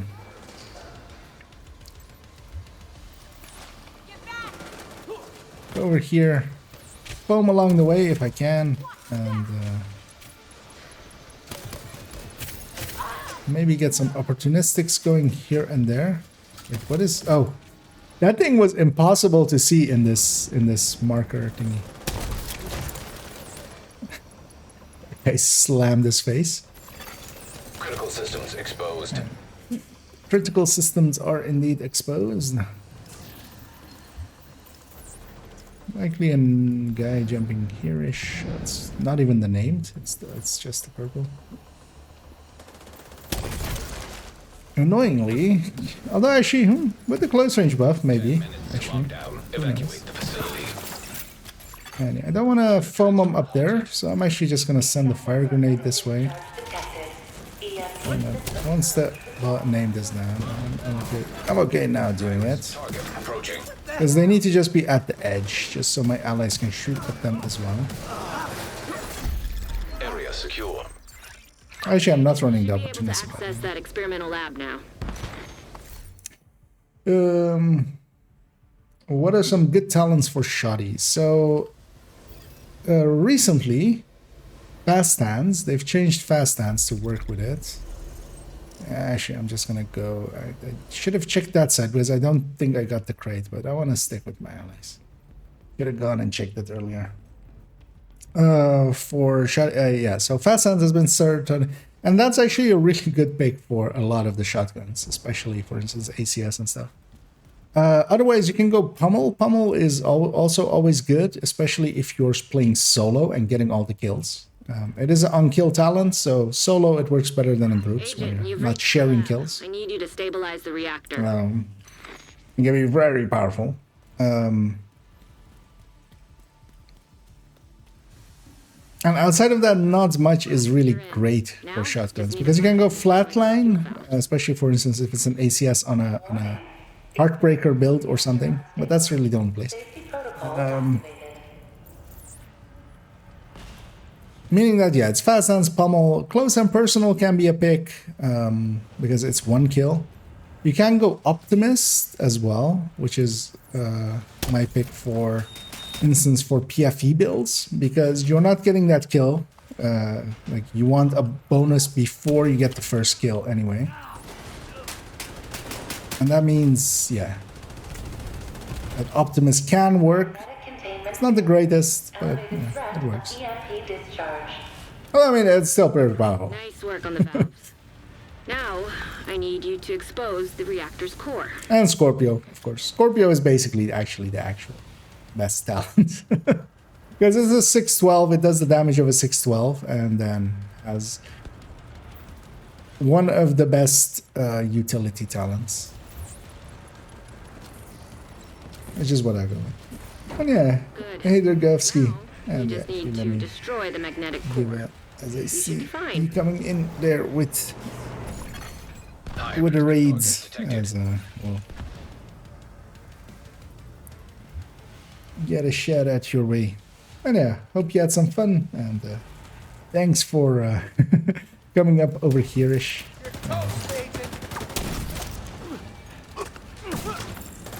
Even small raids, I always appreciate them, of course.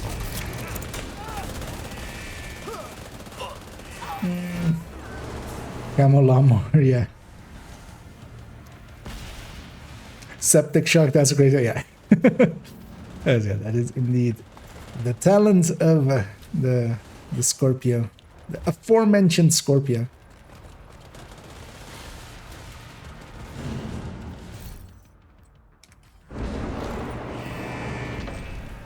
But Fazans, especially now, although we have to see if that change sticks, if that change is intended or not, because it wasn't in the patch notes. It was, you know, not really talked about at all, and then it was there all of a sudden. So we'll have to see if that sticks on. But Pummel, and for solo play, especially Pummel.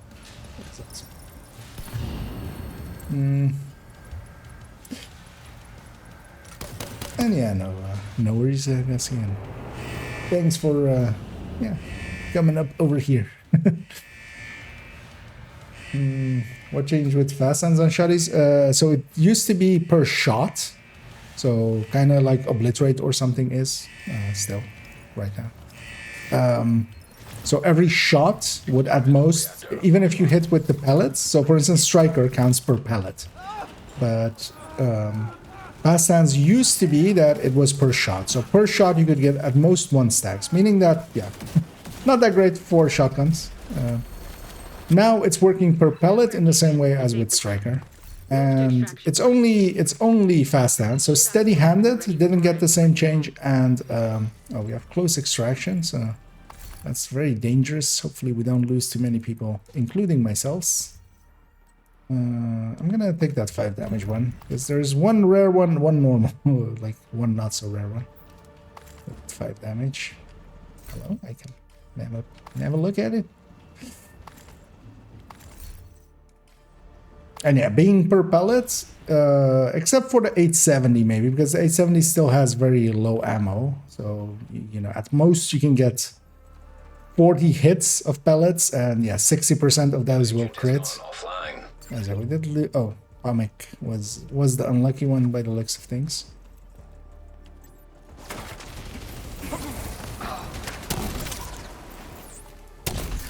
Agent, stay frosty. Hunters incoming.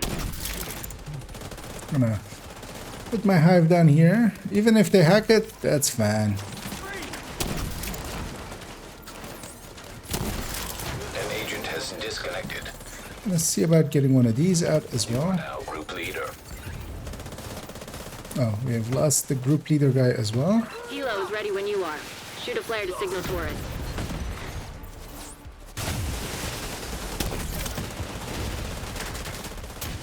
I'm out of grenades. Are there any grenades on the ground here?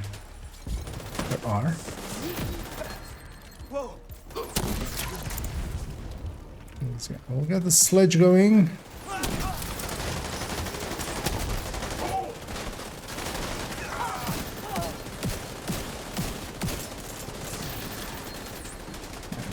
Targets out in the open are a lot easier for my allies to deal with. I'll even booster them up. And I'm out of charges, so they'll have to deal with it. Just gonna wait for most of it to come down and then do that.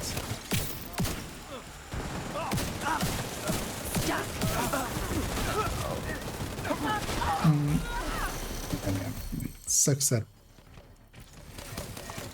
Pamic was one of the disconnects. That is the only real remaining often happening crash in the game, or like consistent crash in the game. But when it is the close range extraction, especially on lab there, you basically have one person at the very least usually crashing out.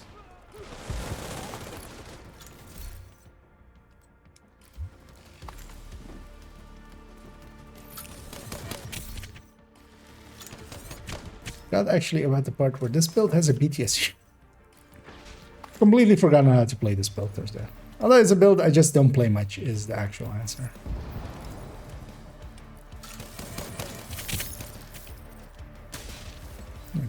We'll get a sledge going by tossing a grenade on top. I'm not expecting much to actually hit.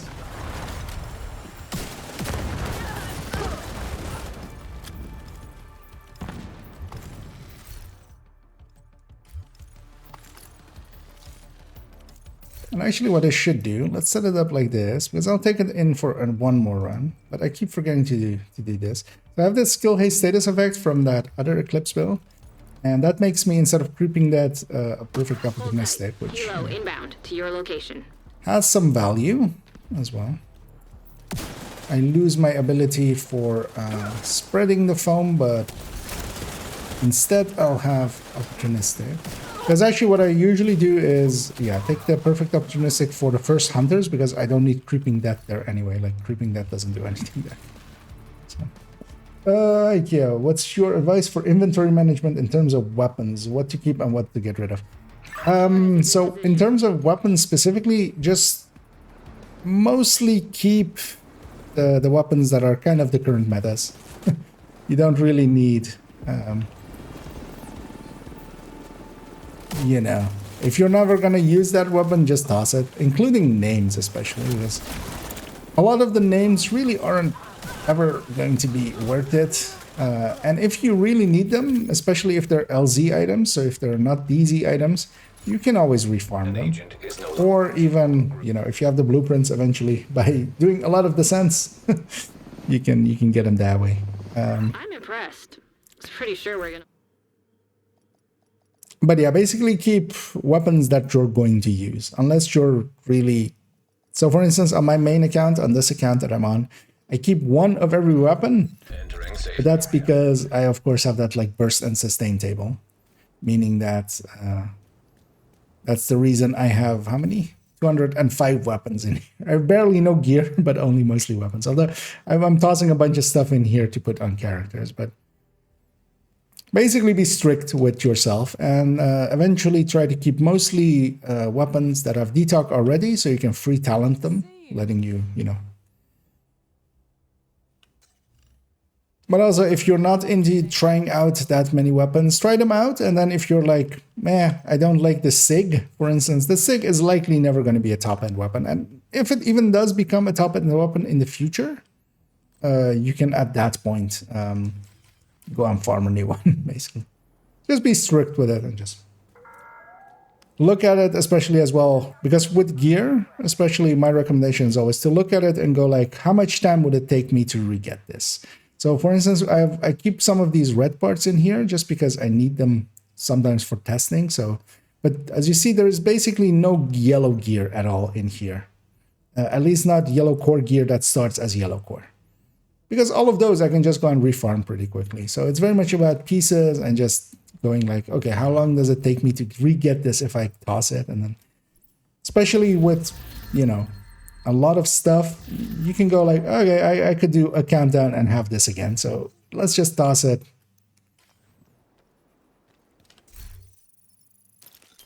That's my usual recommendation, just for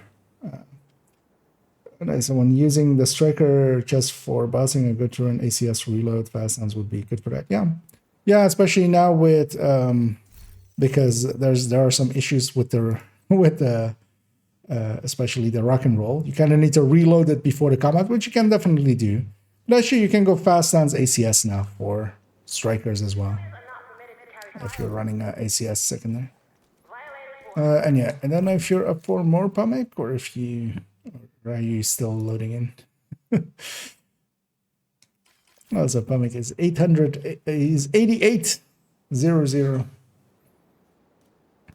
Moving towards that 10K that he was wanting Another to agent has joined your group.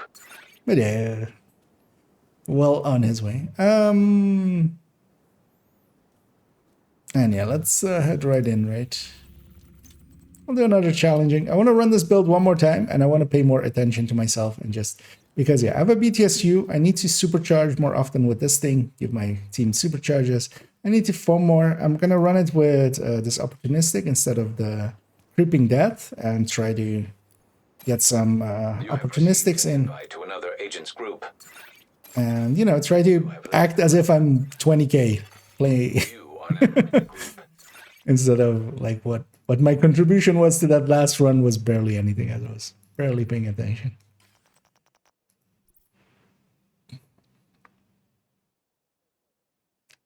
Although I totally helped in the extraction part. Keeping the enemies locked down and stuff is very helpful there, especially. Like the supercharge name and center overcharge, yeah. So that always came, like I'm not the one that coined it, but we used to always call it supercharge for the BTSU because yeah, it is a different overcharge. It is a group-wide overcharge. So when somebody called out that they were going to supercharge, you knew that it was more than just, you know. Because if you just say overcharge, unless, you know, you're in a raid setting or something and you're expecting it, you're like, okay, oh, you're overcharged. But a supercharge is clear of like, everybody's getting it. Black Tusk have taken the power plant. Looks like they've triggered the lockdown protocols. One of the first ones to load in. I might actually go and see about being a selfish idiot, because I'm still going for that one commendation. This guy might be too. But I'll cut him off and I'll go for the button. And yeah, and luckily for him, I know when to hold that button earlier than him. Reactor unstable. Emergency lockdown protocols activated. 15 minutes lockdown. Okay, okay, so status effects are offline, but I can still provide some help with some opportunistic, and I might even get the 7-shot off, but yeah, it's the team arrives. And yeah, we have the short range buff later on, but for now it's a short range debuff, so we're doing actually less damage on the short range. Till we disable that, and that's the last thing we're going to disable, but at least the status effects will be back after this one. Oh, that guy's not going for the button? No, yes.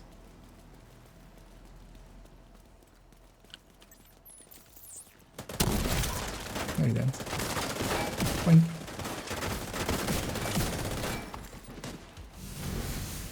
Also, I'm a survivalist, so whenever I'm status affecting enemies, that's already a 10%. We have a 10% and a 15% multiplying against each other. And then also, you know, oh, we have a FI in the team as well. And that together with this close range buff will mean we'll hit some numbers.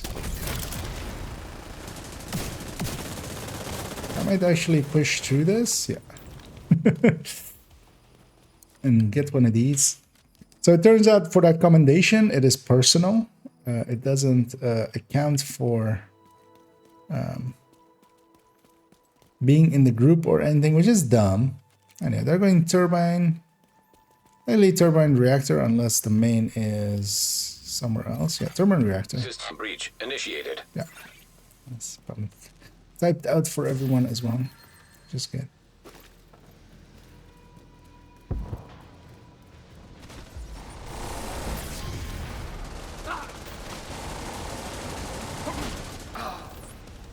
I'm gonna put my booster hive there.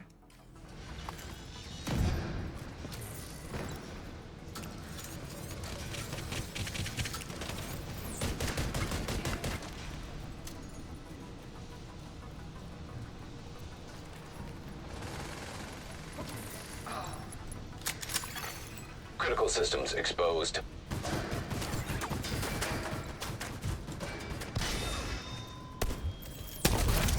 I missed there. Sure I can. I was like, I can't kill that, but turns out I can a little bit. Data transfer halted. Where's the rest of that wave? Target detected. And I'm gonna supercharge for this last wave because might as well. Only downside is most of my team is shields.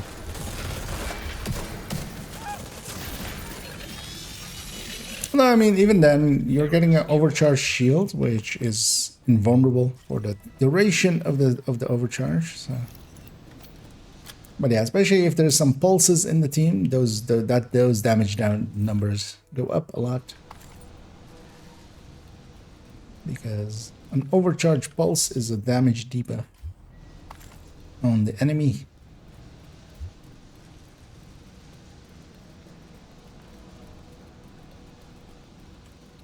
Although likely You're in. because I'm gonna guess that 3K player is likely running full FI.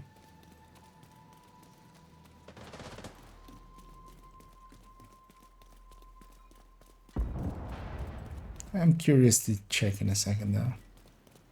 Oh no, actually they swapped off. Okay.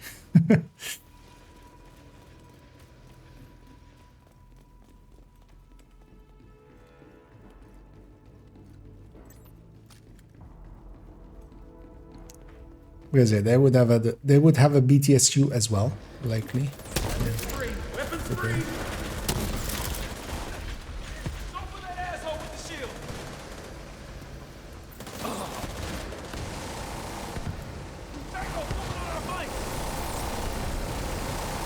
Oh, nobody went on the right side actually. That's surprising. Oh no, actually, somebody did.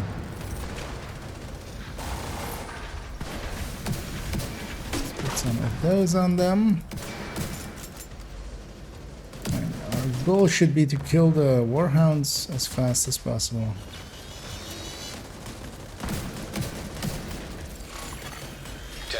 To lockdown. Evacuate the facility. The override safety protocol. Eliminate security breach. Failure to override protocol will result in a full communications shutdown. Incoming. High risk hostile. I should have gotten the named guy stuck up there. He's exposed, so people can't shoot him.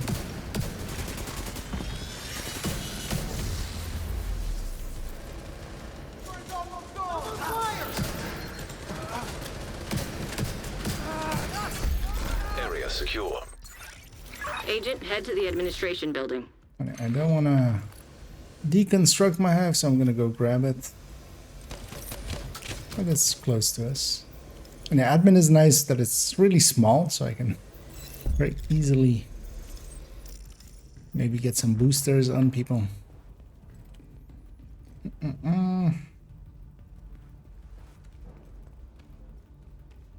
Don't force us to go in. What commendation? They've added commendation to both incursion and, well, incursion with like the start of this season, and to Agent, you've reached the administration building. countdown I need you to with fix the comms. 20.1. And yeah, there's a few of them. There is one for killing shocked enemies. There is one for sharing bunch of items. I know it's your 20 favorite items, job. I think. Need you to search the control room and find the server.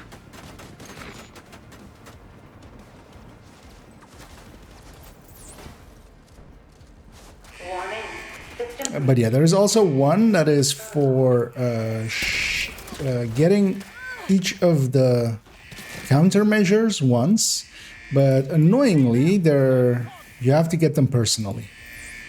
Is it outside? It is outside.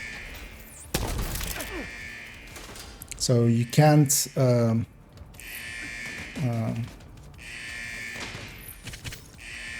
you know, it's not group wide or anything like that, which I was expecting.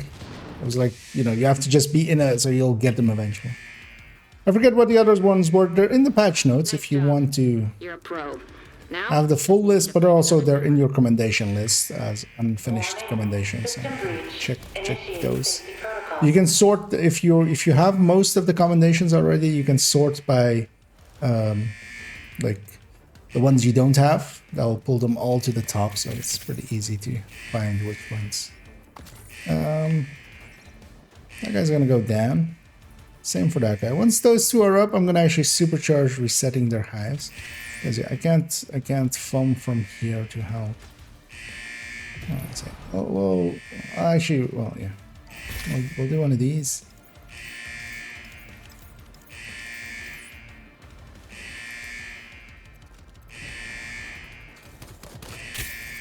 Whoever said tech support was boring. One more server and you can reboot the system. And then they're spawning underneath me, but I need to do that first. High risk hostile. I wanted to cover here almost. I know we're not in a hurry, but yeah, I do want to get this. I see someone going for that one.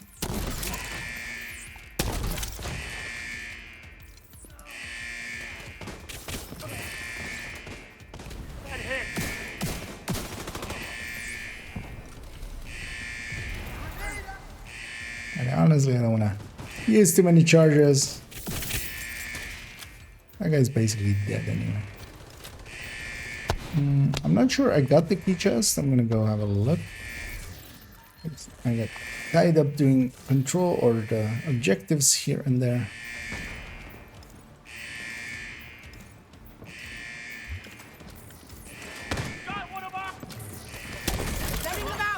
System rebooted. Communications restored. He's all over me! She's not downstairs, right? Oh, I might have gotten into her. Good work, Agent. You saved the plant. Move to extraction point. When you're ready to come home, shoot off a flare.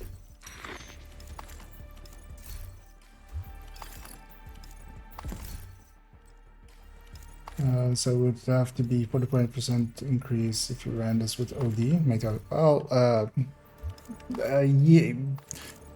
I get your meaning, but yeah, they're multiple to each other, so you can't add them together. That's the point of that. They're not additive to each other, which you're kind of doing there.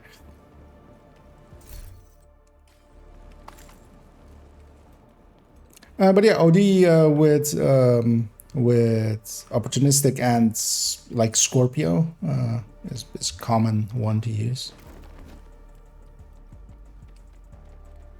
And yeah, OD is a pretty good group buff in here.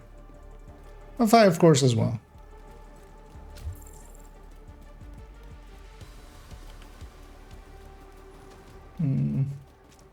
For max skill mod, would you run challenging or heroic countdown? I wouldn't run countdown, honestly. Countdown, even on heroic, has pretty low chances of giving max mods or giving like top stat items. Less so than other places. Legendary is really the go-to. I'm gonna rush in with the rest of them. The rest of the team is Heavily armed hostiles detected. because yeah, I'm gonna keep up with the rest. This is a flame grenade of one of my allies, so we can just push through that. But yeah, heroic. If the choice is between those two, because yeah, the stats you get from heroic are significantly higher, To bring you home. especially for mods. Increasing your chances of that, but you're getting more pieces from challenging, but yeah, not significantly so as well. Kind of depends as well what teams you're going at. If you're going in with a team, then yeah, there's no reason to not do heroic. Ready for contact. But yeah, if you're only extracting half of the time, which you know is not that far off for some heroic teams, then yeah, not that much.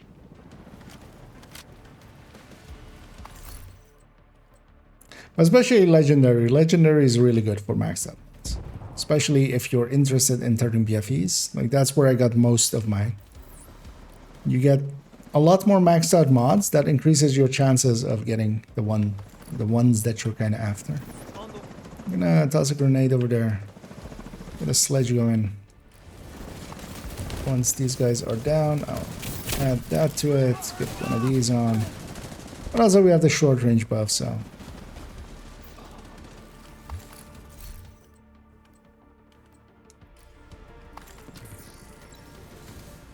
Shouldn't be too hard to begin with. And it's surprising that the team waited. As Pamik politely asked them to wait for team, but they did. Heard something.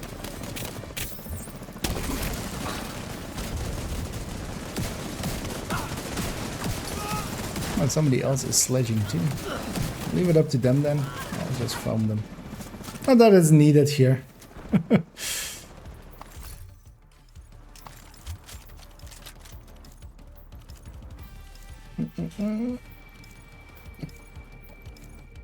OD plus survivalist plus 15, that is...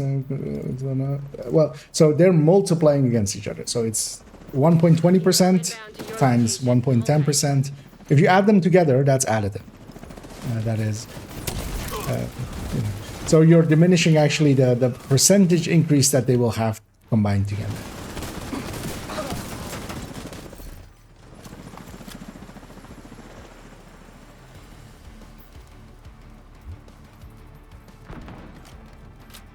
Exactly. That's Bandit, for instance. And yeah, that those add up quick.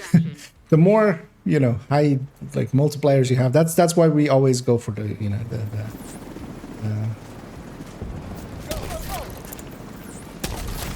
talking about diversifying your multipliers and such, because you're adding into the same pools together. It's diminishing returns pretty quickly, but yeah, if you, for instance, do exactly that. Yeah.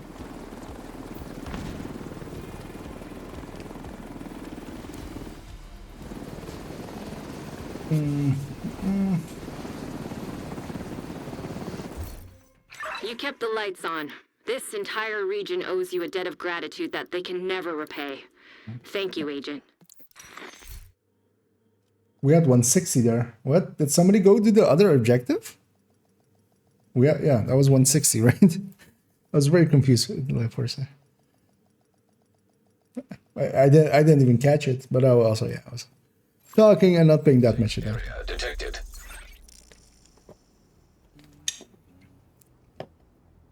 Yeah, one guy went there solo. I mean, he soloed it at least, so. Although with the close range buff, that's not bad.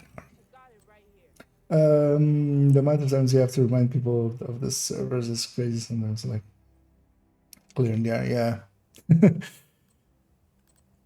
Although a lot of people just because there's always a lot of new players as well in Descent or in Counter, also in Descent, but specifically here in Counter.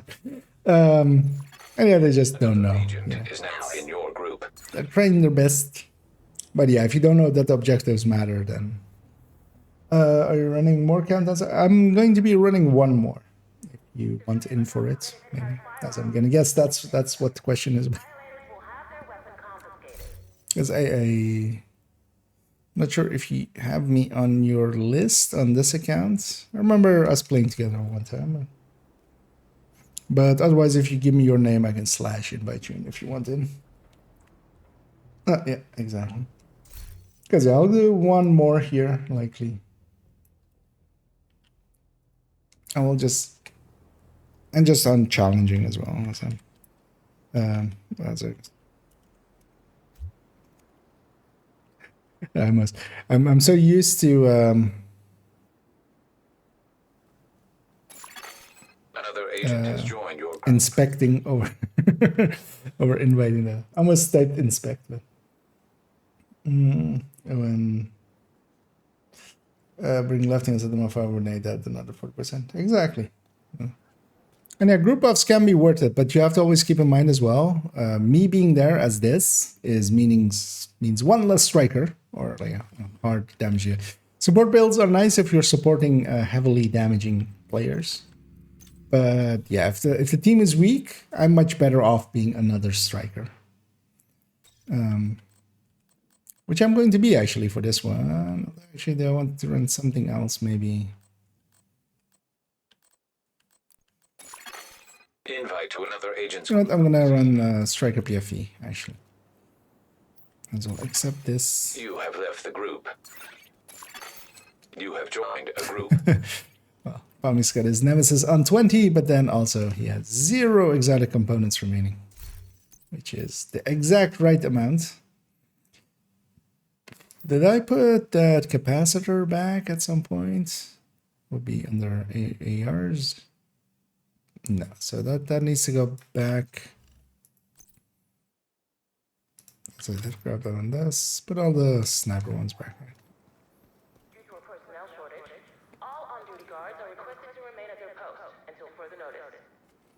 And so I'm gonna run a little bit of this. I'm gonna grab my grade 25 Scorpio. Because, you know, why not? And play some PFE Striker.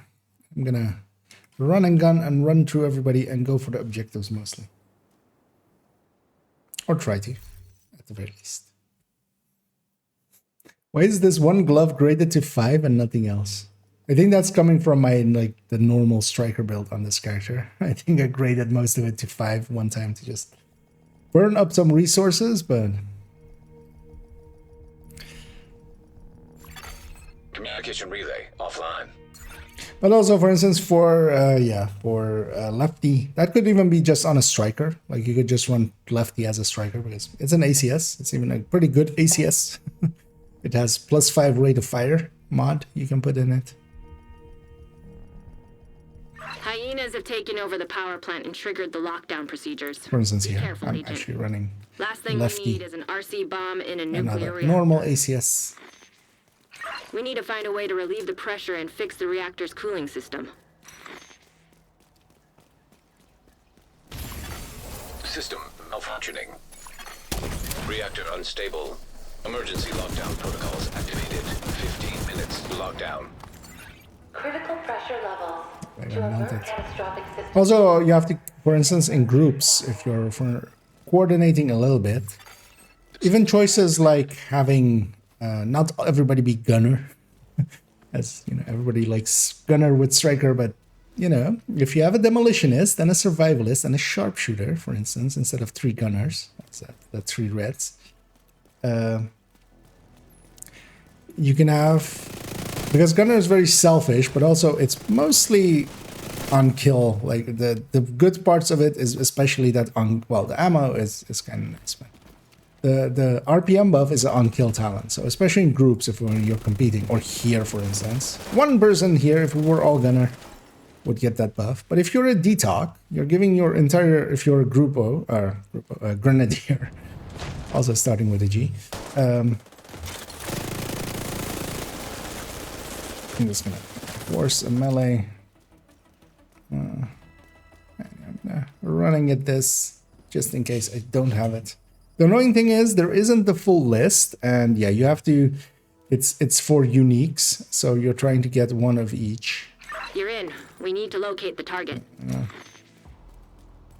Yeah, let's just do containment though. Everyone is in there. Yeah, these guys won't pay attention to those kind of stuff. Me neither, actually.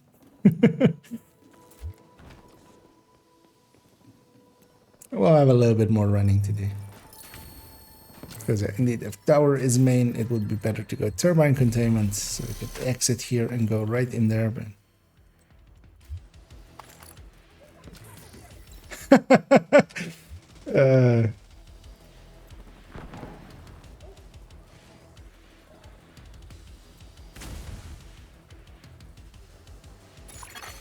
An agent needs assistance.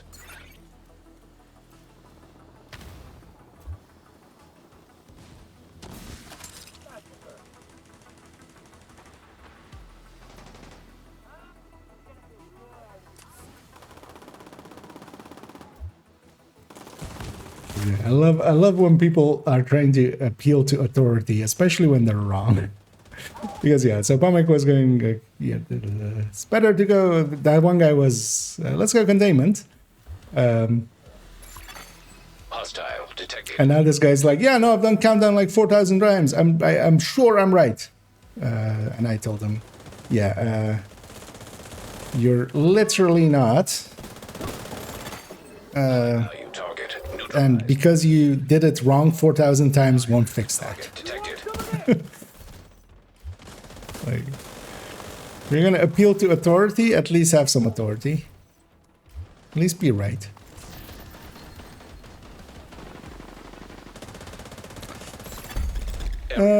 Lefty and nades become cumbersome unless a big boy. But yeah, I mean, well, that's the thing of it, right? You don't wanna. That's the balancing factor of Sledge. It's not worth it unless you're using it on something that is worth it, like like lovebirds, like a named here, or maybe in the choppers. For instance, I have flame grenades.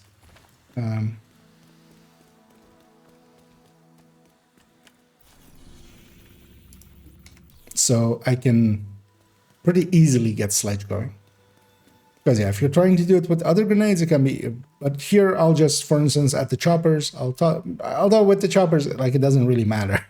Like when we're camping the choppers, it's like it's the end of it anyway. But for instance, that one wave that sometimes comes down before everybody's kind of set up, having sledge on them means that like 2 people can clear it out even on heroic. But then yeah, having 1 flame grenade.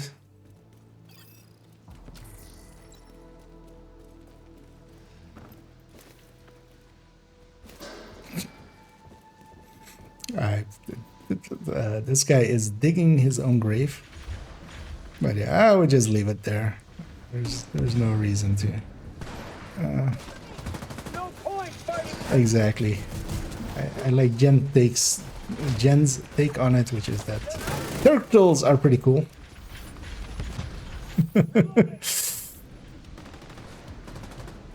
And yeah, we're gonna find plenty of turtles in the cooling tower. They like living in cooling towers. They like cool places, right? So cooling tower would be a cool place for them.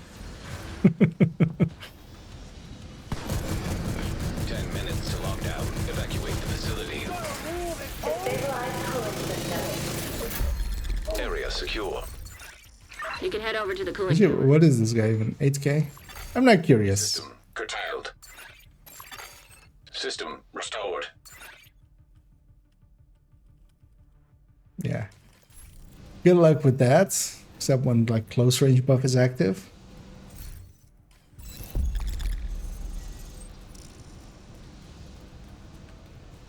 But yeah.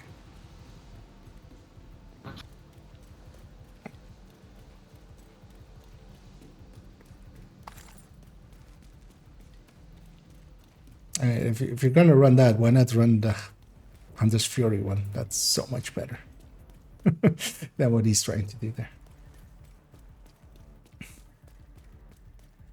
Especially with the backpack. Agent, you're in. Although, well, he kind of needs the backpack because he needs that hotshot buff to be there. But yeah, that kind of sucks for him.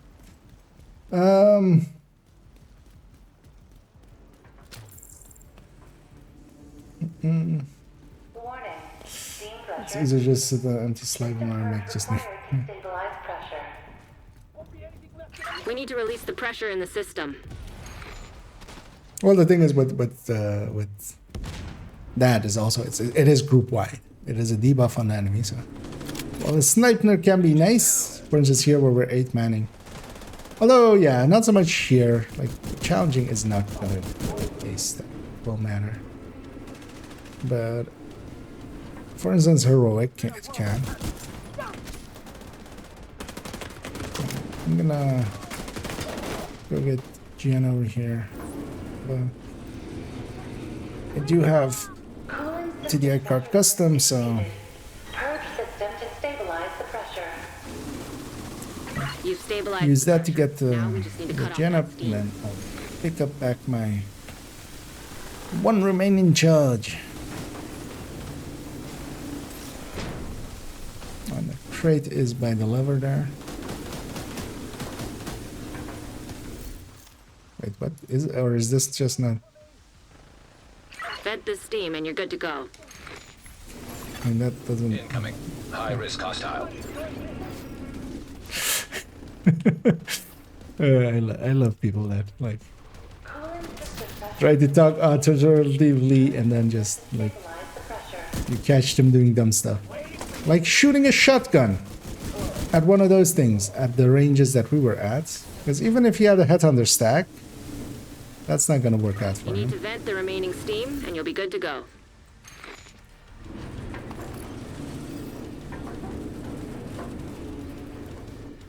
I'm leaving the. He is doing the objective stuff. There is that. Cooling system pressure limits exceeded. I'm gonna go be over there. So I'm expecting less people to go for Pressure these. stabilized. You can cut off that steam.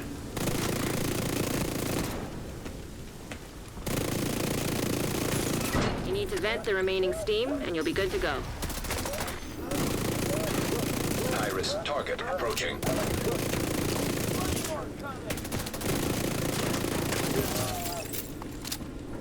Stacking this thing is always painful. Well, I should just do it with the ACS. Stabilized. Because it is a chest striker, it needs to be to get those improvised pieces in the way that I want them. That kind of hurts.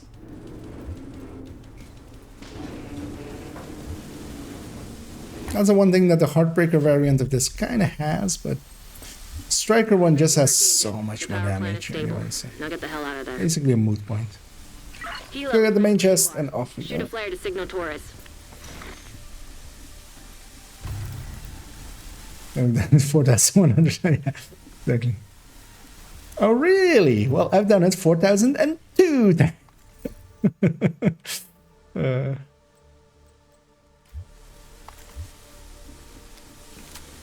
I've done it 4,003 times.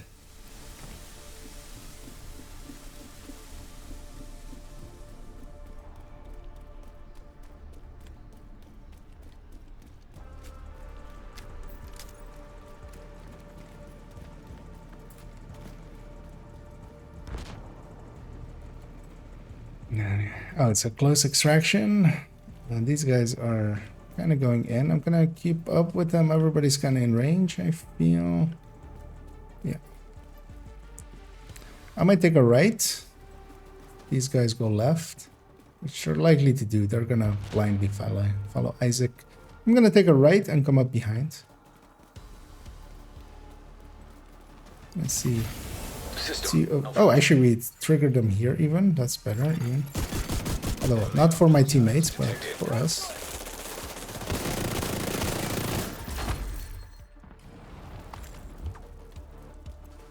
Although, actually, even for our teammates.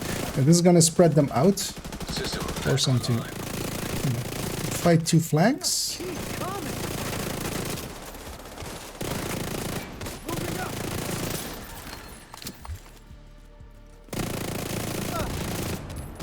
We do have one disconnect, one crash, or System disrupted. one death, or one down. And once we flank from this side, it should be over. Torres is waiting for your signal. Shoot off a flare when you're ready to come home. We shouldn't be breaking that much. System reactivated. It's not Serious trauma. that powerful. And yeah, we need this healing box gone. I'm gonna focus that. Gonna grab my lefty as well, actually, to get all these guys.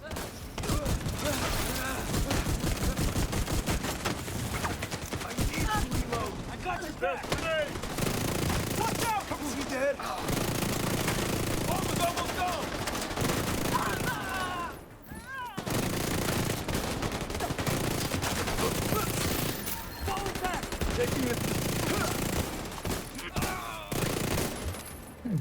Bummock was a BFE in there as well, likely.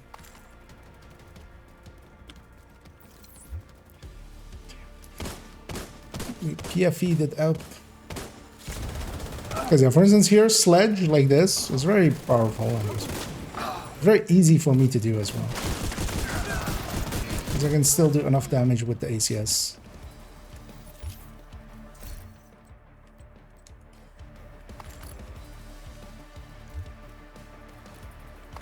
But especially flame grenades make it super easy because they linger for a while. One of the hunters made it all the way up there. Yeah, that is impressive. I'm gonna wait for this thing. I'm gonna toss a flame grenade and go get my... Yeah. Surprising. Like how does the... What? How did the hunter make it all the... Because the team was pushing in from here. Like how does this guy make it all the way here? Hold tight. Helo inbound to your location. Yeah, I wasn't paying attention to the timer there enough as... although likely that was on time. Or maybe not. Well, no. We'll never know. As you solid the Razorback and Kino mission in 2 mags with Slabnir and Striker really obscene damage. Like, yeah, it is. It is very powerful, but also like the thing is, if you're reloading once, you're actually likely behind. Because yeah, that reload is obscene And well, you do get it. Well, no, likely you would have to reload twice. So that bonus is pretty big. And off we go. Because while it hits very hard, you have to prep it. If you have it prepped, that's kind of fine. But then also, yeah, you're reloading a 100 round mag for quite a while. It does melt stuff. It is, especially prepped, it can be really nice. Safe area entered.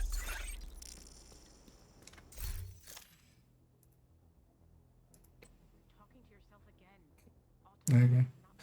Oh, that's okay. DZ build. I wonder what their actual account time is. People are gonna think you're crazy. Here to check something out? Let's see. Yeah. Thanks. None of the ones I'm looking for. Sadly. I bought this cache. But yeah, that's gonna be it for me for this evening. Just gonna get cleaned up here by these last caches. And yeah, as a reminder as well, last day of the global event, make sure to spend all of your stars. Because I have exactly 20. That's nice. One more exotic cache from there as well, as I get 3 of them. Well, get a ninja bike, a catharsis, and a memento. Glad to see. That's not the ones I was looking for. Might hang on to that catharsis. That is a determined model 700, so we'll keep that. What does this stash catharsis look like? Okay. Not holding on to that. This one can go too.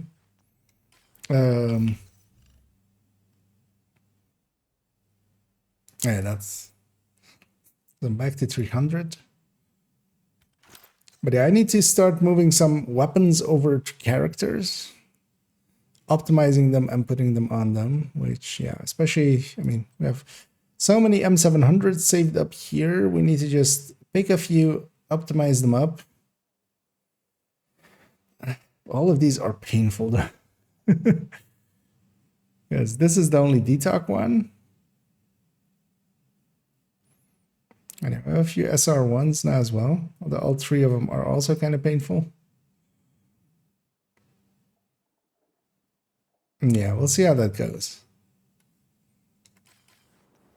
Because yeah, I do need to clear out my inventory a little bit, or my stash a little bit. Well, actually, I already need like 1 more item slot.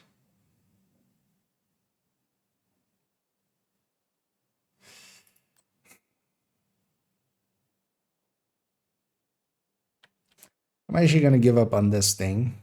You got it earlier, but yeah, nah, this is way too expensive because this is one and a little bit. This is or this is one, and then 1, 2, 3, 4, and then a little bit.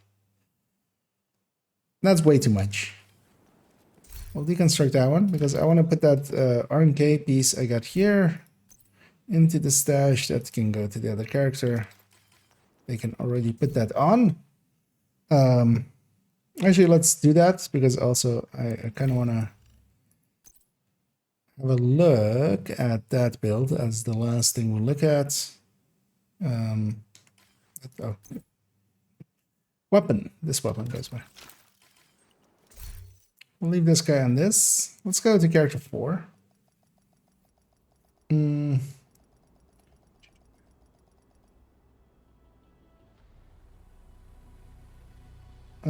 What I was going after, well, actually I can show it here.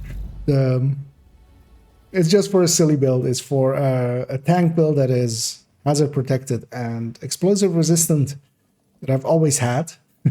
It's just a test bed build kind of thing. But sometimes it's funny to just use against people. But yeah, it is currently with this. But yeah, Yuzina has gotten, although I can just load it all. Yuzina has, of course, gone to 20% hazard protection, so we don't need the Cheska anymore. And RNK has gone to 25% explosive resistance as the 2-piece. Because with this one, I'm trying to get 100% hazard protection and as high explosive resistance. And that used to be 70 as the higher number for it, if you wanted to keep hazard protection at 100% all around.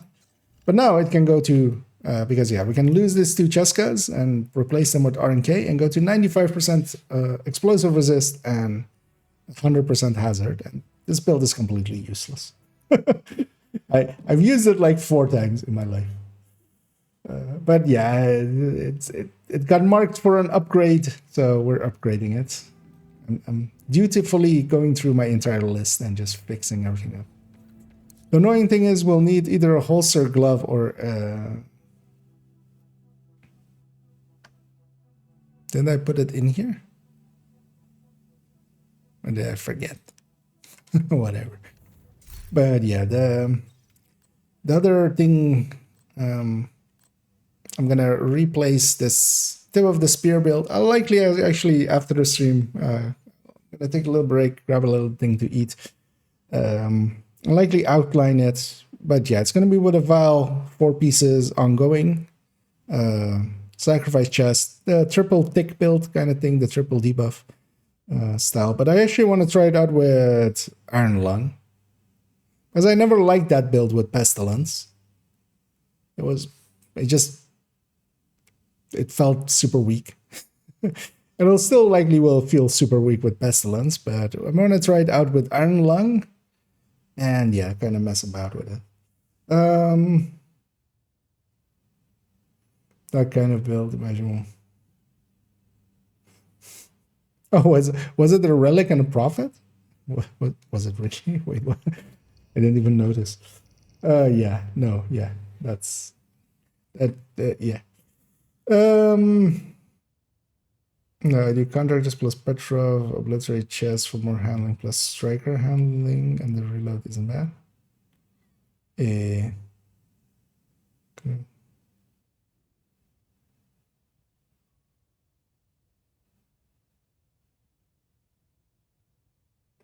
For more handling.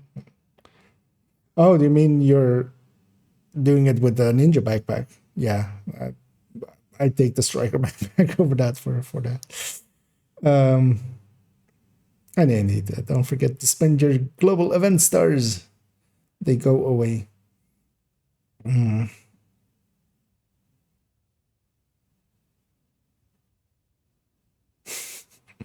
With active determined, yeah.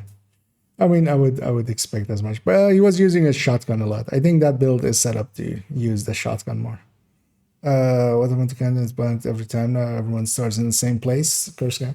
Well, actually, it is in your favor, so I wouldn't poo-poo it too much because actually it helps out. It means that everybody will get all of the hunters, and it makes the initial fight, especially on heroic. Sometimes some teams kind of struggled with it. But yeah, it is not the.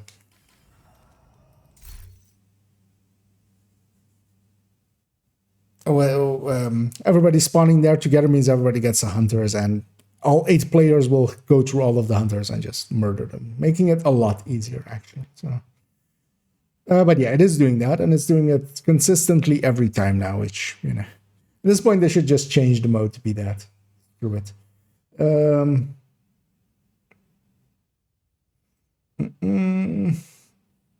Oh well, Prophet with DTH isn't that weird of a choice, but oh well, yeah. I mean, well, he didn't know what he was saying.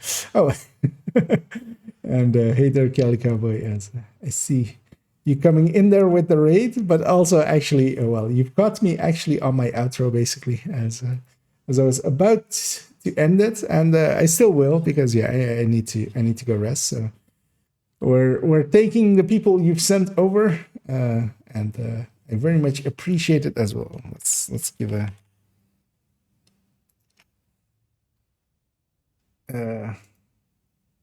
shout out there as well.